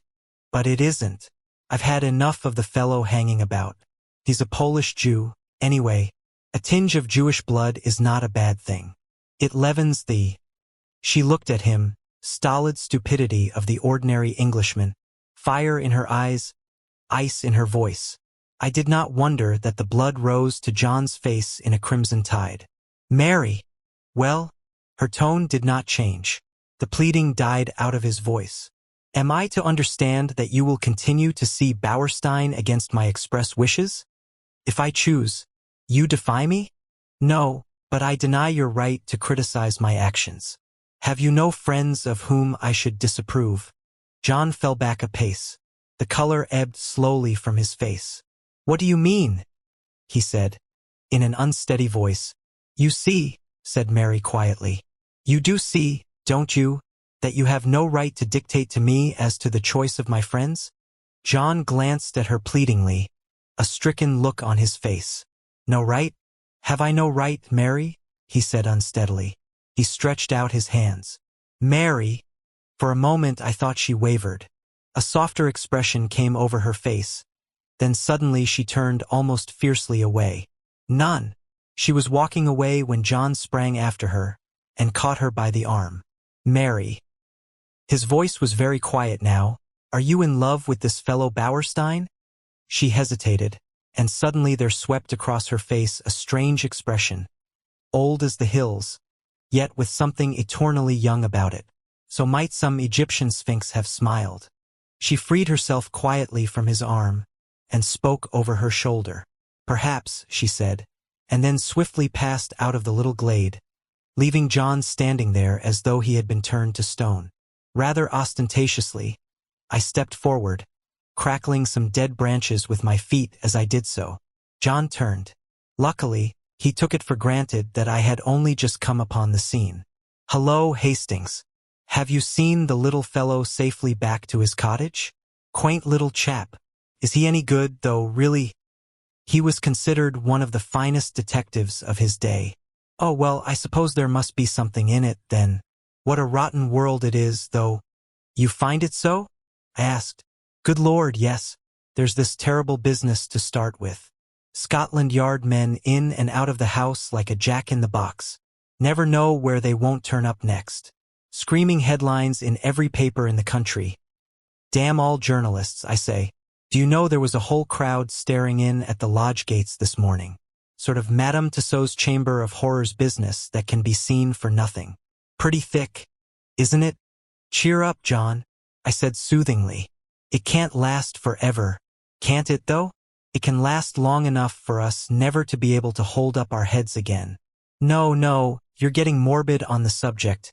Enough to make a man morbid. To be stalked by beastly journalists and stared at by gaping moon-faced idiots, wherever he goes. But there's worse than that." "What?" John lowered his voice. "Have you ever thought, Hastings, it's a nightmare to me? Who did it? I can't help feeling sometimes it must have been an accident. Because who could have done it? Now Inglethorpe's out of the way, there's no one else. No one, I mean, except one of us. Yes, indeed, that was nightmare enough for any man. One of us? Yes, surely it must be so, unless—" A new idea suggested itself to my mind. Rapidly I considered it. The light increased. Poirot's mysterious doings, his hints, they all fitted in.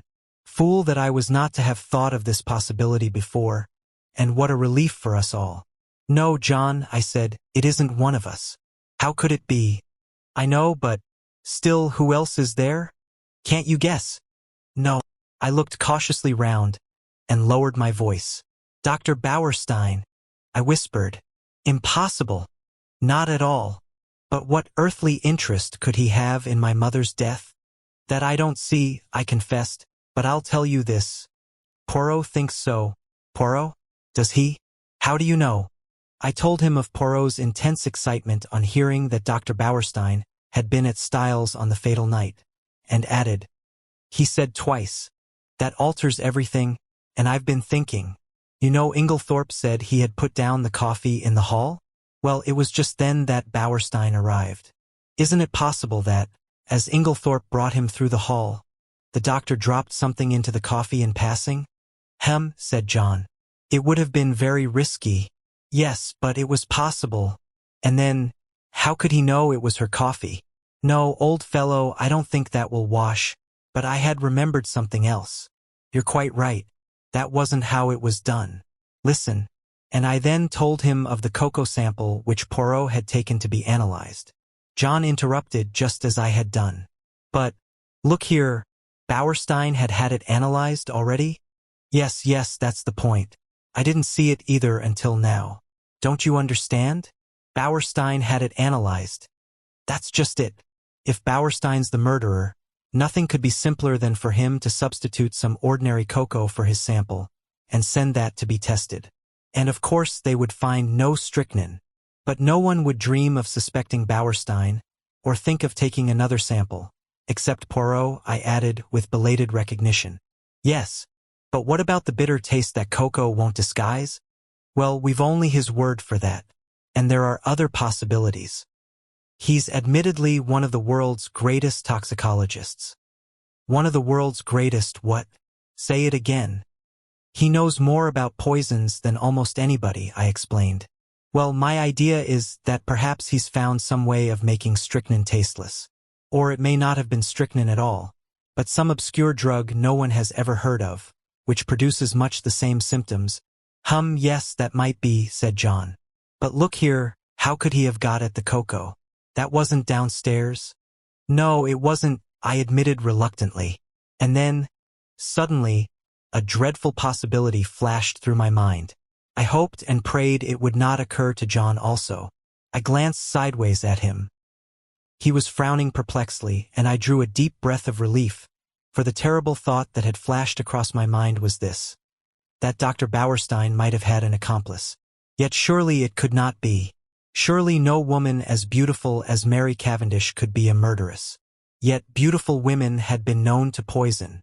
And suddenly I remembered that first conversation at tea on the day of my arrival, and the gleam in her eyes as she had said that poison was a woman's weapon. How agitated she had been on that fatal Tuesday evening.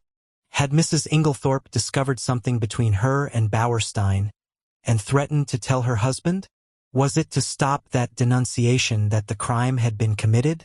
Then I remembered that enigmatical conversation between Poirot and Evelyn Howard. Was this what they had meant? Was this the monstrous possibility that Evelyn had tried not to believe? Yes, it all fitted in. No wonder Miss Howard had suggested hushing it up.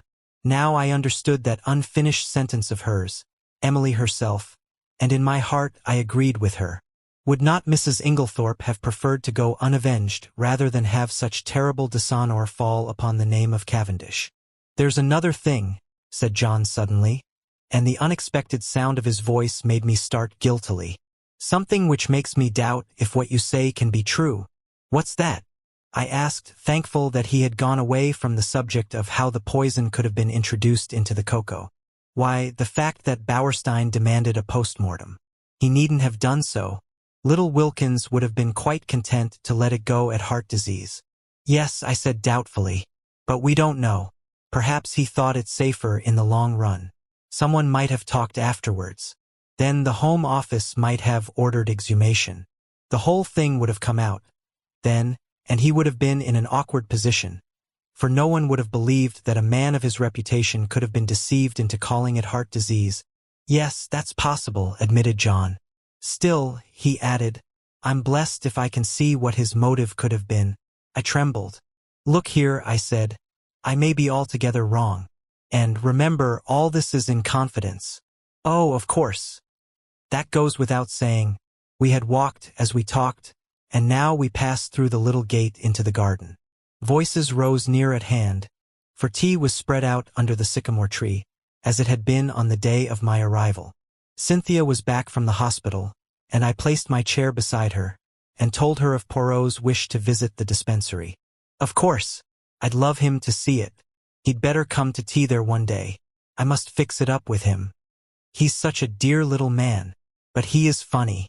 He made me take the brooch out of my tie the other day, and put it in again because he said it wasn't straight. I laughed. It's quite a mania with him. Yes, isn't it? We were silent for a minute or two, and then, glancing in the direction of Mary Cavendish, and dropping her voice, Cynthia said, Mr. Hastings. Yes. After tea, I want to talk to you. Her glance at Mary had set me thinking. I fancied that between these two there existed very little sympathy. For the first time, it occurred to me to wonder about the girl's future. Mrs. Inglethorpe had made no provisions of any kind for her, but I imagined that John and Mary would probably insist on her making her home with them, at any rate until the end of the war. John, I knew, was very fond of her, and would be sorry to let her go. John, who had gone into the house, now reappeared. His good-natured face wore an unaccustomed frown of anger. Confound those detectives. I can't think what they're after. They've been in every room in the house, turning things inside out and upside down. It really is too bad. I suppose they took advantage of our all being out. I shall go for that fellow Jap. When I next see him. Lot of Paul Priss, grunted Miss Howard. Lawrence opined that they had to make a show of doing something. Mary Cavendish said nothing. After tea, I invited Cynthia to come for a walk, and we sauntered off into the woods together. Well? I inquired as soon as we were protected from prying eyes by the leafy screen. With a sigh, Cynthia flung herself down and tossed off her hat. The sunlight, piercing through the branches, turned the auburn of her hair to quivering gold. Mr. Hastings, you are always so kind, and you know such a lot. It struck me at this moment that Cynthia was really a very charming girl, much more charming than Mary, who never said things of that kind. Well? I asked benignantly, as she hesitated. I want to ask your advice. What shall I do? Do? Yes. You see, Aunt Emily always told me I should be provided for. I suppose she forgot or didn't think she was likely to die. Anyway, I am not provided for, and I don't know what to do. Do you think I ought to go away from here at once? Good heavens, no. They don't want to part with you, I'm sure. Cynthia hesitated a moment, plucking up the grass with her tiny hands. Then she said, Mrs. Cavendish does. She hates me. Hates you? I cried, astonished. Cynthia nodded. Yes. I don't know why, but she can't bear me. And he can't either. There, I know you're wrong, I said warmly. On the contrary, John is very fond of you. Oh yes, John. I meant Lawrence. Not, of course, that I care whether Lawrence hates me or not. Still, it's rather horrid when no one loves you. Isn't it? But they do, Cynthia dear, I said earnestly. I'm sure you are mistaken. Look, there is John. And Miss Howard. Cynthia nodded rather gloomily. Yes, John likes me, I think, and of course Evie, for all her gruff ways, wouldn't be unkind to a fly. But Lawrence never speaks to me if he can help it, and Mary can hardly bring herself to be civil to me. She wants Evie to stay on, is begging her to, but she doesn't want me, and I don't know what to do. Suddenly the poor child burst out crying. I don't know what possessed me. Her beauty, perhaps, as she sat there, with the sunlight glinting down on her head. Perhaps the sense of relief at encountering someone who so obviously could have no connection with the tragedy. Perhaps honest pity for her youth and loneliness. Anyway, I leant forward, and taking her little hand, I said awkwardly, Marry me, Cynthia. Unwittingly, I had hit upon a sovereign remedy for her tears. She sat up at once, drew her hand away, and said, with some asperity, "Don't be silly." I was a little annoyed. "I'm not being silly. I am asking you to do me the honor of becoming my wife." To my intense surprise, Cynthia burst out laughing and called me a funny dear. "It's perfectly sweet of you," she said, "but you know you don't want to." "Yes, I do. I've got—" "Never mind what you've got. You don't really want to, and I don't either." "Well, of course, that settles it," I said stiffly. "But I don't see anything to laugh at. There's nothing funny about a proposal." "No, indeed," said Cynthia. "Somebody might accept you next time. Goodbye, you've cheered me up very much." And, with a final, uncontrollable burst of merriment, she vanished through the trees. Thinking over the interview, it struck me as being profoundly unsatisfactory. It occurred to me suddenly that I would go down to the village and look up Bauerstein. Somebody ought to be keeping an eye on the fellow. At the same time, it would be wise to allay any suspicions he might have as to his being suspected. I remembered how Poirot had relied on my diplomacy. Accordingly, I went to the little house with the apartments card inserted in the window, where I knew he lodged, and tapped on the door. An old woman came and opened it. "Good afternoon," I said pleasantly. "Is Dr. Bauerstein in?" She stared at me. "Haven't you heard?" "Heard what?" "About him." "What about him?" "He's took." "Took? Dead?" "No, took by the perlice." "By the police?" I gasped. "Do you mean they've arrested him?" "Yes, that's it." And I waited to hear no more, but tore up the village. Chapter 10. The Arrest. To my extreme annoyance, Poirot was not in, and the old Belgian who answered my knock informed me that he believed he had gone to London. I was dumbfounded. What on earth could Poirot be doing in London? Was it a sudden decision on his part, or had he already made up his mind when he parted from me a few hours earlier? I retraced my steps to Styles in some annoyance. With Poirot away, I was uncertain how to act. Had he foreseen this arrest? Had he not, in all probability, been the cause of it? Those questions I could not resolve. But in the meantime, what was I to do? Should I announce the arrest openly at Styles or not? Though I did not acknowledge it to myself, the thought of Mary Cavendish was weighing on me. Would it not be a terrible shock to her?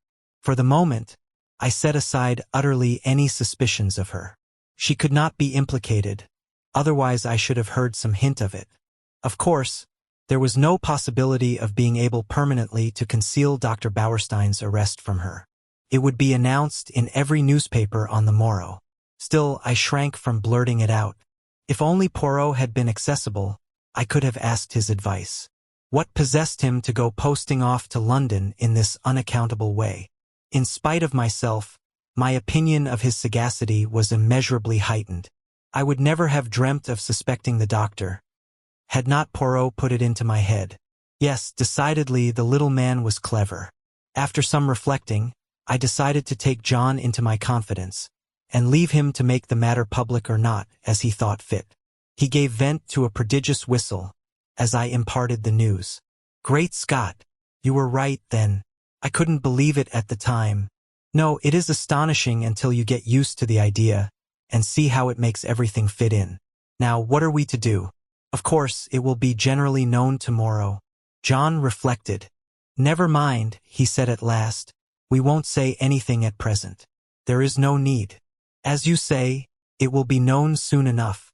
But to my intense surprise, on getting down early the next morning, and eagerly opening the newspapers, there was not a word about the arrest. There was a column of mere padding about the Styles poisoning case, but nothing further. It was rather inexplicable, but I supposed that, for some reason or other, Jap wished to keep it out of the papers. It worried me just a little, for it suggested the possibility that there might be further arrests to come. After breakfast, I decided to go down to the village and see if Poirot had returned yet.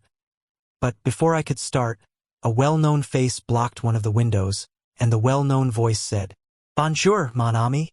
"Poirot," I exclaimed with relief, and seizing him by both hands, I dragged him into the room. I was never so glad to see anyone.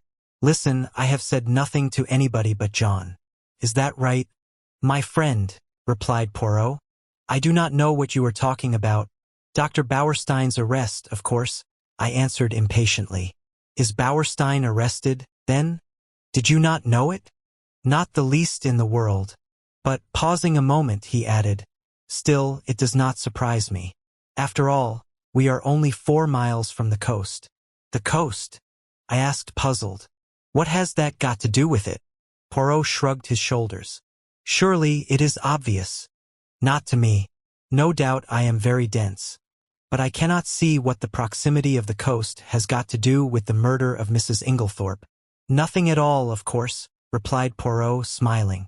But we were speaking of the arrest of Dr. Bauerstein. Well, he is arrested for the murder of Mrs. Inglethorpe. What? Cried Poirot, in apparently lively astonishment. Dr. Bauerstein arrested for the murder of Mrs. Inglethorpe? Yes. Impossible. That would be too good a farce. Who told you that, my friend? Well, no one exactly told me, I confessed. But he is arrested. Oh yes, very likely. But for espionage, mon ami. Espionage? I gasped. Precisely. Not for poisoning Mrs. Inglethorpe?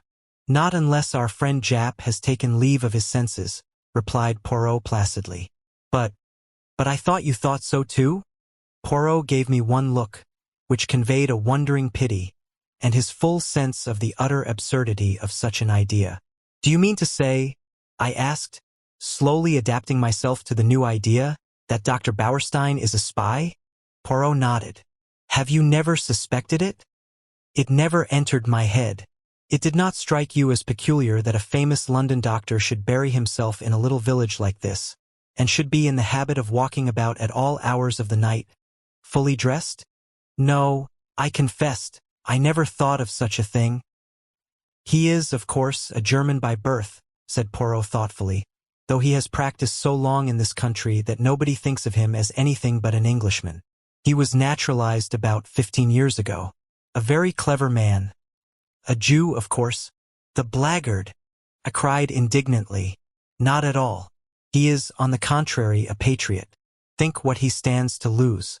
I admire the man myself, but I could not look at it in Poirot's philosophical way.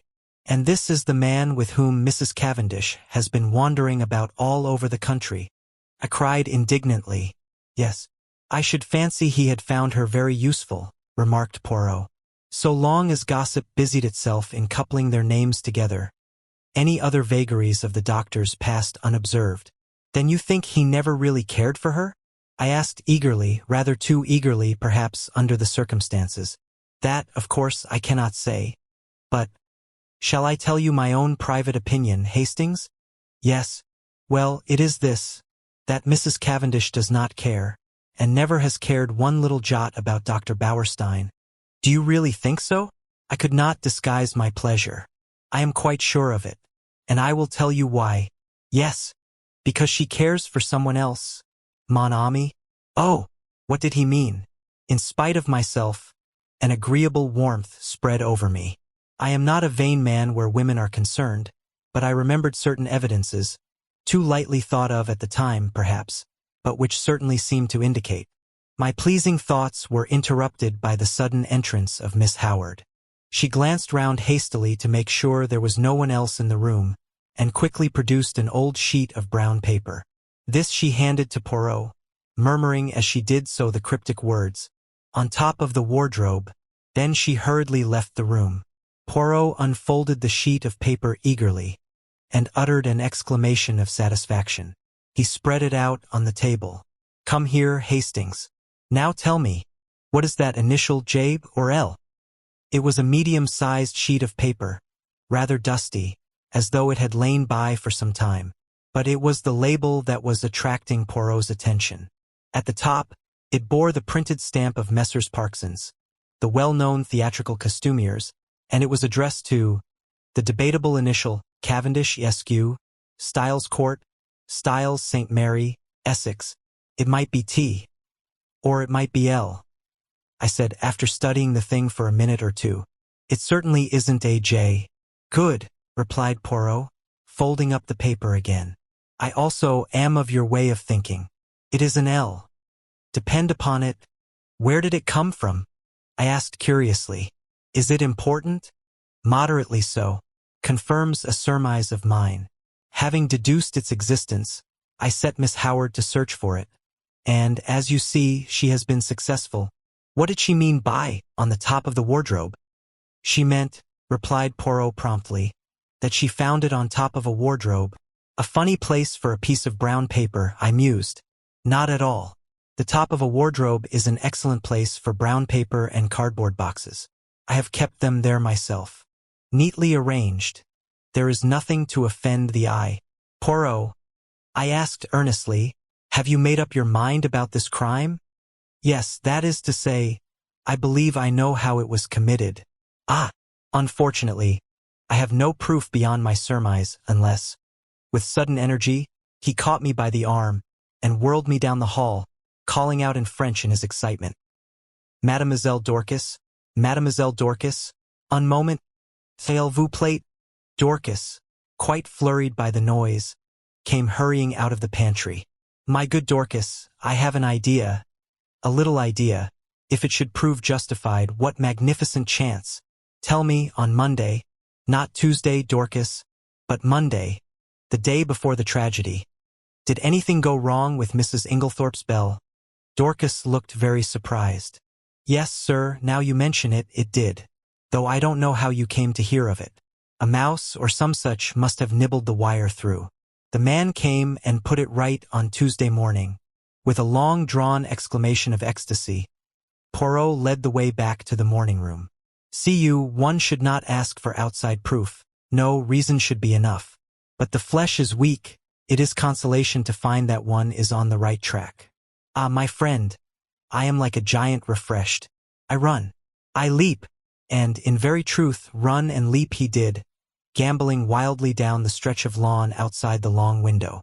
What is your remarkable little friend doing? Asked a voice behind me, and I turned to find Mary Cavendish at my elbow. She smiled, and so did I. What is it all about? Really, I can't tell you. He asked Dorcas some question about a bell, and appeared so delighted with her answer that he is capering about as you see. Mary laughed. How ridiculous! He's going out of the gate. Isn't he coming back today? I don't know. I've given up trying to guess what he'll do next. Is he quite mad, Mr. Hastings? I honestly don't know. Sometimes, I feel sure he is as mad as a hatter. And then, just as he is at his maddest, I find there is method in his madness. I see. In spite of her laugh, Mary was looking thoughtful this morning.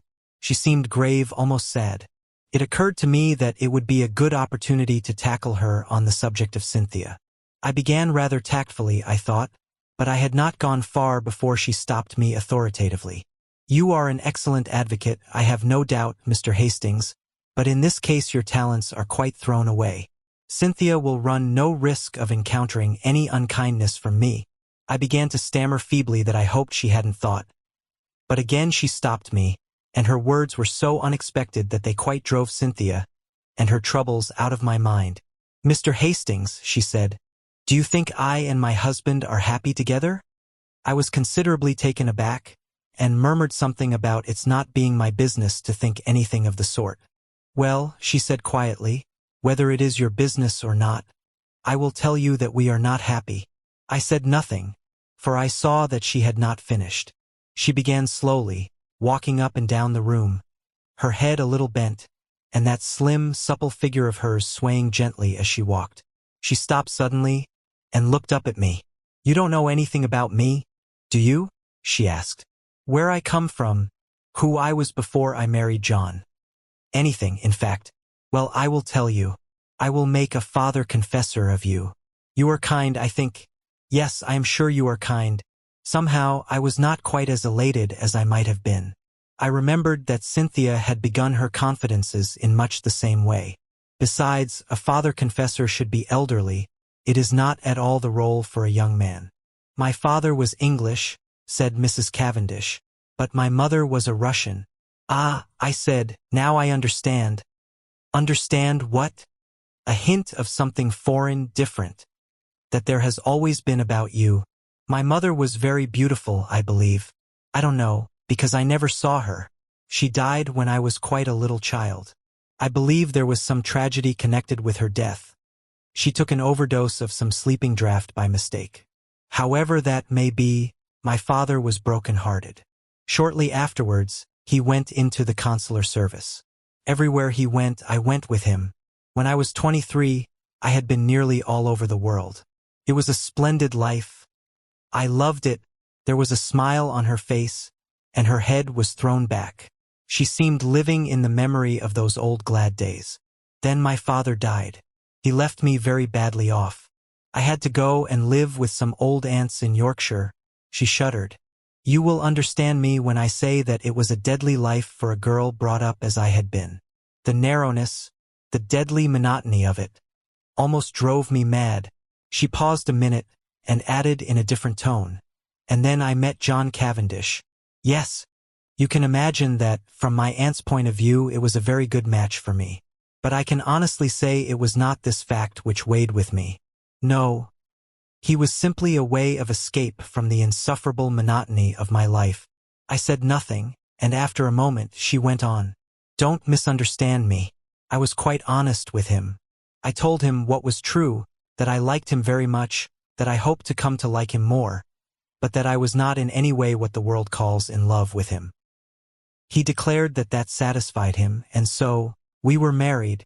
She waited a long time. A little frown had gathered on her forehead. She seemed to be looking back earnestly into those past days.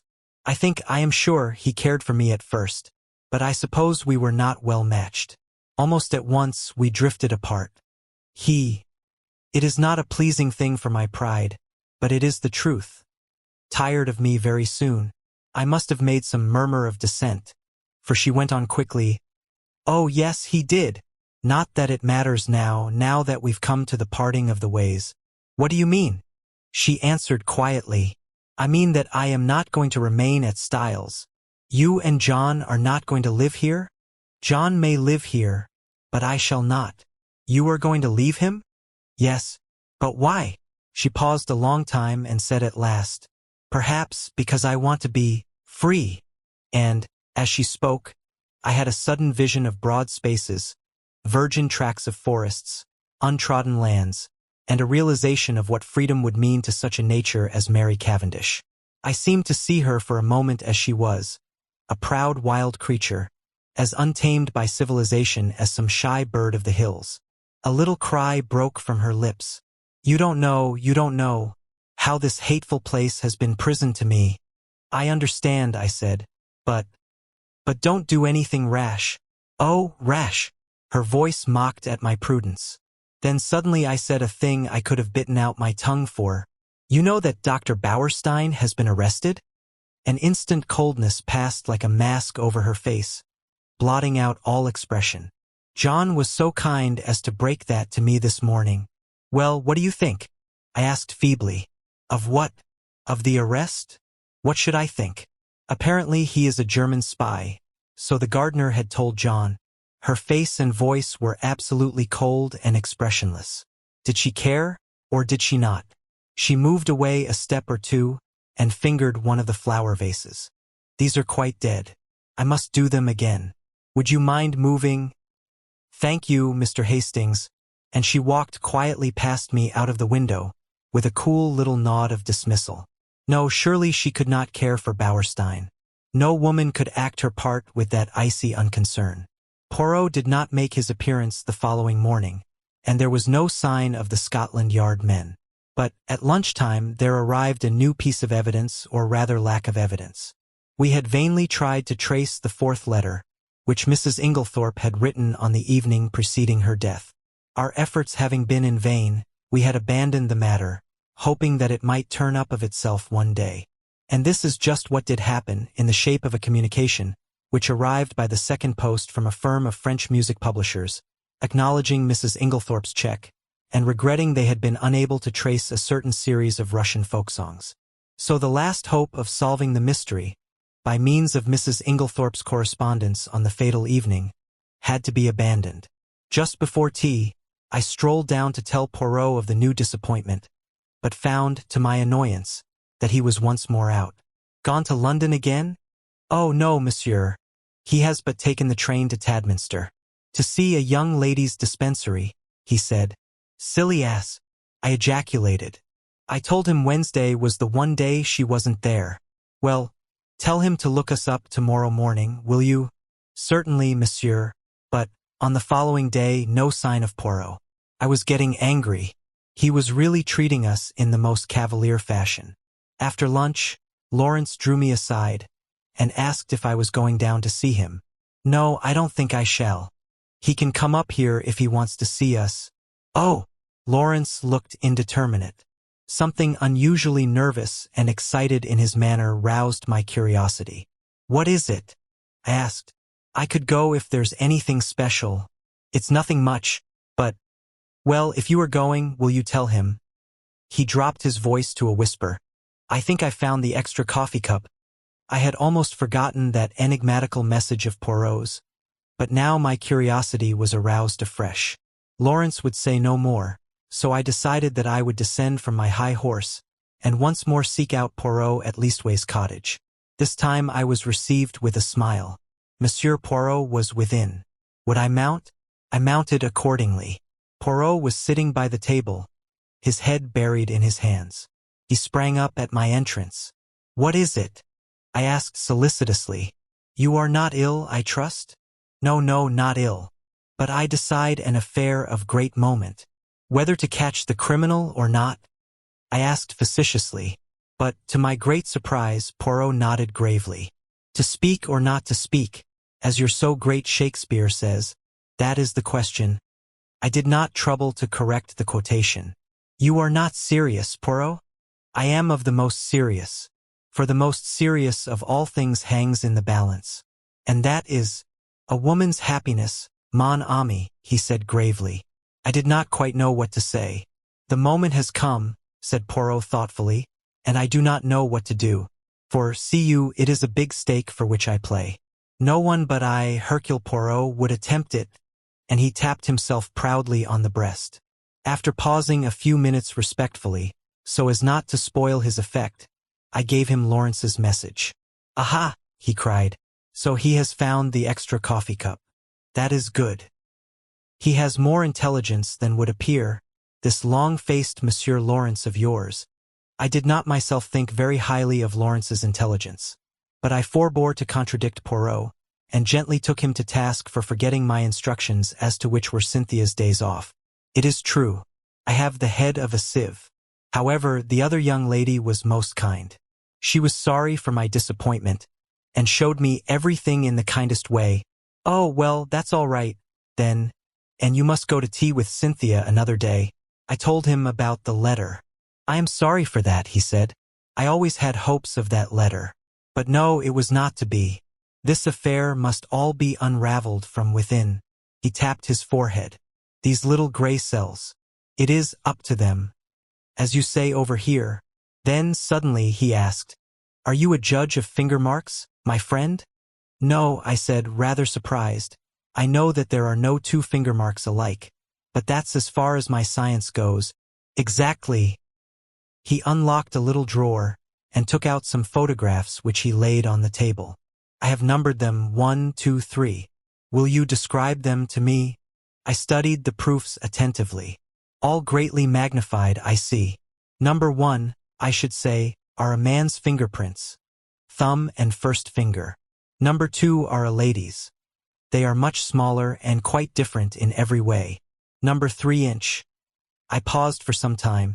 There seemed to be a lot of confused finger marks, but here, very distinctly, are number 1s, overlapping the others? Yes. You recognize them beyond fail? Oh, yes. They are identical. Poirot nodded, and gently taking the photographs from me, locked them up again. I suppose, I said, that as usual, you are not going to explain? On the contrary. Number 1 were the fingerprints of Monsieur Lawrence. Number 2 were those of Mademoiselle Cynthia. They are not important. I merely obtained them for comparison. Number 3 is a little more complicated. Yes, it is, as you see, highly magnified. You may have noticed a sort of blur extending all across the picture. I will not describe to you the special apparatus, dusting powder, etc. which I used. It is a well-known process to the police, and by means of it you can obtain a photograph of the fingerprints of any object in a very short space of time. Well, my friend, you have seen the finger marks. It remains to tell you the particular object on which they had been left. Go on. I am really excited. Eh bien. Photo number 3 represents the highly magnified surface of a tiny bottle in the top poison cupboard of the dispensary in the Red Cross Hospital at Tadminster, which sounds like the house that Jack built. Good heavens! I exclaimed. But what were Lawrence Cavendish's finger marks doing on it? He never went near the poison cupboard the day we were there. Oh, yes, he did. Impossible. We were all together the whole time. Poirot shook his head. No, my friend. There was a moment when you were not all together. There was a moment when you could not have been all together, or it would not have been necessary to call to Monsieur Lawrence to come and join you on the balcony. I'd forgotten that, I admitted. But it was only for a moment. Long enough. Long enough for what? Poirot's smile became rather enigmatical. Long enough for a gentleman who had once studied medicine to gratify a very natural interest and curiosity. Our eyes met. Poirot's were pleasantly vague. He got up and hummed a little tune. I watched him suspiciously. Poirot, I said, what was in this particular little bottle? Poirot looked out of the window. Hydrochloride of strychnine, he said, over his shoulder, continuing to hum. Good heavens! I said it quite quietly. I was not surprised. I had expected that answer. They used the pure hydrochloride of strychnine very little, only occasionally for pills. It is the official solution, Li³ strychnine hydrochlor, that is used in most medicines. That is why the finger marks have remained undisturbed since then. How did you manage to take this photograph? I dropped my hat from the balcony, explained Poirot simply. Visitors were not permitted below at that hour. So, in spite of my many apologies, Mademoiselle Cynthia's colleague had to go down and fetch it for me. Then you knew what you were going to find? No, not at all. I merely realized that it was possible, from your story, for Monsieur Lawrence to go to the poison cupboard. The possibility had to be confirmed or eliminated. Poirot, I said, your gaiety does not deceive me. This is a very important discovery. I do not know, said Poirot, but one thing does strike me. No doubt it has struck you too. What is that? Why, that there is altogether too much strychnine about this case. This is the third time we run up against it. There was strychnine in Mrs. Inglethorpe's tonic. There is the strychnine sold across the counter at Styles St. Mary by Mace. Now we have more strychnine handled by one of the household. It is confusing. And, as you know, I do not like confusion. Before I could reply, one of the other Belgians opened the door and stuck his head in. There is a lady below, asking for Mr. Hastings. A lady? I jumped up. Poirot followed me down the narrow stairs. Mary Cavendish was standing in the doorway. I have been visiting an old woman in the village, she explained. And as Lawrence told me you were with Monsieur Poirot, I thought I would call for you. Alas, madame, said Poirot. I thought you had come to honor me with a visit. I will some day, if you ask me, she promised him, smiling. That is well. If you should need a father confessor, madame. She started ever so slightly. Remember, Papa Poirot is always at your service. She stared at him for a few minutes, as though seeking to read some deeper meaning into his words. Then she turned abruptly away. Come, will you not walk back with us too, Monsieur Poirot? Enchanted, madame.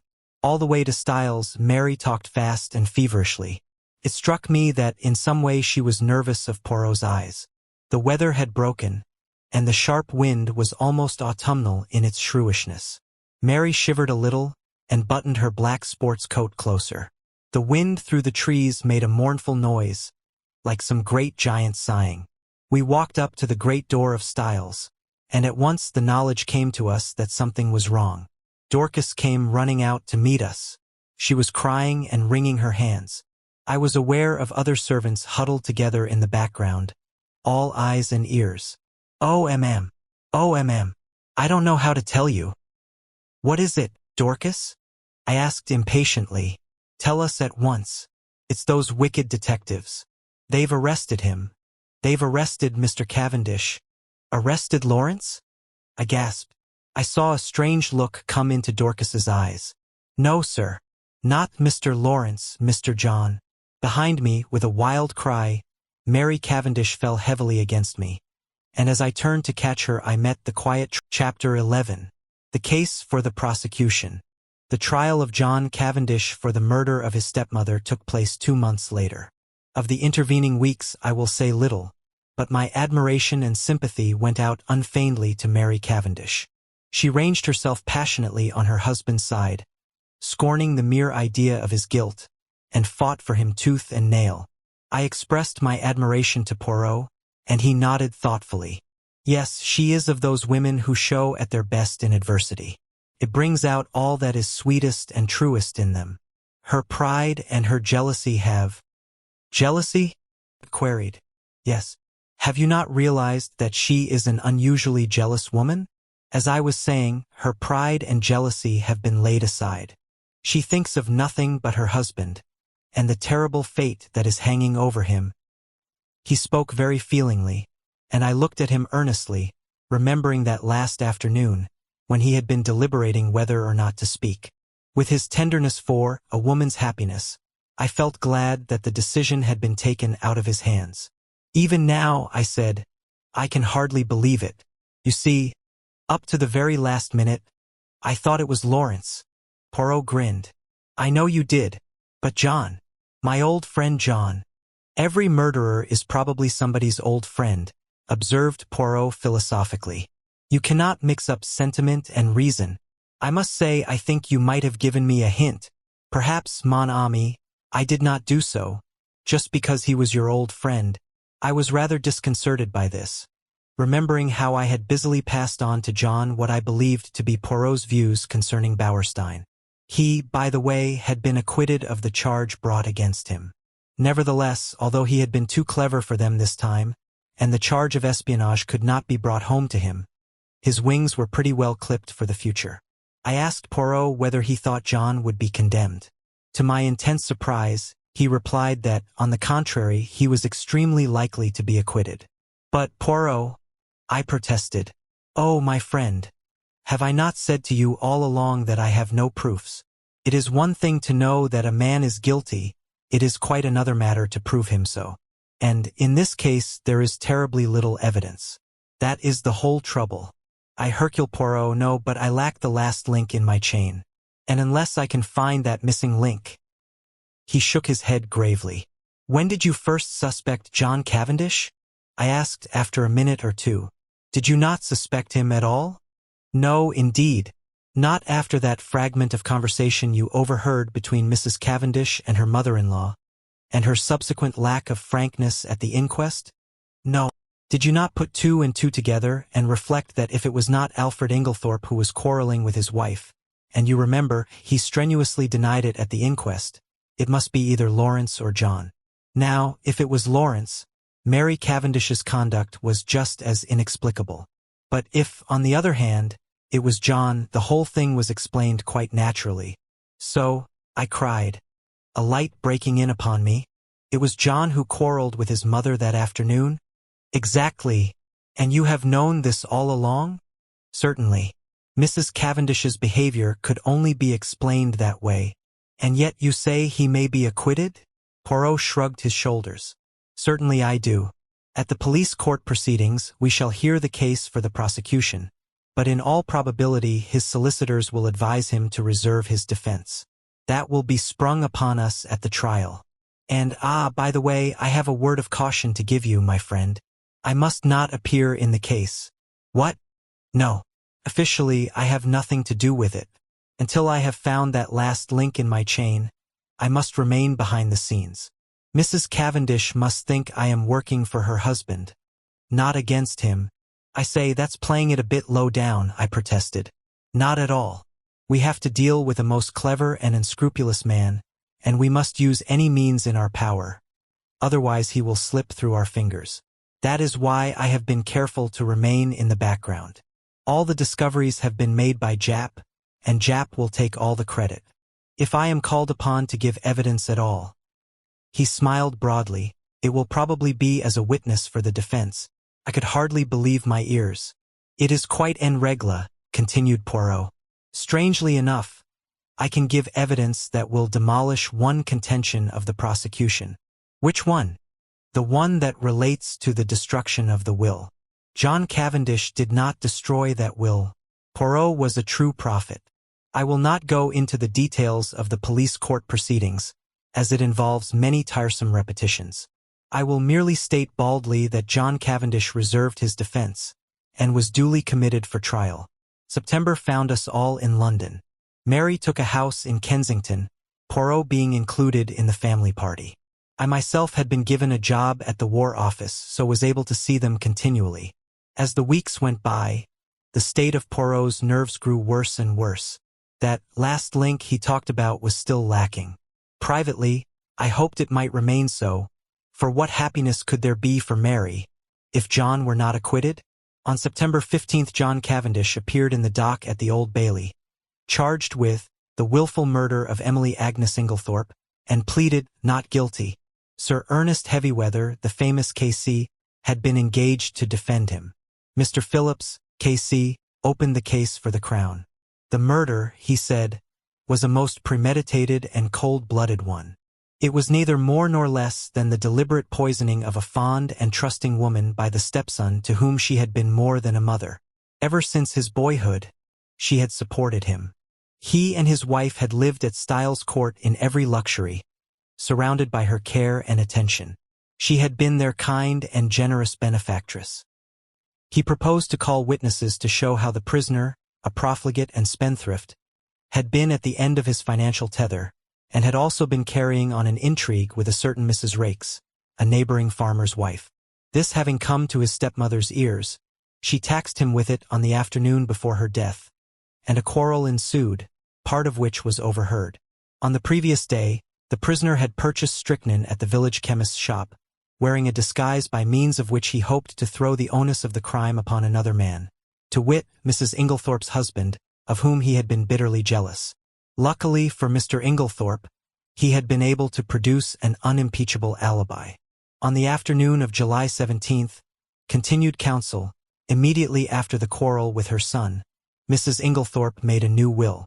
This will was found destroyed in the grate of her bedroom the following morning, but evidence had come to light which showed that it had been drawn up in favor of her husband. Deceased had already made a will in his favor before her marriage, but, and Mr. Phillips wagged an expressive forefinger, the prisoner was not aware of that. What had induced the deceased to make a fresh will, with the old one still extant, he could not say. She was an old lady and might possibly have forgotten the former one. Or, this seemed to him more likely, she may have had an idea that it was revoked by her marriage, as there had been some conversation on the subject. Ladies were not always very well versed in legal knowledge. She had, about a year before, executed a will in favor of the prisoner. He would call evidence to show that it was the prisoner who ultimately handed his stepmother her coffee on the fatal night. Later in the evening, he had sought admission to her room, on which occasion, no doubt, he found an opportunity of destroying the will which, as far as he knew, would render the one in his favor valid. The prisoner had been arrested in consequence of the discovery, in his room, by Detective Inspector Japp, a most brilliant officer, of the identical phial of strychnine which had been sold at the village chemist's to the supposed Mr. Inglethorpe on the day before the murder. It would be for the jury to decide whether or not these damning facts constituted an overwhelming proof of the prisoner's guilt. And, subtly implying that a jury which did not so decide was quite unthinkable, Mr. Phillips sat down and wiped his forehead. The first witnesses for the prosecution were mostly those who had been called at the inquest, the medical evidence being again taken first. Sir Ernest Heavyweather, who was famous all over England for the unscrupulous manner in which he bullied witnesses, only asked 2 questions. I take it, Dr. Bauerstein, that strychnine, as a drug, acts quickly? Yes. And that you were unable to account for the delay in this case? Yes. Thank you. Mr. Mace identified the phial handed him by counsel as that sold by him to Mr. Inglethorpe. Pressed, he admitted that he only knew Mr. Inglethorpe by sight. He had never spoken to him. The witness was not cross-examined. Alfred Inglethorpe was called, and denied having purchased the poison. He also denied having quarreled with his wife. Various witnesses testified to the accuracy of these statements.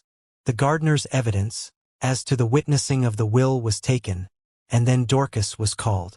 Dorcas, faithful to her young gentleman, denied strenuously that it could have been John's voice she heard, and resolutely declared, in the teeth of everything, that it was Mr. Inglethorpe who had been in the boudoir with her mistress.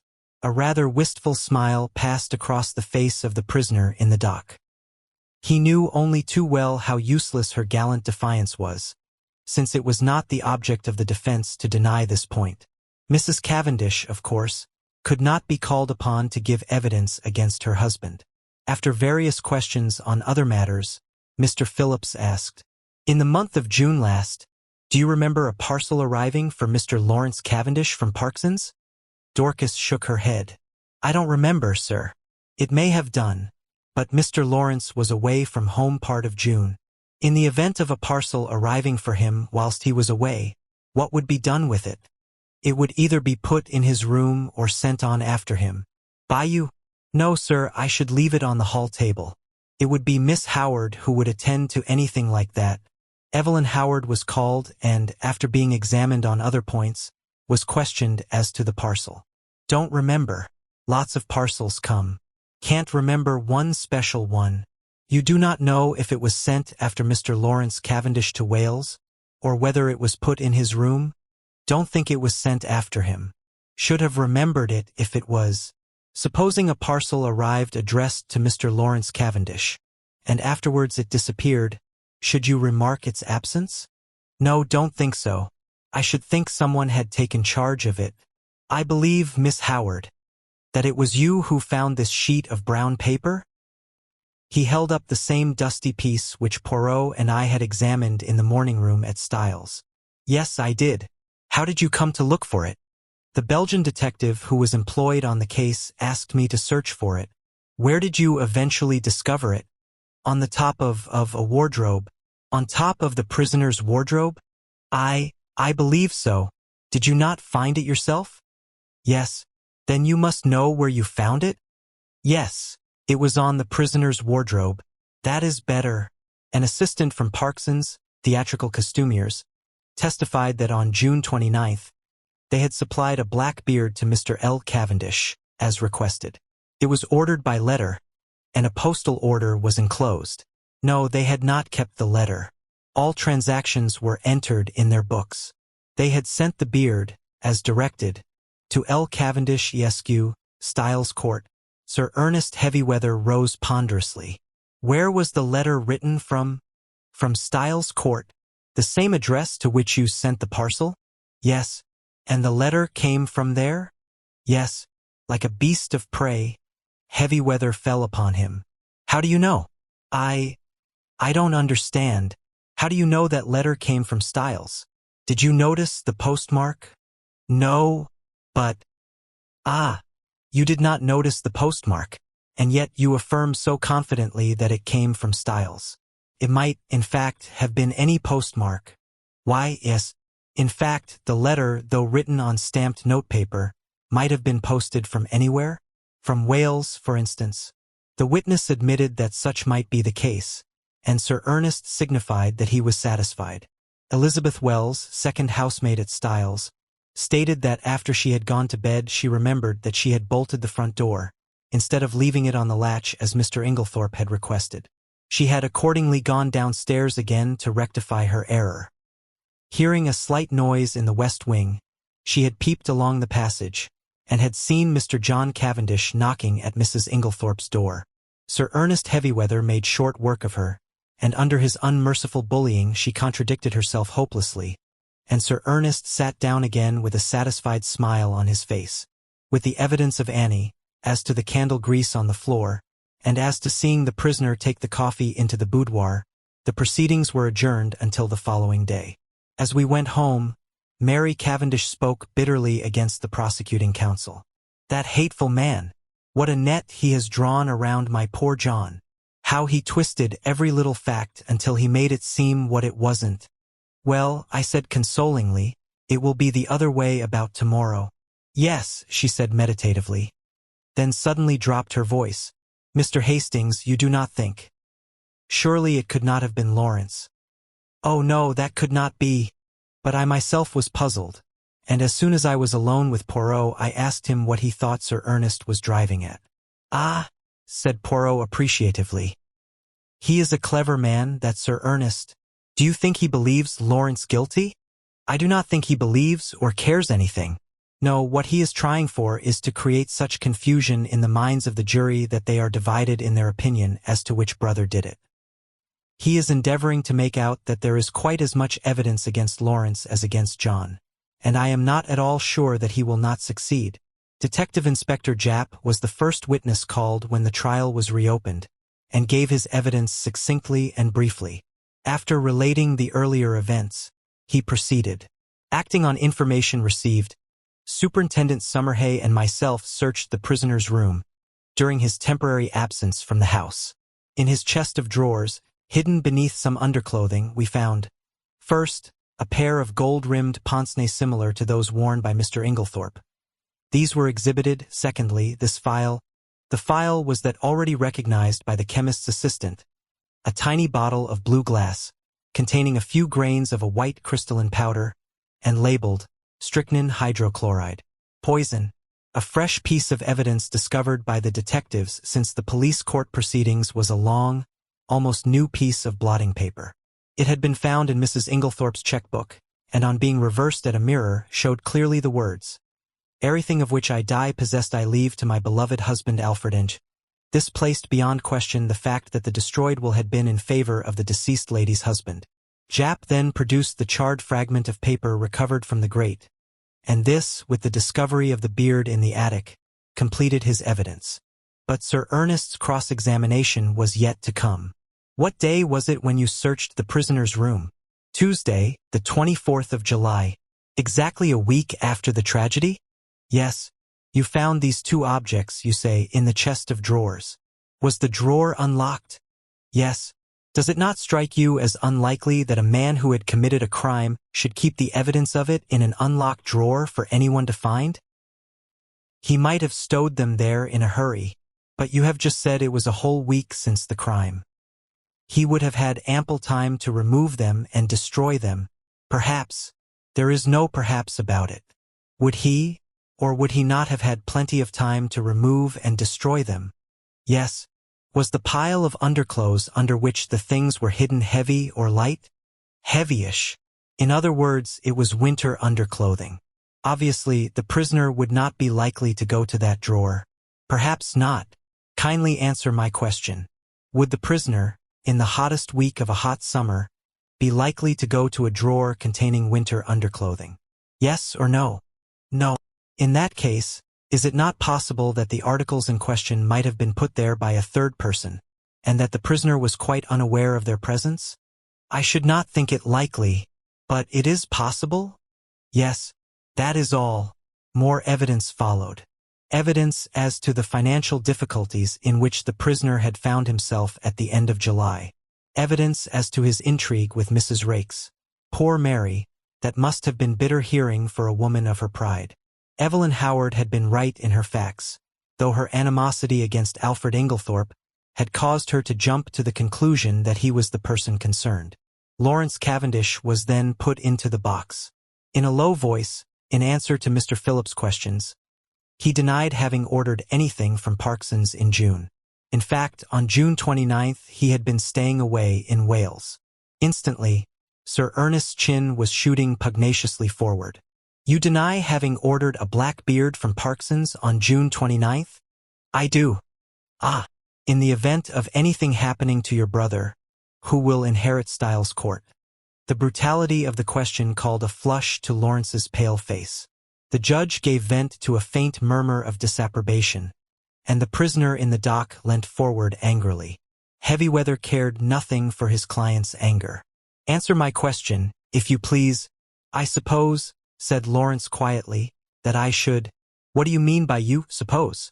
"Your brother has no children. You would inherit it, wouldn't you?" "Yes." "Ah, that's better," said Heavyweather with ferocious geniality.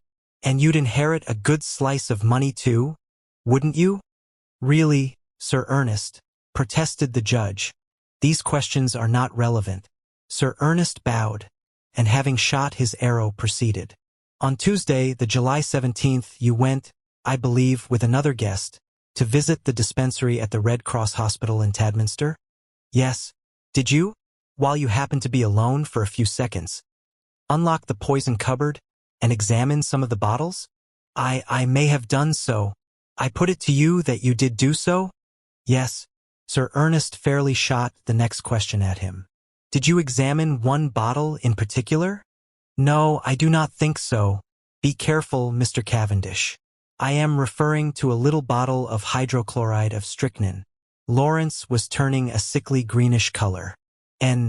Oh, I am sure I didn't. Then how do you account for the fact that you left the unmistakable impress of your fingerprints on it? The bullying manner was highly efficacious with a nervous disposition. I suppose I must have taken up the bottle. I suppose so too. Did you abstract any of the contents of the bottle? Certainly not. Then why did you take it up? I once studied to be a doctor. Such things naturally interest me. Ah, so poisons naturally interest you, do they? Still, you waited to be alone before gratifying that interest of yours. That was pure chance. If the others had been there, I should have done just the same. Still, as it happens, the others were not there?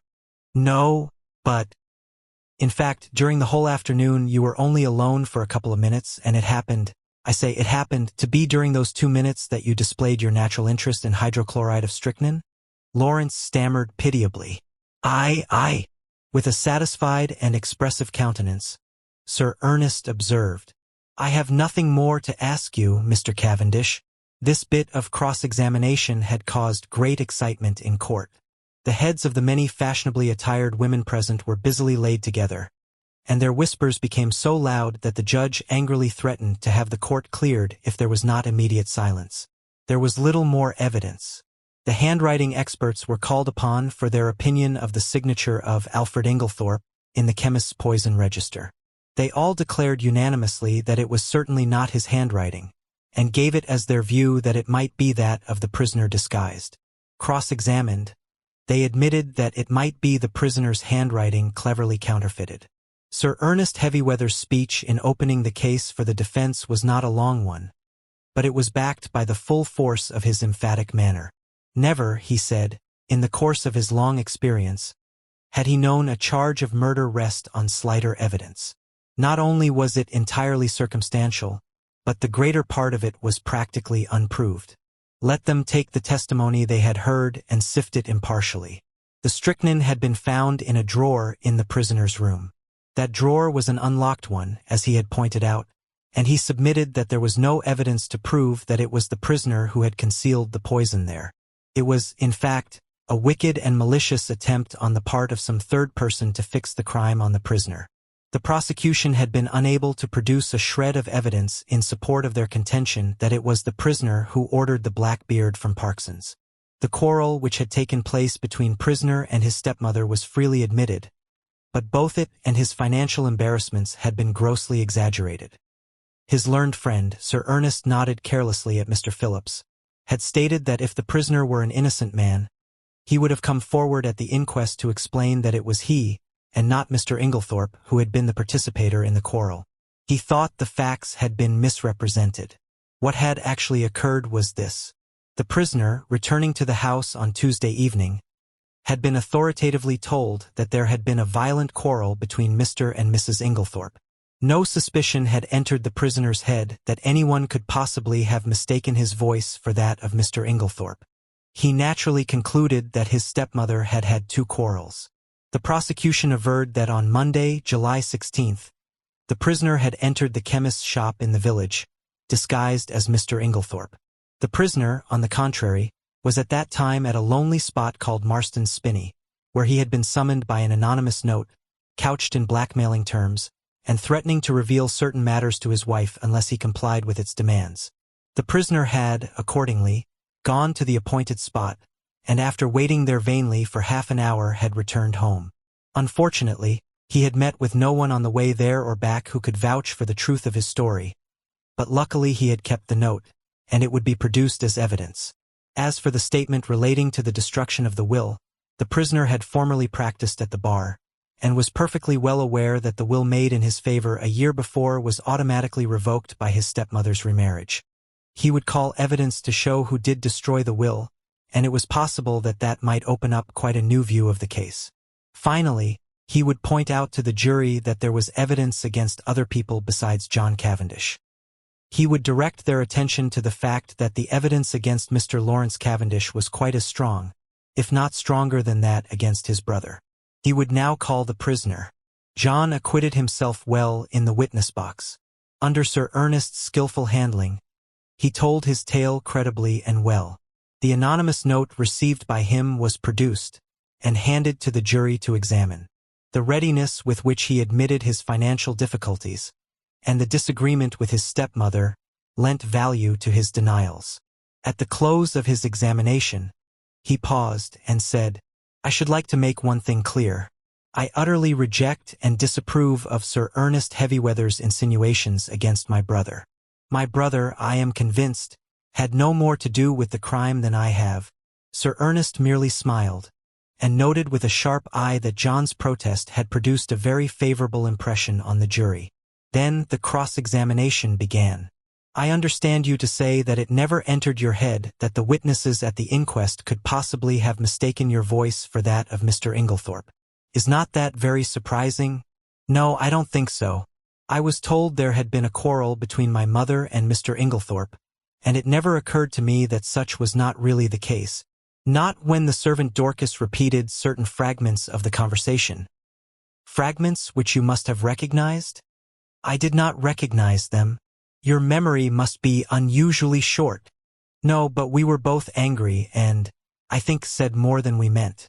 I paid very little attention to my mother's actual words." Mr. Phillip's incredulous sniff was a triumph of forensic skill. He passed on to the subject of the note. "You have produced this note very opportunely. Tell me, is there nothing familiar about the handwriting of it?" "Not that I know of." "Do you not think that it bears a marked resemblance to your own handwriting, carelessly disguised?" "No, I do not think so. I put it to you that it is your own handwriting." "No, I put it to you that, anxious to prove an alibi, you conceived the idea of a fictitious and rather incredible appointment, and wrote this note yourself in order to bear out your statement." "No. Is it not a fact that, at the time you claim to have been waiting about at a solitary and unfrequented spot, you were really in the chemist's shop in Style St. Mary, where you purchased strychnine in the name of Alfred Inglethorpe?" "No, that is a lie. I put it to you that, wearing a suit of Mr. Inglethorpe's clothes, with a black beard trimmed to resemble his, you were there, and signed the register in his name." "That is absolutely untrue." "Then I will leave the remarkable similarity of handwriting between the note, the register, and your own, to the consideration of the jury," said Mr. Phillips, and sat down with the air of a man who has done his duty, but who was nevertheless horrified by such deliberate perjury. After this, as it was growing late, the case was adjourned till Monday. Poirot, I noticed, was looking profoundly discouraged. He had that little frown between the eyes that I knew so well. "What is it, Poirot?" I inquired. "Ah, mon ami, things are going badly. In spite of myself, my heart gave a leap of relief. Evidently there was a likelihood of John Cavendish being acquitted. When we reached the house, my little friend waved aside Mary's offer of tea. "No, I thank you, madam. I will mount to my room." I followed him. Still frowning, he went across to the desk and took out a small pack of patience cards. Then he drew up a chair to the table, and, to my utter amazement, began solemnly to build card houses. My jaw dropped involuntarily, and he said at once, "No, mon ami, I am not in my second childhood. I steady my nerves, that is all. This employment requires precision of the fingers. With precision of the fingers goes precision of the brain. And never have I needed that more than now." "What is the trouble?" I asked. With a great thump on the table, Poirot demolished his carefully built-up edifice. "It is this, mon ami, that I can build card houses 7 stories high, but I cannot find that last link of which I spoke to you." I could not quite tell what to say, so I held my peace, and he began slowly building up the cards again, speaking in jerks as he did so. "It is done, so. By placing one card on another with mathematical precision, I watched the card house rising under his hands, story by story. He never hesitated or faltered. It was really almost like a conjuring trick. "What a steady hand you've got," I remarked. "I believe I've only seen your hand shake once, on an occasion when I was enraged." "Without doubt," observed Poirot with great placidity. "Yes, indeed. You were in a towering rage. Do you remember? It was when you discovered that the lock of the dispatch case in Mrs. Inglethorpe's bedroom had been forced. You stood by the mantelpiece, twiddling the things on it in your usual fashion, and your hand shook like a leaf. I must say—" But I stopped suddenly, for Poirot, uttering a hoarse and inarticulate cry, again annihilated his masterpiece of cards, and putting his hands over his eyes swayed backwards and forwards, apparently suffering the keenest agony. "Good heavens, Poirot!" I cried. "What is the matter? Are you taken ill?" No, he gasped. It is that I have an idea." "Oh!" I exclaimed, much relieved. "One of your little ideas?" "Ah, ma foi, no," replied Poirot frankly. "This time it is an idea gigantic, stupendous. And you, my friend, have given it to me." Suddenly clasping me in his arms, he kissed me warmly on both cheeks, and before I had recovered from my surprise ran headlong from the room. Mary Cavendish entered at that moment. "What is the matter with Monsieur Poirot?" He rushed past me crying out, "A garage! For the love of heaven, direct me to a garage, madam," and, before I could answer, he had dashed out into the street. I hurried to the window. True enough, there he was, tearing down the street, hatless, and gesticulating as he went. I turned to Mary with a gesture of despair. "He'll be stopped by a policeman in another minute. There he goes, round the corner." Our eyes met, and we stared helplessly at one another. "What can be the matter?" I shook my head. "I don't know. He was building card houses, when suddenly he said he had an idea, and rushed off as you saw." "Well," said Mary, "I expect he will be back before dinner." But night fell. Chapter 12. The Last Link. Poirot's abrupt departure had intrigued us all greatly. Sunday morning wore away, and still he did not reappear. But about 3 o'clock a ferocious and prolonged hooting outside drove us to the window, to see Poirot alighting from a car, accompanied by Jap and Summerhay. The little man was transformed. He radiated an absurd complacency. He bowed with exaggerated respect to Mary Cavendish. "Madam, I have your permission to hold a little réunion in the salon? It is necessary for everyone to attend." Mary smiled sadly. "You know, Monsieur Poirot, that you have carte blanche in every way. You are too amiable, madam." Still beaming, Poirot marshaled us all into the drawing-room, bringing forward chairs as he did so. "Miss Howard here, Mademoiselle Cynthia, Monsieur Lawrence, the good Dorcas, and Annie. Bien. We must delay our proceedings a few minutes until Mr. Inglethorpe arrives. I have sent him a note." Miss Howard rose immediately from her seat. "If that man comes into the house, I leave it." No. Poirot went up to her and pleaded in a low voice. Finally Miss Howard consented to return to her chair. A few minutes later Alfred Inglethorpe entered the room. The company once assembled, Poirot rose from his seat with the air of a popular lecturer, and bowed politely to his audience. "Messieurs, mesdames, as you all know, I was called in by Monsieur John Cavendish to investigate this case. I at once examined the bedroom of the deceased which, by the advice of the doctors, had been kept locked, and was consequently exactly as it had been when the tragedy occurred.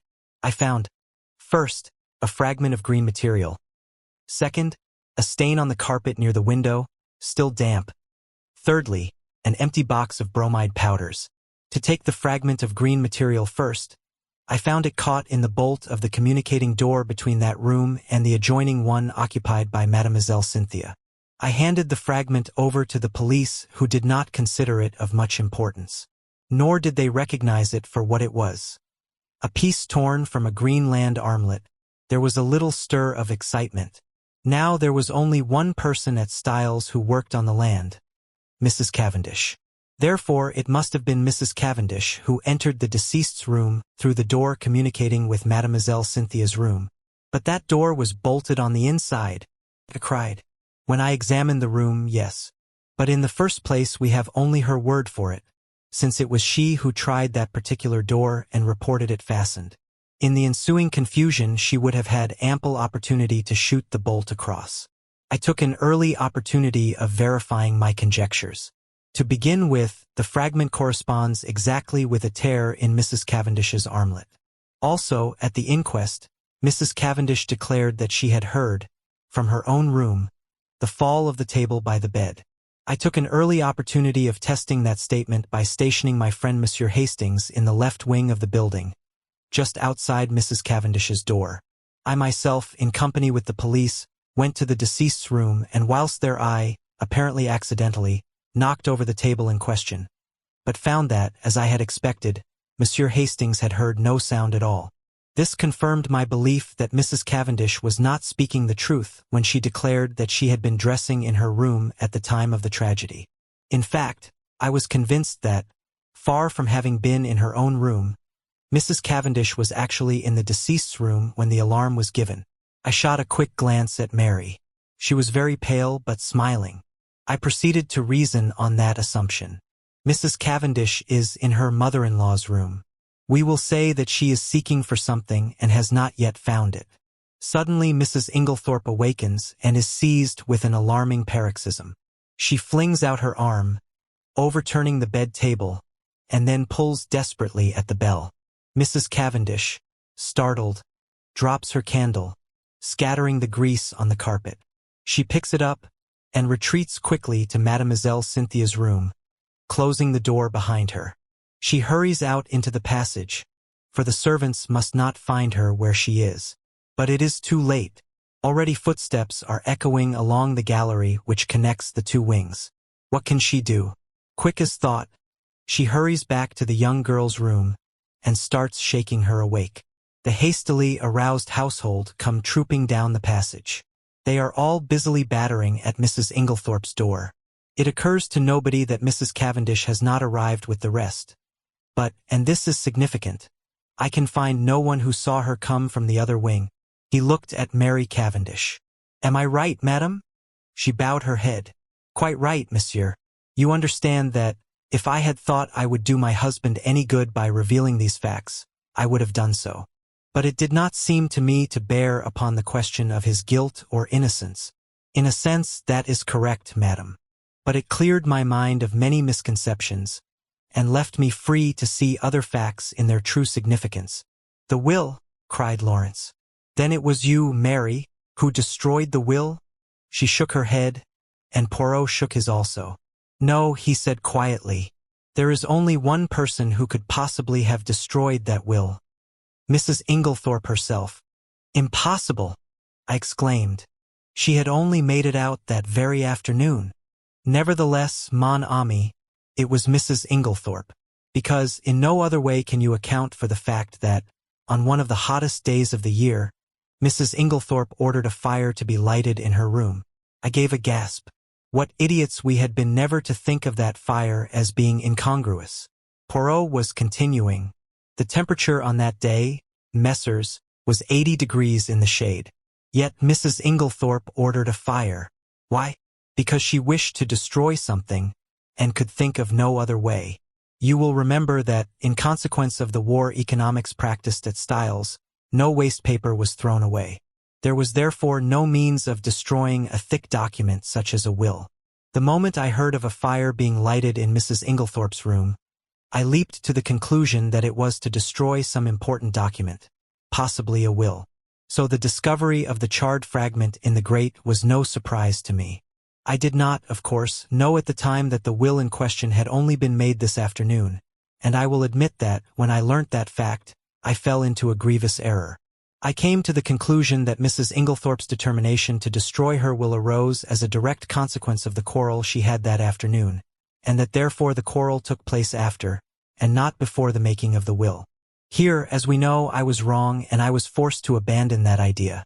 I faced the problem from a new standpoint.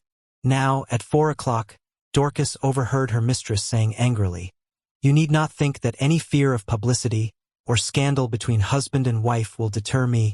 I conjectured, and conjectured rightly, that these words were addressed, not to her husband, but to Mr. John Cavendish.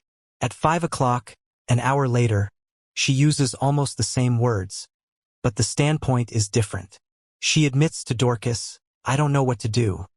Scandal between husband and wife is a dreadful thing. At 4 o'clock she has been angry, but completely mistress of herself. At 5 o'clock she is in violent distress, and speaks of having had a great shock. Looking at the matter psychologically, I drew one deduction which I was convinced was correct. The second scandal she spoke of was not the same as the first, and it concerned herself. Let us reconstruct. At 4 o'clock Mrs. Inglethorpe quarrels with her son, and threatens to denounce him to his wife, who, by the way, overheard the greater part of the conversation. At 4:30 Mrs. Inglethorpe, in consequence of a conversation on the validity of wills, makes a will in favor of her husband, which the two gardeners witness. At 5 o'clock, Dorcas finds her mistress in a state of considerable agitation, with a slip of paper, a letter, Dorcas thinks, in her hand, and it is then that she orders the fire in her room to be lighted. Presumably, then, between 4:30 and 5 o'clock, something has occurred to occasion a complete revolution of feeling, since she is now as anxious to destroy the will as she was before to make it. What was that something? As far as we know, she was quite alone during that half-hour. Nobody entered or left that boudoir. What then occasioned this sudden change of sentiment? One can only guess, but I believe my guess to be correct. Mrs. Inglethorpe had no stamps in her desk. We know this because later she asked Dorcas to bring her some. Now in the opposite corner of the room stood her husband's desk, locked. She was anxious to find some stamps, and, according to my theory, she tried her own keys in the desk. That one of them fitted I know. She therefore opened the desk, and in searching for the stamps she came across something else, that slip of paper which Dorcas saw in her hand, and which assuredly was never meant for Mrs. Inglethorpe's eyes. On the other hand, Mrs. Cavendish believed that the slip of paper to which her mother-in-law clung so tenaciously was a written proof of her own husband's infidelity. She demanded it from Mrs. Inglethorpe, who assured her, quite truly, that it had nothing to do with that matter. Mrs. Cavendish did not believe her. She thought that Mrs. Inglethorpe was shielding her stepson. Now Mrs. Cavendish is a very resolute woman, and, behind her mask of reserve, she was madly jealous of her husband. She determined to get hold of that paper at all costs, and in this resolution chance came to her aid. She happened to pick up the key of Mrs. Inglethorpe's dispatch case, which had been lost that morning. She knew that her mother-in-law invariably kept all important papers in this particular case. Mrs. Cavendish, therefore, made her plans as only a woman driven desperate through jealousy could have done. Sometime in the evening she unbolted the door leading into Mademoiselle Cynthia's room. Possibly she applied oil to the hinges, for I found that it opened quite noiselessly when I tried it. She put off her project until the early hours of the morning as being safer, since the servants were accustomed to hearing her move about her room at that time. She dressed completely in her land kit, and made her way quietly through Mademoiselle Cynthia's room into that of Mrs. Inglethorpe. He paused a moment, and Cynthia interrupted. "But I should have woken up if anyone had come through my room?" "Not if you were drugged, mademoiselle." "Drugged? Mais oui. You remember," he addressed us collectively again, "that through all the tumult and noise next door Mademoiselle Cynthia slept. That admitted of two possibilities. Either her sleep was feigned, which I did not believe, or her unconsciousness was induced by artificial means. With this latter idea in my mind, I examined all the coffee cups most carefully, remembering that it was Mrs. Cavendish who had brought Mademoiselle Cynthia her coffee the night before. I took a sample from each cup and had them analyzed with no result. I had counted the cups carefully, in the event of one having been removed. 6 persons had taken coffee, and 6 cups were duly found. I had to confess myself mistaken. Then I discovered that I had been guilty of a very grave oversight. Coffee had been brought in for 7 persons, not 6, for Dr. Bauerstein had been there that evening. This changed the face of the whole affair, for there was now 1 cup missing. The servants noticed nothing, since Annie, the housemaid, who took in the coffee, brought in 7 cups, not knowing that Mr. Inglethorpe never drank it, whereas Dorcas, who cleared them away the following morning, found 6 as usual, or strictly speaking she found 5, the 6th being the one found broken in Mrs. Inglethorpe's room. I was confident that the missing cup was that of Mademoiselle Cynthia. I had an additional reason for that belief in the fact that all the cups found contained sugar, which Mademoiselle Cynthia never took in her coffee. My attention was attracted by the story of Annie about some salt on the tray of cocoa which she took every night to Mrs. Inglethorpe's room. I accordingly secured a sample of that cocoa and sent it to be analyzed. But that had already been done by Dr. Bauerstein, said Lawrence quickly. Not exactly. The analyst was asked by him to report whether strychnine was or was not present. He did not have it tested, as I did, for a narcotic. For a narcotic? Yes. Here is the analyst's report. Mrs. Cavendish administered a safe, but effectual, narcotic to both Mrs. Inglethorpe and Mademoiselle Cynthia. And it is possible that she had a mauvaise quart d'heure in consequence. Imagine her feelings when her mother-in-law is suddenly taken ill and dies, and immediately after she hears the word poison. She has believed that the sleeping draught she administered was perfectly harmless. But there is no doubt that for one terrible moment she must have feared that Mrs. Inglethorpe's death lay at her door. She is seized with panic, and under its influence she hurries downstairs, and quickly drops the coffee cup and saucer used by Mademoiselle Cynthia into a large brass vase, where it is discovered later by Monsieur Lawrence. The remains of the cocoa she dare not touch. Too many eyes are upon her. Guess at her relief when strychnine is mentioned, and she discovers that after all the tragedy is not her doing. We are now able to account for the symptoms of strychnine poisoning being so long in making their appearance. A narcotic taken with strychnine will delay the action of the poison for some hours. Poirot paused. Mary looked up at him, the color slowly rising in her face. All you have said is quite true, Monsieur Poirot. It was the most awful hour of my life. I shall never forget it. But you are wonderful. I understand now. What I meant when I told you that you could safely confess to Papa Poirot? But you would not trust me. I see everything now, said Lawrence. The drugged cocoa, taken on top of the poisoned coffee, amply accounts for the delay. Exactly. But was the coffee poisoned, or was it not? We come to a little difficulty here, since Mrs. Inglethorpe never drank it. What? The cry of surprise was universal. No. You will remember my speaking of a stain on the carpet in Mrs. Inglethorpe's room? There were some peculiar points about that stain. It was still damp. It exhaled a strong odor of coffee, and embedded in the nap of the carpet I found some little splinters of china. What had happened was plain to me, for not 2 minutes before I had placed my little case on the table near the window, and the table, tilting up, had deposited it upon the floor on precisely the identical spot. In exactly the same way, Mrs. Inglethorpe had laid down her cup of coffee on reaching her room the night before, and the treacherous table had played her the same trick. What happened next is mere guesswork on my part, but I should say that Mrs. Inglethorpe picked up the broken cup and placed it on the table by the bed. Feeling in need of a stimulant of some kind, she heated up her cocoa and drank it off then and there. Now we are faced with a new problem. We know the cocoa contained no strychnine. The coffee was never drunk. Yet the strychnine must have been administered between 7 and 9 o'clock that evening. What third medium was there? A medium so suitable for disguising the taste of strychnine that it is extraordinary no one has thought of it. Poirot looked round the room, and then answered himself impressively. Her medicine. Do you mean that the murderer introduced the strychnine into her tonic? I cried. There was no need to introduce it. It was already there in the mixture. The strychnine that killed Mrs. Inglethorpe was the identical strychnine prescribed by Dr. Wilkins. To make that clear to you, I will read you an extract from a book on dispensing which I found in the dispensary of the Red Cross Hospital at Tadminster.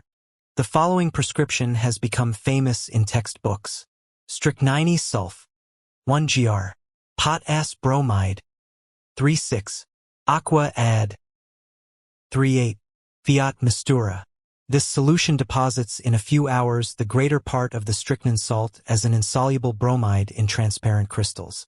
A lady in England lost her life by taking a similar mixture.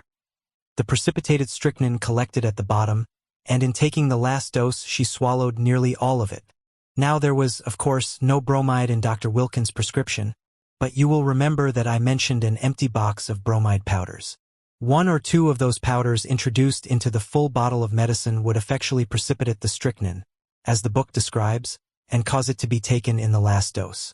You will learn later that the person who usually poured out Mrs. Inglethorpe's medicine was always extremely careful not to shake the bottle, but to leave the sediment at the bottom of it undisturbed.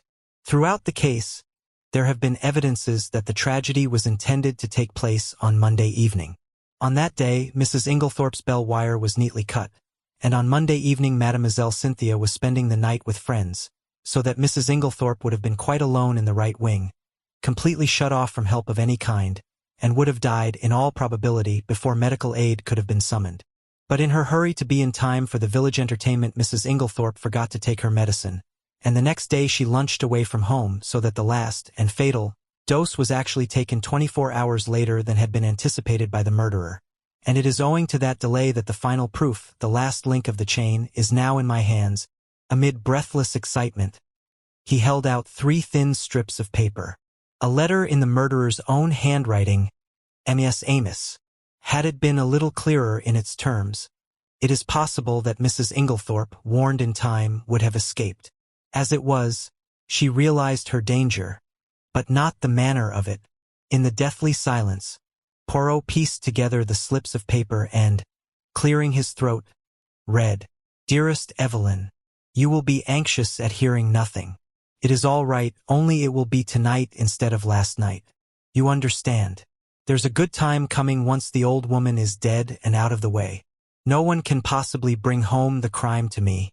That idea of yours about the bromides was a stroke of genius, but we must be very circumspect.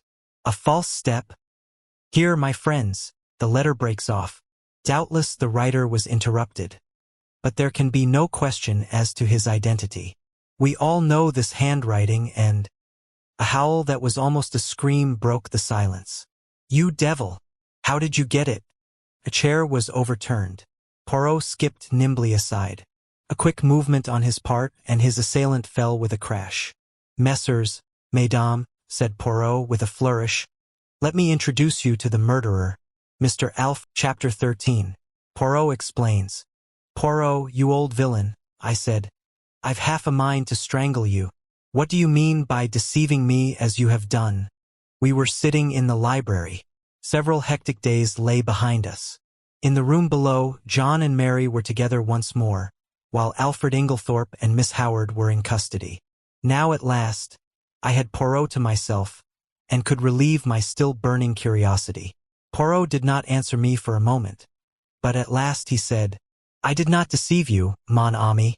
At most, I permitted you to deceive yourself." "Yes, but why?" "Well, it is difficult to explain. You see, my friend, you have a nature so honest, and a countenance so transparent, that, enfin, to conceal your feelings is impossible. If I had told you my ideas, the very first time you saw Mr. Alfred Inglethorpe, that astute gentleman would have, in your so expressive idiom, smelt a rat, and then, bonjour to our chances of catching him. I think that I have more diplomacy than you give me credit for." "My friend," besought Poirot, "I implore you, do not enrage yourself. Your help has been of the most invaluable. It is but the extremely beautiful nature that you have, which made me pause. Well, I grumbled, a little mollified. I still think you might have given me a hint. But I did, my friend. Several hints. You would not take them. Think now, did I ever say to you that I believe John Cavendish guilty? Did I not, on the contrary, tell you that he would almost certainly be acquitted? Yes, but— And did I not immediately afterwards speak of the difficulty of bringing the murderer to justice? Was it not plain to you that I was speaking of 2 entirely different persons? No, I said, it was not plain to me. Then again, continued Poirot, at the beginning, did I not repeat to you several times that I didn't want Mr. Inglethorpe arrested now? That should have conveyed something to you. Do you mean to say you suspected him as long ago as that? Yes. To begin with, whoever else might benefit by Mrs. Inglethorpe's death, her husband would benefit the most. There was no getting away from that. When I went up to Styles with you that first day, I had no idea as to how the crime had been committed, but from what I knew of Mr. Inglethorpe, I fancied that it would be very hard to find anything to connect him with it. When I arrived at the chateau, I realized at once that it was Mrs. Inglethorpe who had burnt the will. And there, by the way, you cannot complain, my friend, for I tried my best to force on you the significance of that bedroom fire in midsummer. Yes, yes, I said impatiently. Go on. Well, my friend, as I say, my views as to Mr. Inglethorpe's guilt were very much shaken. There was, in fact, so much evidence against him that I was inclined to believe that he had not done it. When did you change your mind? When I found that the more efforts I made to clear him, the more efforts he made to get himself arrested. Then, when I discovered that Inglethorpe had nothing to do with Mrs. Raikes, and that in fact it was John Cavendish who was interested in that quarter, I was quite sure. But why? Simply this. If it had been Inglethorpe who was carrying on an intrigue with Mrs. Raikes, his silence was perfectly comprehensible. But when I discovered that it was known all over the village that it was John who was attracted by the farmer's pretty wife, his silence bore quite a different interpretation. It was nonsense to pretend that he was afraid of the scandal, as no possible scandal could attach to him. This attitude of his gave me furiously to think, and I was slowly forced to the conclusion that Alfred Inglethorpe wanted to be arrested. Eh bien. From that moment, I was equally determined that he should not be arrested. Wait a minute. I don't see why he wished to be arrested. Because, mon ami, it is the law of your country that a man once acquitted can never be tried again for the same offense. Aha! But it was clever, his idea. Assuredly, he is a man of method. See here, he knew that in his position he was bound to be suspected, so he conceived the exceedingly clever idea of preparing a lot of manufactured evidence against himself. He wished to be arrested. He would then produce his irreproachable alibi, and, hey presto, he was safe for life. But I still don't see how he managed to prove his alibi, and yet go to the chemist's shop? Poirot stared at me in surprise. Is it possible? My poor friend, you have not yet realized that it was Miss Howard who went to the chemist's shop. Miss Howard? But certainly. Who else? It was most easy for her. She is of a good height. Her voice is deep and manly. Moreover, remember, she and Inglethorpe are cousins, and there is a distinct resemblance between them, especially in their gait and bearing. It was simplicity itself. They are a clever pair. I am still a little fogged as to how exactly the bromide business was done, I remarked. Bon. I will reconstruct for you as far as possible. I am inclined to think that Miss Howard was the mastermind in that affair. You remember her once mentioning that her father was a doctor? Possibly she dispensed his medicines for him, or she may have taken the idea from one of the many books lying about when Mademoiselle Cynthia was studying for her exam. Anyway, she was familiar with the fact that the addition of a bromide to a mixture containing strychnine would cause the precipitation of the latter. Probably the idea came to her quite suddenly. Mrs. Inglethorpe had a box of bromide powders, which she occasionally took at night. What could be easier than quietly to dissolve one or more of those powders in Mrs. Inglethorpe's large-sized bottle of medicine when it came from Coots? The risk is practically nil. The tragedy will not take place until nearly a fortnight later. If anyone has seen either of them touching the medicine, they will have forgotten it by that time. Miss Howard will have engineered her quarrel and departed from the house. The lapse of time and her absence will defeat all suspicion. Yes, it was a clever idea. If they had left it alone, it is possible the crime might never have been brought home to them. But they were not satisfied. They tried to be too clever, and that was their undoing. Poirot puffed at his tiny cigarette, his eyes fixed on the ceiling. They arranged a plan to throw suspicion on John Cavendish by buying strychnine at the village chemist's and signing the register in his handwriting. On Monday, Mrs. Inglethorpe will take the last dose of her medicine. On Monday, therefore, at 6 o'clock, Alfred Inglethorpe arranges to be seen by a number of people at a spot far removed from the village. Miss Howard has previously made up a cock and bull story about him, and Mrs. Raikes to account for his holding his tongue afterwards.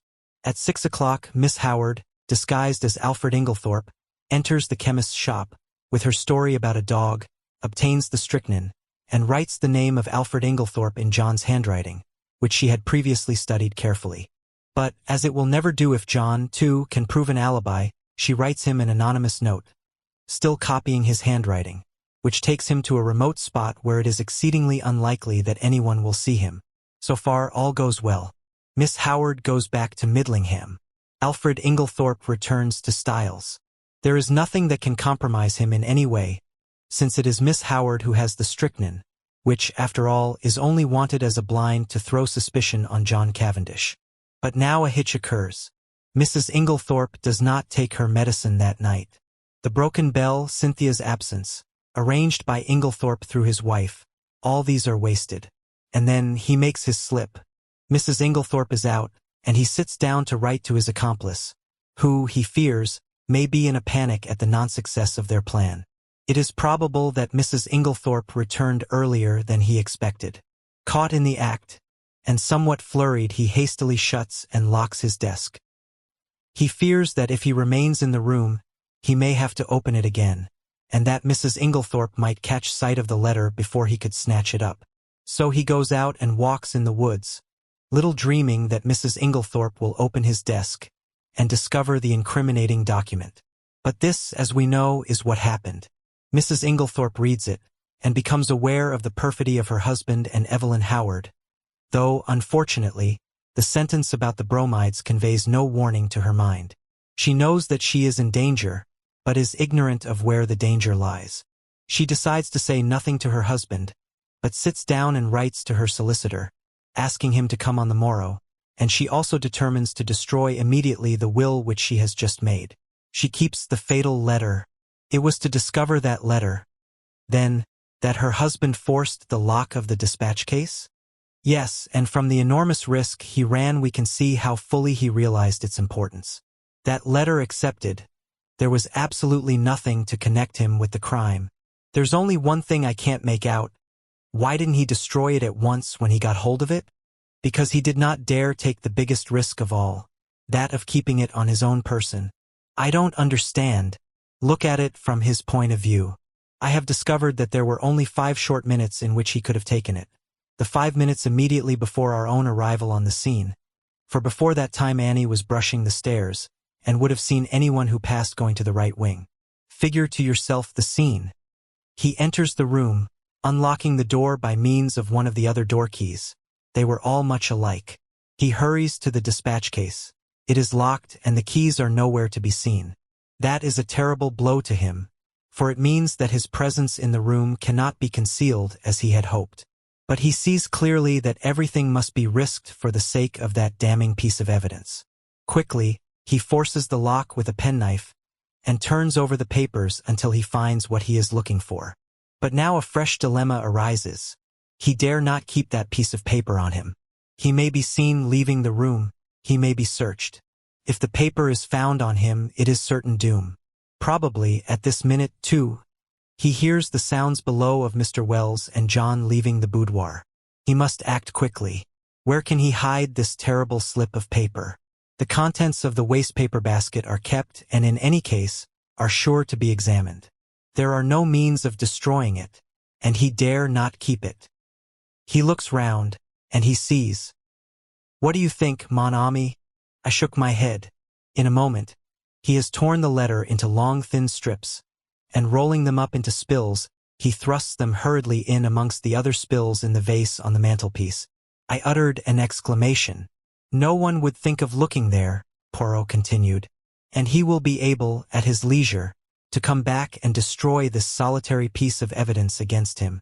Then, all the time, it was in the spill vase in Mrs. Inglethorpe's bedroom, under our very noses? I cried. Poirot nodded. Yes, my friend. That is where I discovered my last link, and I owe that very fortunate discovery to you. To me? Yes. Do you remember telling me that my hand shook as I was straightening the ornaments on the mantelpiece? Yes, but I don't see. No, but I saw. Do you know, my friend, I remembered that earlier in the morning, when we had been there together, I had straightened all the objects on the mantelpiece. And, if they were already straightened, there would be no need to straighten them again, unless, in the meantime, someone else had touched them. Dear me, I murmured. So that is the explanation of your extraordinary behavior. You rushed down to Styles and found it still there. Yes, and it was a race for time. But I still can't understand why Inglethorpe was such a fool as to leave it there when he had plenty of opportunity to destroy it. Ah, but he had no opportunity. I saw to that. You? Yes. Do you remember reproving me for taking the household into my confidence on the subject? Yes. Well, my friend, I saw there was just one chance. I was not sure then if Inglethorpe was the criminal or not, but if he was, I reasoned that he would not have the paper on him, but would have hidden it somewhere, and by enlisting the sympathy of the household I could effectually prevent his destroying it.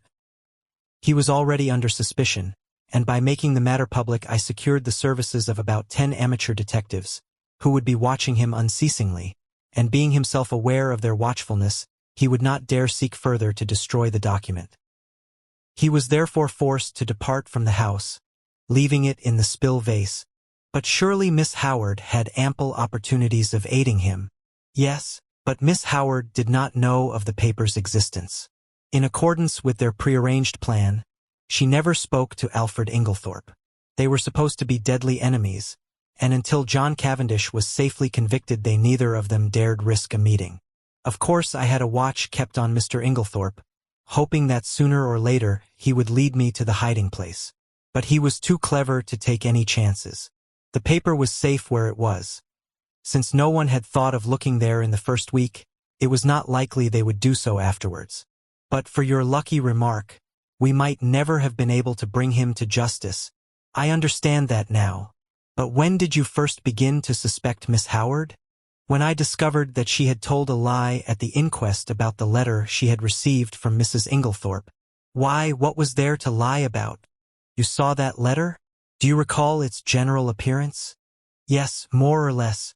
You will recollect, then, that Mrs. Inglethorpe wrote a very distinctive hand, and left large clear spaces between her words.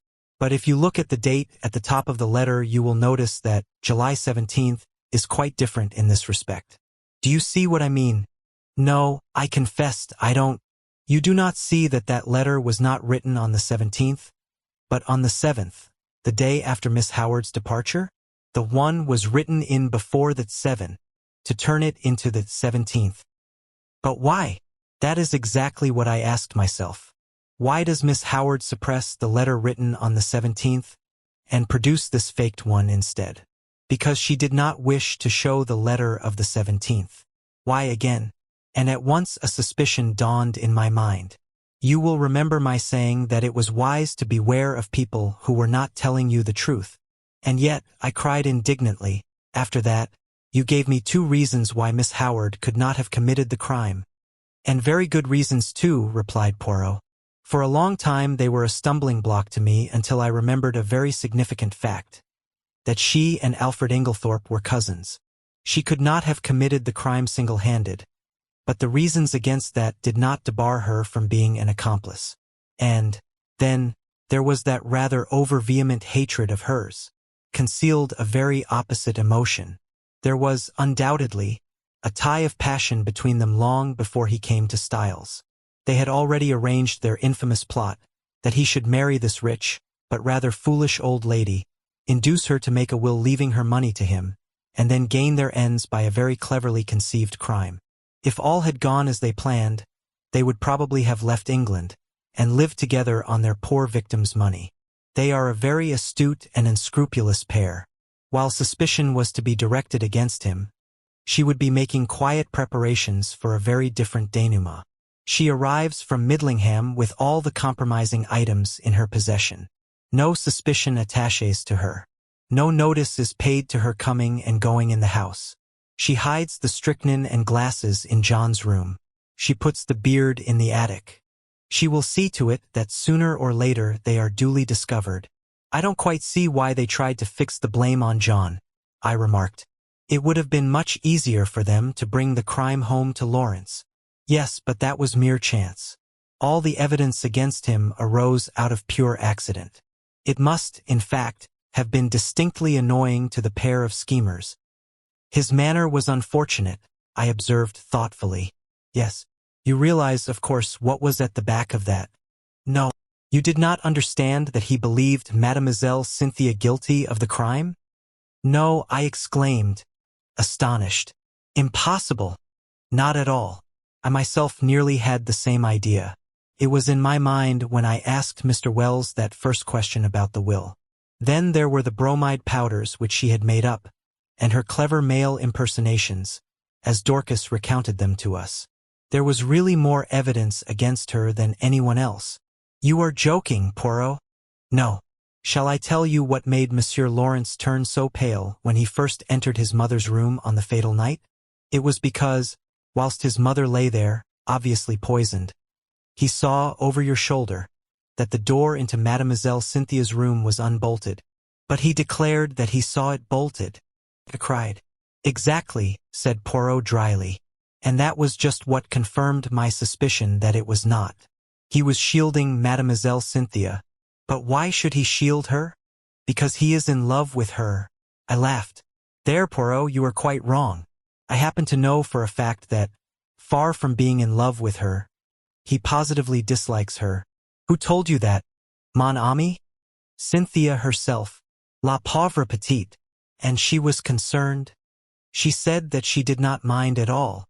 Then she certainly did mind very much, remarked Poirot. They are like that. Les femmes. What you say about Lawrence is a great surprise to me, I said. But why? It was most obvious. Did not Monsieur Lawrence make the sour face every time Mademoiselle Cynthia spoke and laughed with his brother? He had taken it into his long head that Mademoiselle Cynthia was in love with Monsieur John.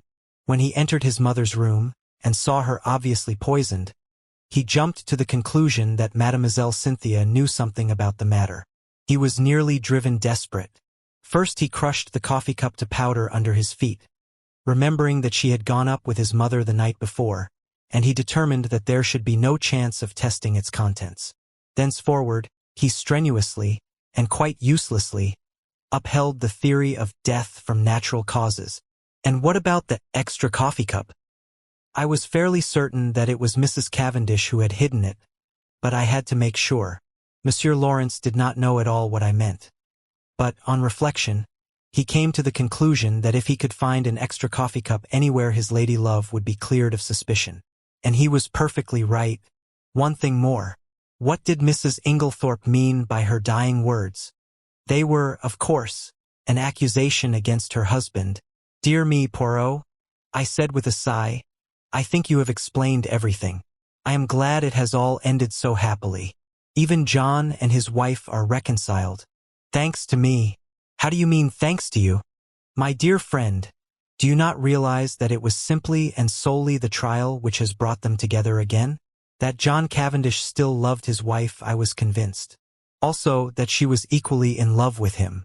But they had drifted very far apart. It all arose from a misunderstanding. She married him without love. He knew it. He is a sensitive man in his way. He would not force himself upon her if she did not want him. And, as he withdrew, her love awoke. But they are both unusually proud, and their pride held them inexorably apart. He drifted into an entanglement with Mrs. Raikes, and she deliberately cultivated the friendship of Dr. Bauerstein. Do you remember the day of John Cavendish's arrest, when you found me deliberating over a big decision? Yes, I quite understood your distress. Pardon me, mon ami, but you did not understand it in the least. I was trying to decide whether or not I would clear John Cavendish at once. I could have cleared him, though it might have meant a failure to convict the real criminals. They were entirely in the dark as to my real attitude up to the very last moment, which partly accounts for my success. Do you mean that you could have saved John Cavendish from being brought to trial? Yes, my friend, but I eventually decided in favor of a woman's happiness. Nothing but the great danger through which they have passed could have brought these two proud souls together again. I looked at Poirot in silent amazement. The colossal cheek of the little man. Who on earth but Poirot would have thought of a trial for murder as a restorer of conjugal happiness?